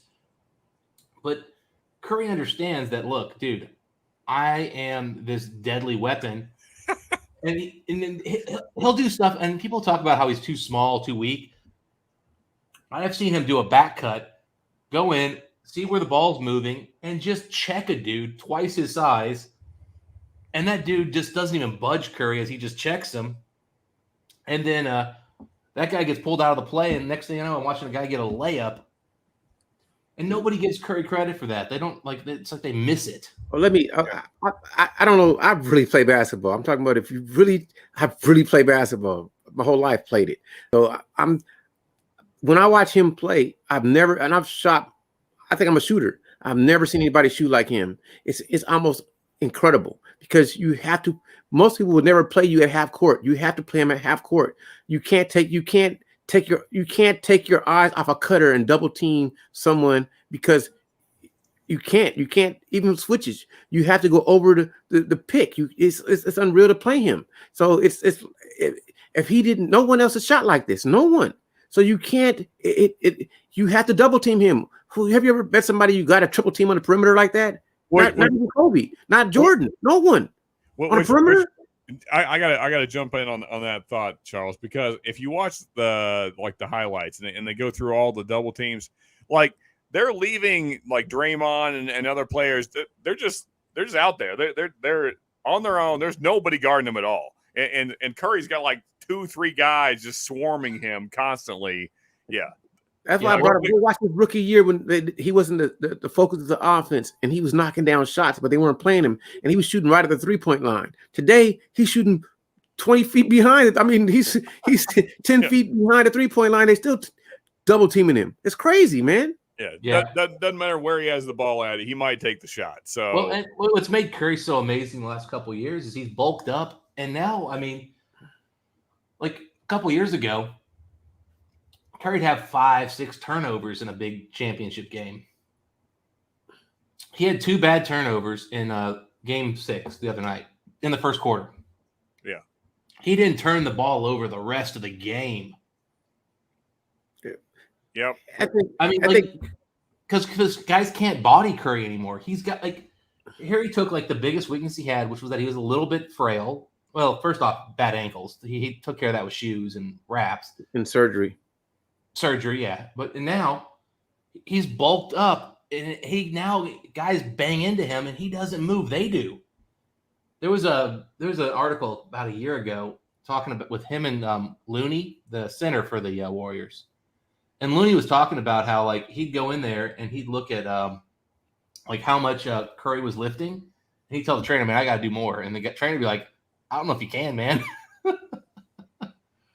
Like Curry's doing like sets of 20 with 100-pound dumbbells for presses. And Looney's like, "Give me the 105s." And the trainer's like, "You're not going to get 20, man." He's like, "I'll get it. I can't let the point guard outlift me." For sure. Yeah. No, yeah. Curry has bulked up and certainly helped tremendously. And it's been fun to watch him the last couple seasons because of that. Like, I mean, as you were saying, like he's pounding through guys now, whereas he kind of used to bounce off. Yeah. What makes it so good is you have to. He's quick enough that if you play up on him, he can get to the cup unmolested. So it's easy for him to get layups, and he shoots awkward layups that most people can't even make, like high off the glass, high floaters. And you can't like. It's just I have never seen somebody who can do a finger roll without jumping. So his whole game, like I truthfully, when it comes to skill set, I do think that Kyrie Irving has a more diverse skill set. I think that Steph Curry is a better player, smarter player. And a better shooter. Well, and now at this point, Curry's just bigger and stronger than him. He's not stronger than Kyrie. I don't think so. Oh, he is. I think Kyrie is. I don't think so. I mean, I got to look at him side by side. I think Kyrie's a bigger player. I think he's like, I think it does come down to what you're saying, though, Charles, and that is that Curry makes better choices. Yeah, his whole game is smart, man. He doesn't make mistakes too much. Because I've seen Kyrie make so many bad choices. I mean, especially this last season. I was like, dude, come on, man. Well, like you're better than that. Curry was known for his gambles and risks. I mean, there's the famous behind the back play. I think it was in 2019 where he just threw the ball away in like one of the games where it just like it was just a shitty pass and there was nobody there. It was just terrible all around. Yeah, but I mean, but I'm talking about recent. I mean, yeah, there's always Well, 2019 is not that long ago for Curry, who missed a season. Curry is less of a that's my whole point about him being. He's not a great like. Kyrie is a showboater all the time. Kyrie is always going to try to put a highlight play. Steph just goes in the flow. He showboats with very, very little. Very little. Curry does puts some little zest on some passes. He does some passes, but he doesn't showboat as much as other people do. Yeah. Kyrie's going to try and break your ankles every single time. And also, Curry's got his weird whole like mouth guard thing. He just likes to throw around and just gross stuff with that. I mean, Curry's a PG. Curry's the G-rated Disney version of 70s Disney, not modern Disney, 70s Disney. Yeah, not woke Disney. So, okay, who you think is this is the question, basketball guys. Out of layups, out of Curry and Irving, who's the better layup guy to you? Curry. Yeah, I mean, it's Curry for sure, but it's more his signature move. I mean, Curry's more efficient because Curry's a more efficient guy at layup. I mean, Kyrie's faster, he's quicker, he's got better legs in terms of like mobility, movement, handle. They're pretty close, but I think Irving's a little better there. I think Irving has a more diversity of shot placement, but I got what you're saying. You think consistently who's gonna make more layups is Steph, but you think when it comes to how he takes the shots on layups and makes them would be Irving. Well, no. What I'm saying, can get to the basket easier than Curry because he's faster. And there's that, but that's not what I'm saying. What I'm saying is that Irving is more comfortable in more places on the floor. It seems like, now whether he actually makes the shot or not, but he's going to take it. I think when it comes to layups, in my opinion, I think Kyrie Irving is the best layup maker I've ever seen. Just layups. I think Steph Curry is more consistent. When he gets to the cup, he's not going to miss. But Kyrie Irving can do layups from, like what you were starting to say earlier, from any type of angle. I've never seen anybody that make crazier layups than him. where I think that if I had to, just get who would I trust to put the shot in more consistently, layup wise, is Steph, because he did the same thing every time, and you just can't stop it.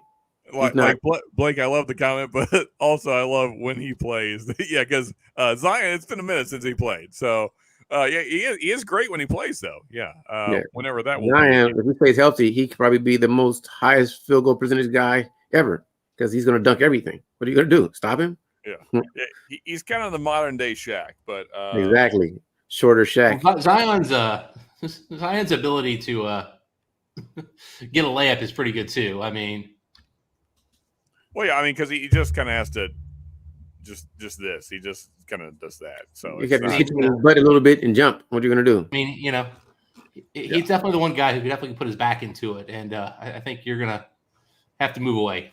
He's a biggin. He's a biggin. Yeah, for sure. And he needs to stop drinking Mountain Dew. Just because you endorse it doesn't mean you drink it every day, buddy. There's a lot of sugar and chemicals in that stuff, buddy. The chemicals aren't the issue; it's the sugar. Switch to diet, bro. Well, so that's the thing. Even so, if you look at studies on diet drinks, even that affects your chemistry and the way your body consume. So your body doesn't just throw out the diet chemicals. It's not as simple as that.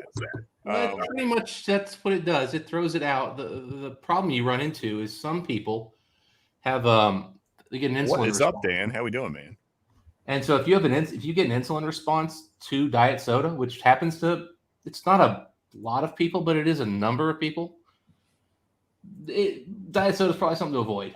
But at the end of the day, calories in, calories out is 99.9% of being fat or not. I agree with that. We can get into more health stuff beyond that. Don't get me wrong, but yeah, Ryan's issue is he's too fat. Diet soda would be way better for him than sugar soda. I guess sparkling water or just water in general and get rid of the soda. I guess here's my argument against diet soda. I've seen it work for 0 people ever. I've never known somebody that was overweight and then switched to diet sodas and then they're suddenly thin. That's never happened ever in my life. I've never seen it happen. And now I went from having a little bit of a little pudge to 8-pack abs, drinking a case of diet soda a day. Well, you're the first person I met. You're the first then, Dustin. Yeah. Oh. I've known a lot of people. One of the guys I used to work out with, we were joking. This guy was a freaking like biochemistry genius. I'm telling. I mean, this guy he would just start citing studies. It was insane.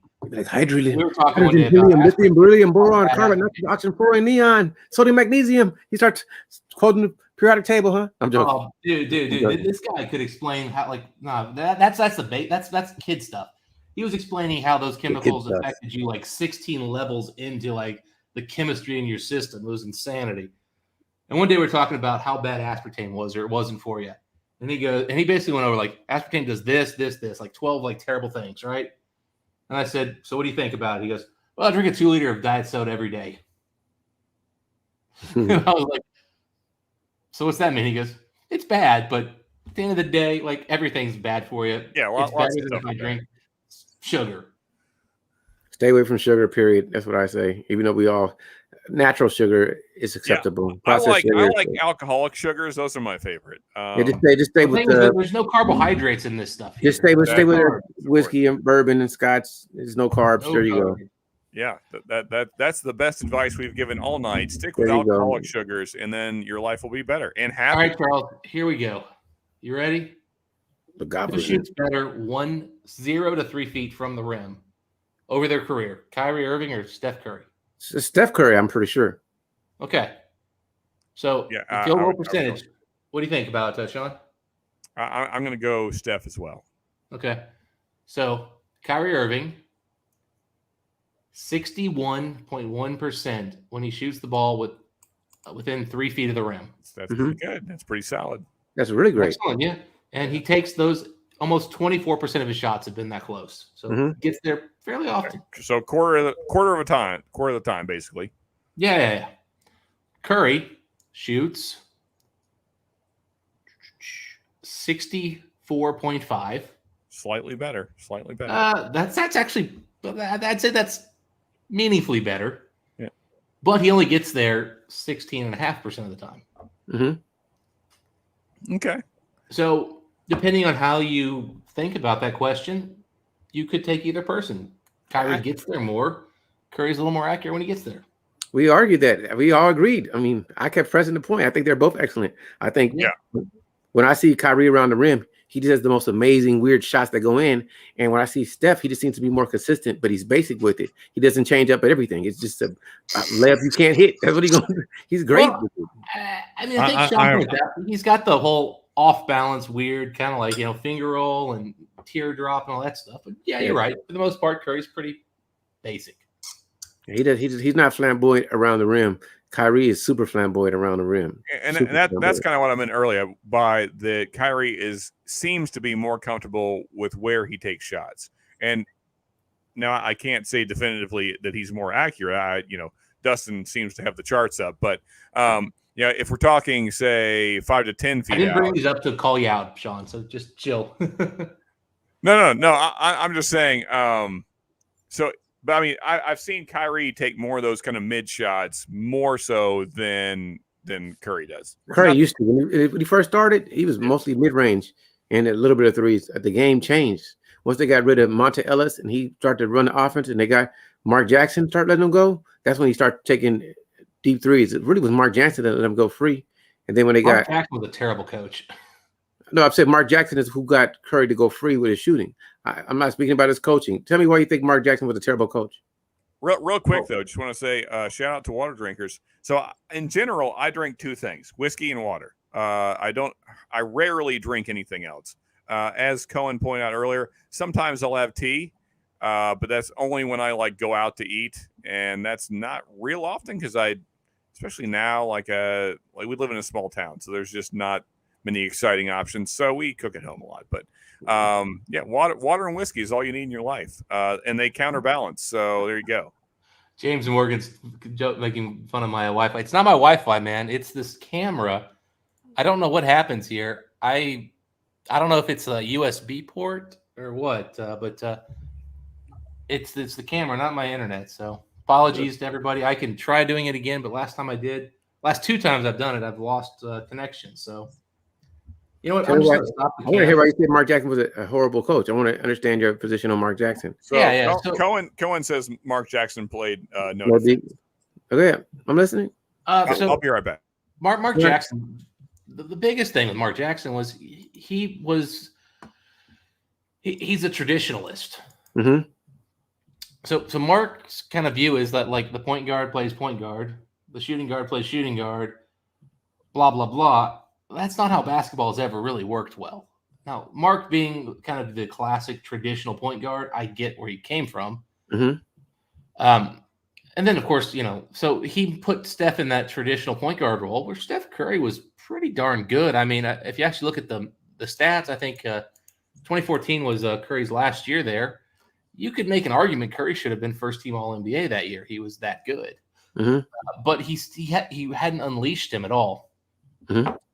And then you start reading more about Mark Jackson, and there's a lot of crap related to his the way he kind of bent the locker room, put players against each other. I haven't really studied this. Did a lot of stuff where he brought religion into the locker room, which is by itself not a bad thing. But he used it against a couple of players he had, which I think so. I don't know anything about. I'm just listening to you say it. So when you say that he's a bad coach, I want to understand. I never studied him. From what I've heard, most people that speak about him, they say he's a good coach, and I guess I have to do some research. I never studied him like that. I just most players can relate to other players who played, and there's a reason why he's never been brought back to another NBA team. Sometimes it's blackballed. So I don't know. I'm just thinking. And then that's why he got blackballed. I think the big issue was. Let's say this. There was a European player they brought in, and he basically tormented the guy for basically being an atheist. I believe you. Let me say this. So I can explain blackballing. A lot of players are still good. They never make it back in the league that are fantastic. And I use Iverson as one. Or It depends on what situation. Carmelo got blackballed for a minute. Or we can talk about even coaching. Jason Kidd got into a situation, I think it was his ex-wife or something. And after that, they got Frank Vogel before they got Jason Kidd to be the coach for the Lakers. Now Jason Kidd is the head coach again. So it's pretty terrible on the Bucks too. Okay. I mean, if you say so, I mean, it depends. If you listen to what the players say, all the players say he was a great coach. Now, sometimes the record are not very good at knowing what a good coach is. Yeah. Players who play under a coach don't know that their coach is good. That's what you just said, right? Here, what I would say is players know if they've got a great coach. Mm-hmm. They know if they have a terrible coach. Everything in between, I don't think they're very good at in general. Oh, okay. It's hard to get out of the moment. It's hard to get out of the moment. Also, think about this. Like, for example, the biggest supporter of Kidd was Giannis. Yes. Now, love Giannis, but what the fuck would Giannis Antetokounmpo know about a good coach in the NBA when his only coach was Jason Kidd? He had one coach. Mm-hmm. Like, how do you know you've had one coach? And then that's the problem is, like, you know, an NBA player, yeah, if you're talking about a 15-year vet, their opinion I would put some weight on in terms of who's a good coach. Okay. Well, I mean, so 5 years, you've had one or two coaches. Okay. So Dustin, here would be my only argument against that line of thinking is that there's sports analysts that have had zero coaches that can still break down whether or not a coach is good or not, even though they've never been coached ever in their life by an NBA coach. So I think that a player who knows the game well could do that just as easily. How old is the sports analyst? Okay. I love it. Anecdotalness. Let's go. This is hilarious. All right. I'm listening. Fair enough. But I mean, so how many years has the analyst been analyzing the sport? But these are guys that get paid to play this game. So they're not analyzing the sport? Well, all right. So I'll give you an example of this is anecdotal, but this is a fun one. Just I love telling the story. Okay. So you know who Richard Jefferson is, right? Sure. Absolutely. Arizona. Yeah. And he's now a sports analyst, which is terrifying to me. So I watched a podcast. It was a podcast with I think it was one of like I think it was JJ Redick when he first started doing podcasts while he was still in the league. Mm-hmm. So Jefferson was still in the league too, and they were talking about Tim Duncan at one point. Don't know how it came up. And, so obviously Jefferson played with the Spurs for a little bit. And Jefferson brings in the middle of this conversation, you know what I never knew until I played for the Spurs? I didn't realize how tall Manu Ginobili is. He goes, he's a legit 6'6". Okay. Now, a couple of things we have to point out here is that Jefferson actually played against Manu Ginobili in the 2003 NBA Finals. Mm-hmm. He didn't realize how tall Manu was until he played with him. That shows just how little some players focus on the league outside of what they're dealing with and maybe even forget what's happening to them in real time. When he was playing against Manu and Manu was bodying up with him and was his size, basically. Yeah, no, I mean, I get what you're driving at there. I don't want to explain.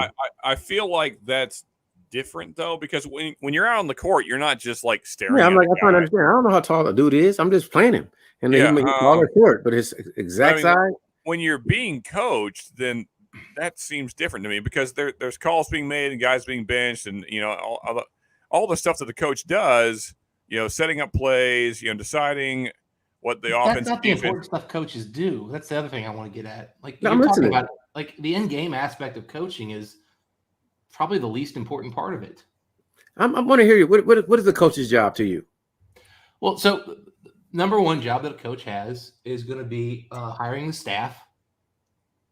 Because remember, the coach is over the assistants. He's over the trainers. He's over the scouts. In some degree, now mind you, there might be another person there who's got involved in it, but the coach ultimately is managing that whole process.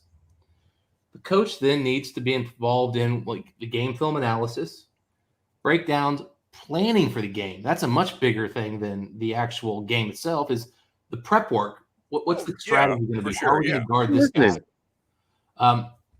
when you're breaking down, for example, we had a great stuff with Curry in this series. So, for example, Game 4, Celtics decided, you know what we're going to do? We're going to play Curry with drop coverage.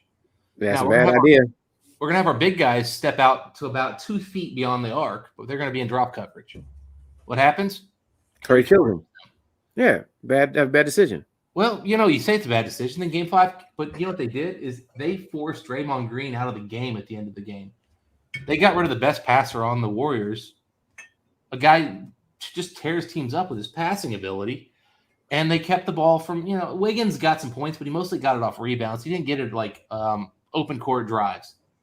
Game 5, Wiggins has this giant game. Curry gets shut down because they decided not just to drop. They said no more drop coverage. We'll triple him if we have to on the right spot. What happens? Draymond suddenly gets back in the game. Wiggins gets back in the game. So despite the fact that Curry goes 0 for 9 shooting, it doesn't change the impact that Curry still had the same impact. He just did it in a different way. People make basketball too complex, and it could really, really be much more simple. And I've laughed whenever I hear people speak of it because I understand defense, right? But the whole point is, let's say a person is a great defender. What you want to do is attack the basket, get them in foul trouble, or put them in situations where there's an advantage. And I'm not saying they don't do it, but a lot of times what changes the game is the defense that they're playing and their ability to take advantage of it. So if let's say they're playing a zone, right? Everybody's off your man and you can't shoot, is advantageous. Yet if you know that it all depends on the okay, let me switch it up so it makes much more sense, at least to me. Some teams are just bad matchups for other teams. Like depending on who your opponent is, you may have the players to make it difficult for them. So it's late, so I'm going to eat cereal. But you guys, that's cool. I'm listening to him. I don't think anything he said is wrong. I just think that a lot of times you don't have the tools to even match up. You may not have you can't get the switches or the people that you want to take advantage of your offense. So let's say Jaylen. I didn't really study the final series like I probably should have. Who was defending Jaylen Brown? But I mean, in the NBA today, there's no man defender. They're running screens. Yes, but they do try to. Okay, so who overall? Like, can you let's say you want to foul out? Yeah, they do have a start off assignment. They do have a start off assignment. They're going to stick this guy, and then I think Curry was on Brown a good chunk, but again, it really was. I mean, because they run so many switches that like it just changes. Like, yeah, I get what you're saying. So if our whole point, if Green is the focal point of your offense, then why do you run switches on to get Green on a certain guy and try to foul him out? That's my whole. I didn't analyze it, but you get the point I'm making. Like I want to, if I know I'm faster than him and I can get him in foul trouble, he's going to foul sooner or later. It won't always be charges. He'll be out 2 fouls in the first half. They're going to sit him down. So you try to do things like that. Curry is going to be much more difficult because Curry shoots deep. He's not going to really get into offensive foul trouble. But you try to take out people that you know, like Wiggins, you're not going to be able to get in foul trouble because he's too long. He stays off you. Draymond is aggressive. You can get him in foul trouble. But see, the thing is, what they do with Dre though is they move him into a zone, so he's never like the guy who like he rarely is the man guy on the ball. They try to keep him out of that role. Yes, I agree. They try to put him on the weak side. He tried to come help on the weak. Yeah. The reason I think basketball. I agree with you. It should be positionless basketball. Everybody should have fundamental skills. You still will need a designated rebounder. Hopefully, he has size, and then you want to push tempo as much as you can, unless you have advantage in what they call a dunker spot today. So then, if you have somebody that can command a double team in the post, then you try to get people to double team and put them in foul trouble. Most people, you need a center or somebody who's tall that doesn't mind contact. That's what makes some bulk. Like it's weird, man. Like the game we have today. Can you give me 3 guys in the NBA today who can actually score efficiently in the post? 3 that could officially, if they wanted to, I'll give you 3 easily. I can think of 2. There's only 2 actually statistically. No, that can't. So you said can, or do they want to? Do they want to, or can they? Well, let's say this: they've actually done it. Well, then nobody really plays the post like that anymore. So I think like I guess I could say 4 or 5 people, truthfully, that could do it if they wanted to. Person Give me your list. Leave me your list. I'd love to hear it. Who I think could really score in the post. Are we playing big men or are we playing whoever can score in the post? Like I think LeBron can score in the post if he really want to play post. He doesn't like to play post. I think that Joel Embiid can score in post. I think Nikola Jokic can score in the post. There's other people that what's his name from Minnesota? If you really want to play post, but he doesn't like to play post, could probably score in the post. I can't think of his name right now. You know what I'm talking not about. very good in the post, man. But he could though. He could, if he wanted to play post. He doesn't like to play post. Cat's too top heavy, man. He can't. He doesn't do good leverage. He doesn't like to play post. But if Giannis could play post. Yeah, but Giannis don't like to play post that much either. He doesn't. He like to play perimeter and penetrate. I'm saying he could. I'm not saying he does. So I'll go. I think Jokic could do it. I think LeBron James most definitely could do it, and I know that Joel Embiid could do it. Yet you got Joel Embiid, who really doesn't like to play post like he should. He likes to go on the perimeter, and LeBron doesn't like to play post. So the two best post scorers in the NBA are Jokic and Embiid. They actually play in it fairly often. That was the first one I said, was it not? Well, you said LeBron first, but I agree with your first two. Mm-hmm. The thing is, there's no other player in the NBA currently who is generating efficient offense in the post that would allow your team to basically run an offense through it by the numbers. Now, that said, LeBron could play the post when he was at Miami because he was like 30 pounds heavier. Mm-hmm. LeBron's gotten a lot smaller in the last few years. Mm-hmm. Oh, yeah. Like LeBron could have played it, but these days, man, LeBron's probably like 270. He was 290 in Miami, man. When he was 290, he could go to the post. He doesn't want to play the post. He wants to shoot. I agree, but also the post is really a hard place to play offense in the modern era with zone. Agree. Because getting the ball to the player is hard, and keeping it high, you got to be long and tall. Also, they don't call fouls when you post people up anymore. If you post somebody up and you get kicked in the balls, man, they're gonna be like, tough up. You posted that guy up, man. You were expecting to get kicked in the balls. If Anthony Davis was stronger, he could play the post too because he has the moves. Yeah, if he wasn't made, what's the weakest material on Earth? Toilet paper, balsa wood. If he was stronger, Anthony Davis could play the post easily. Yeah, Anthony Davis doesn't lack strength. Anthony Davis lacks durability. He is fragile. He is mentally stronger. Fragile human. No, he dude. Like to hit. Davis is not weak. I mean, Davis has put on probably 20, 30 pounds since his rookie year. He doesn't like contact. Because I said fragile. I didn't say weak. I said fragile. Yeah. Davis's joints and like body won't take the damage. It's not muscle. He just breaks. Yeah, I mean, Still, my favorite name for him is what Chuck gave him, and I'm talking about Barkley, not the Chuck on screen. And that is Street Clothes Davis, because that was a good, that was a good one for sure. Good old Street Clothes Davis. With Davis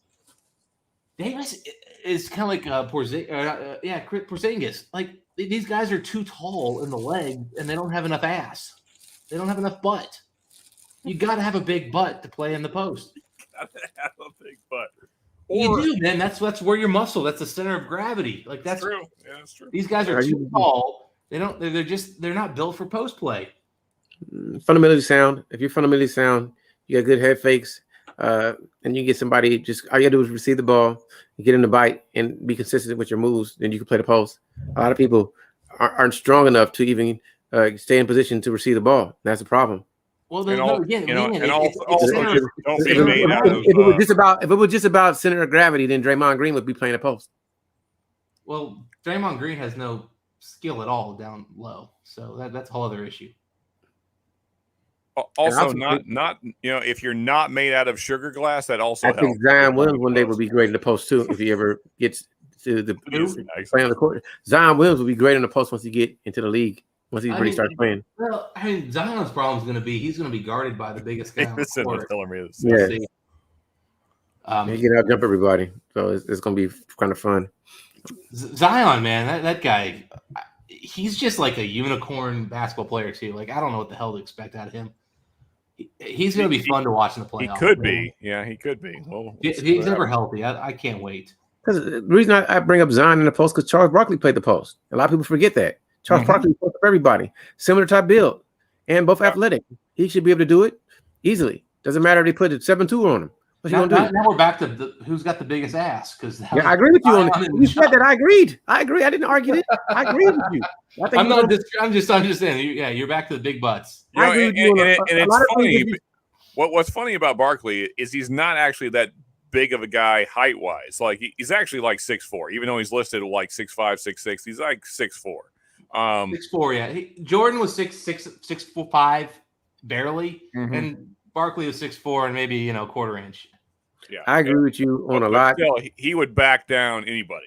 My argument, like I have to study coaches because when somebody says somebody's a horrible coach, I can't argue against it if I haven't studied the coach. So a lot of basketball is, from my opinion, it's not as complex as people make it. Now you need to know what your players are good at and understand. It's simple. Especially if you push the tempo, it becomes complex when you get into half court sets. And you say switches, it's all for mismatches. So, and it's if they can read. You know what it is, Aaron, with Zion. He keeps drinking that Mountain Dew, and it's just destroying his joints. I'll just be quiet, man. Maybe I don't understand. Maybe I don't understand basketball as good as I think I do. I think I understand. I'm just here to make jokes, Charles. I'm Charles. I think you've got the.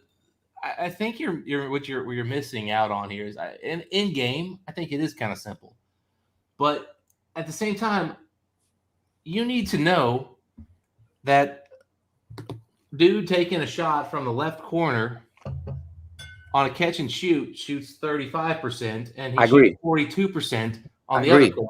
I agree. Scouting report. You should know your strengths and weaknesses of the player. I think you should know who's going to shoot what, where they're going to shoot from, their hot spots. I agree with all of that. And the thing is, it's gotten so much more complicated. Let me rephrase this.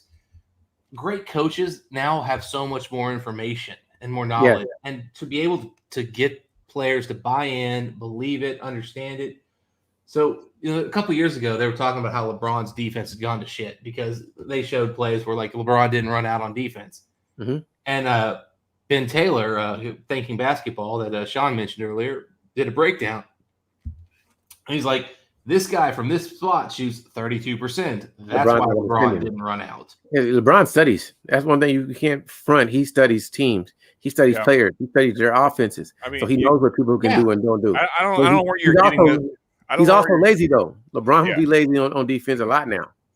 I don't know where you're getting this LeBron name. I think LaFlop is his name, but anyway, we can go with LeBron. I've never heard this name before, but let's keep this to adult names here. the goat. No, that's I've never heard that name before either. Both of you are coming up with strange names I've never heard before. But let's stick with keeping Kareem as our GOAT. It's the proper choice. Okay, the best in his generation. You mean the guy who bows down before Curry? The best in his generation. They're not the same generation. Well, that's true. I mean, hell, his generation. That guy played for so damn long. What's his generation? If that's the stipulation, I'll give it to him reluctantly, I guess. Nah. If you don't have LeBron as the GOAT, I would find for win. See what your how you rank players. But as the GOAT for win. Are you talking about the actual use of the word? Is Michael Jordan? Okay, you have Michael Jordan, Kareem, LeBron. Who's the best of all time? You asking me? Whoever wants to answer that. I mean, me and you have discussed it. Me and you have discussed this already, Charles. So you know my answer. But I'm a fan of Michael Jordan, so understand that. Yeah. I think Kareem. I still want to give Michael the GOAT title because, like, he's why I watch basketball. Period.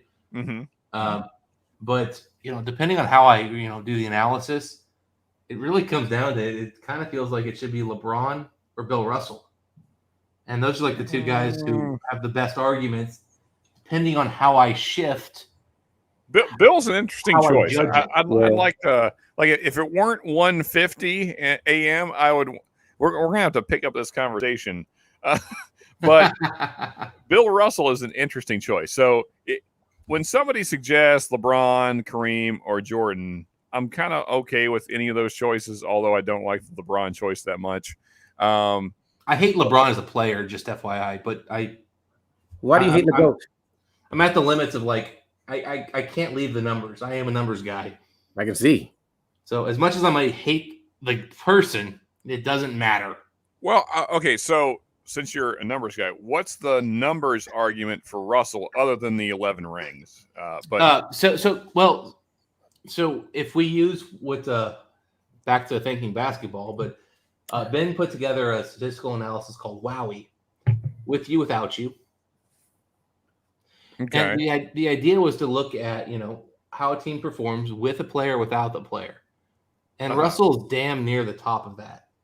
When we look at prior season to ending season with and without Russell, again, there is a case that Russell's the most impactful player in the history of the NBA in terms of his team's point differential. Now, it's very difficult to make a concrete argument there. Yeah, as he would say there's a lot of noise. Yeah. Well, yeah. I mean, again, he's just that's what statisticians would say. Ben just sort of hop frogs on that. And mind you, Ben and I have argued for hours and hundreds of posts over the years. So Okay. this is the guy I've argued with plenty. But I think we come down to when we start really looking at Russell's stats, and also when you do some game film analysis. And again, we don't have enough game film. Yeah. But his defensive impact is greater than any offensive player we've ever seen. They're really, Curry might have the argument for being the greatest offensive player ever in terms of impact. And I think that one's a fairly good argument. I don't think there's really a strong argument against it. I agree with Whereas that. with Russell, there's obviously noise and confusion, but his defensive impact in his era is just staggering. And then you have to make the final decision, which is era doesn't matter. We assume all eras are equal, which I vehemently disagree with. I don't think. Oh, yeah. It's like different basketball, different era. Skill. I think, like Aaron said in the chat, the skill set of players today is way greater than it was back in the day. People don't agree with it, but, huh? Oh, 100% agree. Well, okay. So yes and no, because also now this last season was different, but for roughly a decade, we had soft basketball. We're getting better. But I mean, for a while there, you couldn't even breathe on a dude. So unless they're on the post, and then you could just cut their dick off, and it was legal. It still wasn't 80s, 90s level, but yeah. No, it was more violent in the post than ever before, man. I don't know about that, but I got to research. I mean, I know the Draymond. Shaq was getting crazy. Check number of free throws taken per 100 possessions. Shaq was getting hit. But that's because of calls, not because of violence. I mean, free throws have never been lower ever. When are we I like talking? his argument. This is this guy. He argues well. Last 10 years are lower than any other time in NBA history by massive numbers. I hear you. I hear what you're saying. I hear what you. I got to do the research, man. I can't argue. They don't call fouls today like they used to. I do agree with that. I agree that the 90s, man. Oh my God, it was a free throw shooting contest. But in the 80s, it wasn't. The 80s was violence. 80s had higher free throws too, man. 80s was violence though. 90s were worse. Violence. But 80s, no. 80s were no lines at all, no touching, no nothing, and then like hand guarding violence thrown in randomly. The 80s were like a soft era, with Karl Malone occasionally throwing an elbow and just like putting 80 stitches on Isaiah Thomas. It was freaking weird. I don't know if I agree with that, man. I was on the 80s. Go back and watch like 10 80s games on YouTube. I will. I would say to me, Dustin, the most interesting claim is the claim that free throws are lower than ever. I would really have to look at the data for that. It's a fact. Sean, I'll put money on that one. But by all means, I don't have a quick chart for you, so I will. I mean, so the reason I question that is because there's a lot of players that really are relying on free throws, like Embiid. I mean, like half his points are coming from free throws. So that's a weird stat to throw out to me. That free throws are lower Sean, than ever. So what do you believe the modern analytics have told us about what you do as a player? You asking Sean or just anyone? That's a really broad I can answer that. Certain shots are not good to take. It's better to take layups or threes.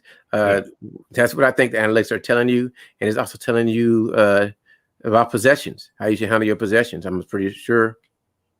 So Charles got about 85% of what I wanted to say there, dead on.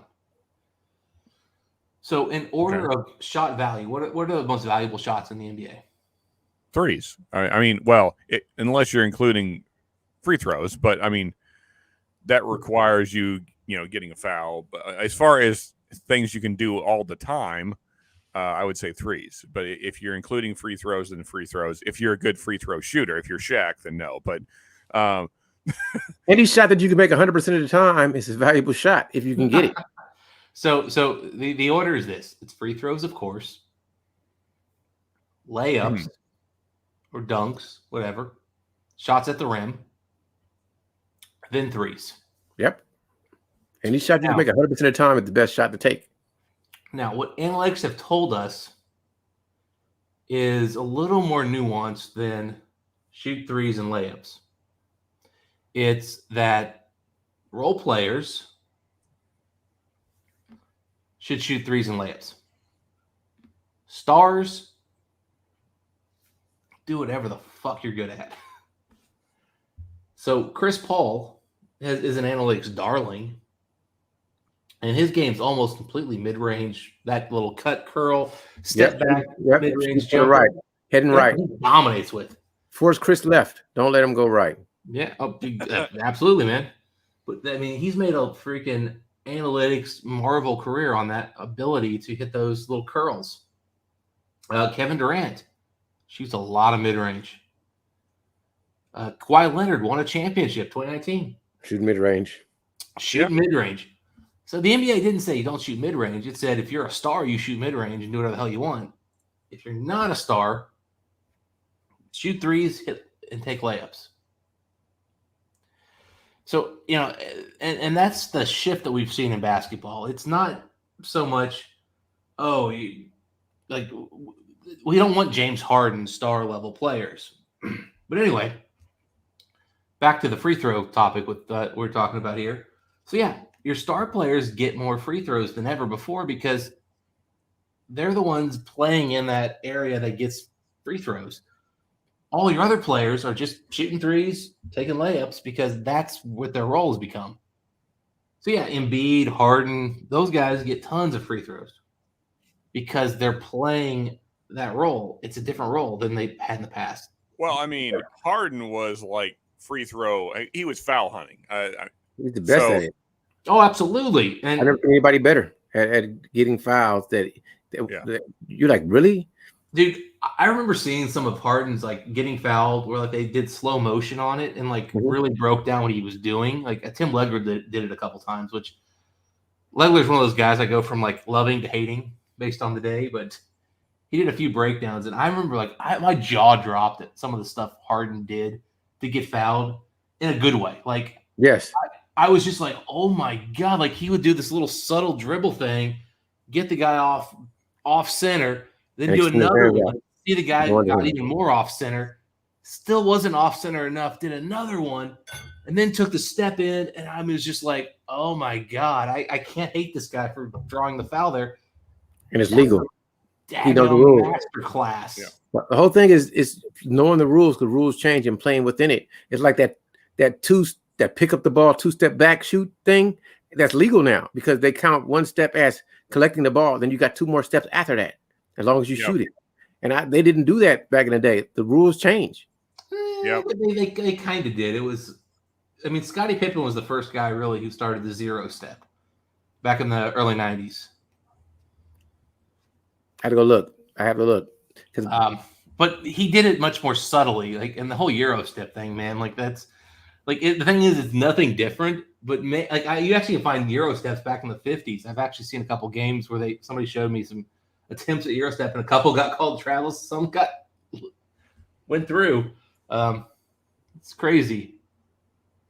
Well, guys, it is now officially 2 a.m. I'm going to have to pack it up as much as I'd like to continue this conversation because I'm yawning too much and falling asleep, honestly. So, I'm tired too, bro. Yeah. So Now, Blake, nobody became Screaming A. Smith or Kendrick Perkins here, man. We're way above that level. Yeah, I'm not a big fan of Stephen A. I don't dislike him, but he just say all type of stuff that's just crazy, bro. Oh, I hate he that guy. certainly does, but he gets kind of paid to do that. So Yeah, I understand. I don't hate the fact that a dude got paid to make $10 million to scream and yell for 12 hours a day. Hey, whatever works for him, man. that's it. Well, guys, I'm going to shut it down. Thank you, everybody. Thank you, everybody in chat. Thank you, everybody on the panel. Appreciate you guys for hanging out so long. I know we did talk a lot of topics that were not whiskey, but hey, you know, where else on Whiskey Tube can you get that? Nowhere else can you get Star Wars, politics, economics, basketball, and Star Trek and whiskey all on the same night. So there you go. It was fun. Thank you, guys. Thank you, Charles and Dustin. Appreciate you. And yeah, I'm out. All right, now take it easy.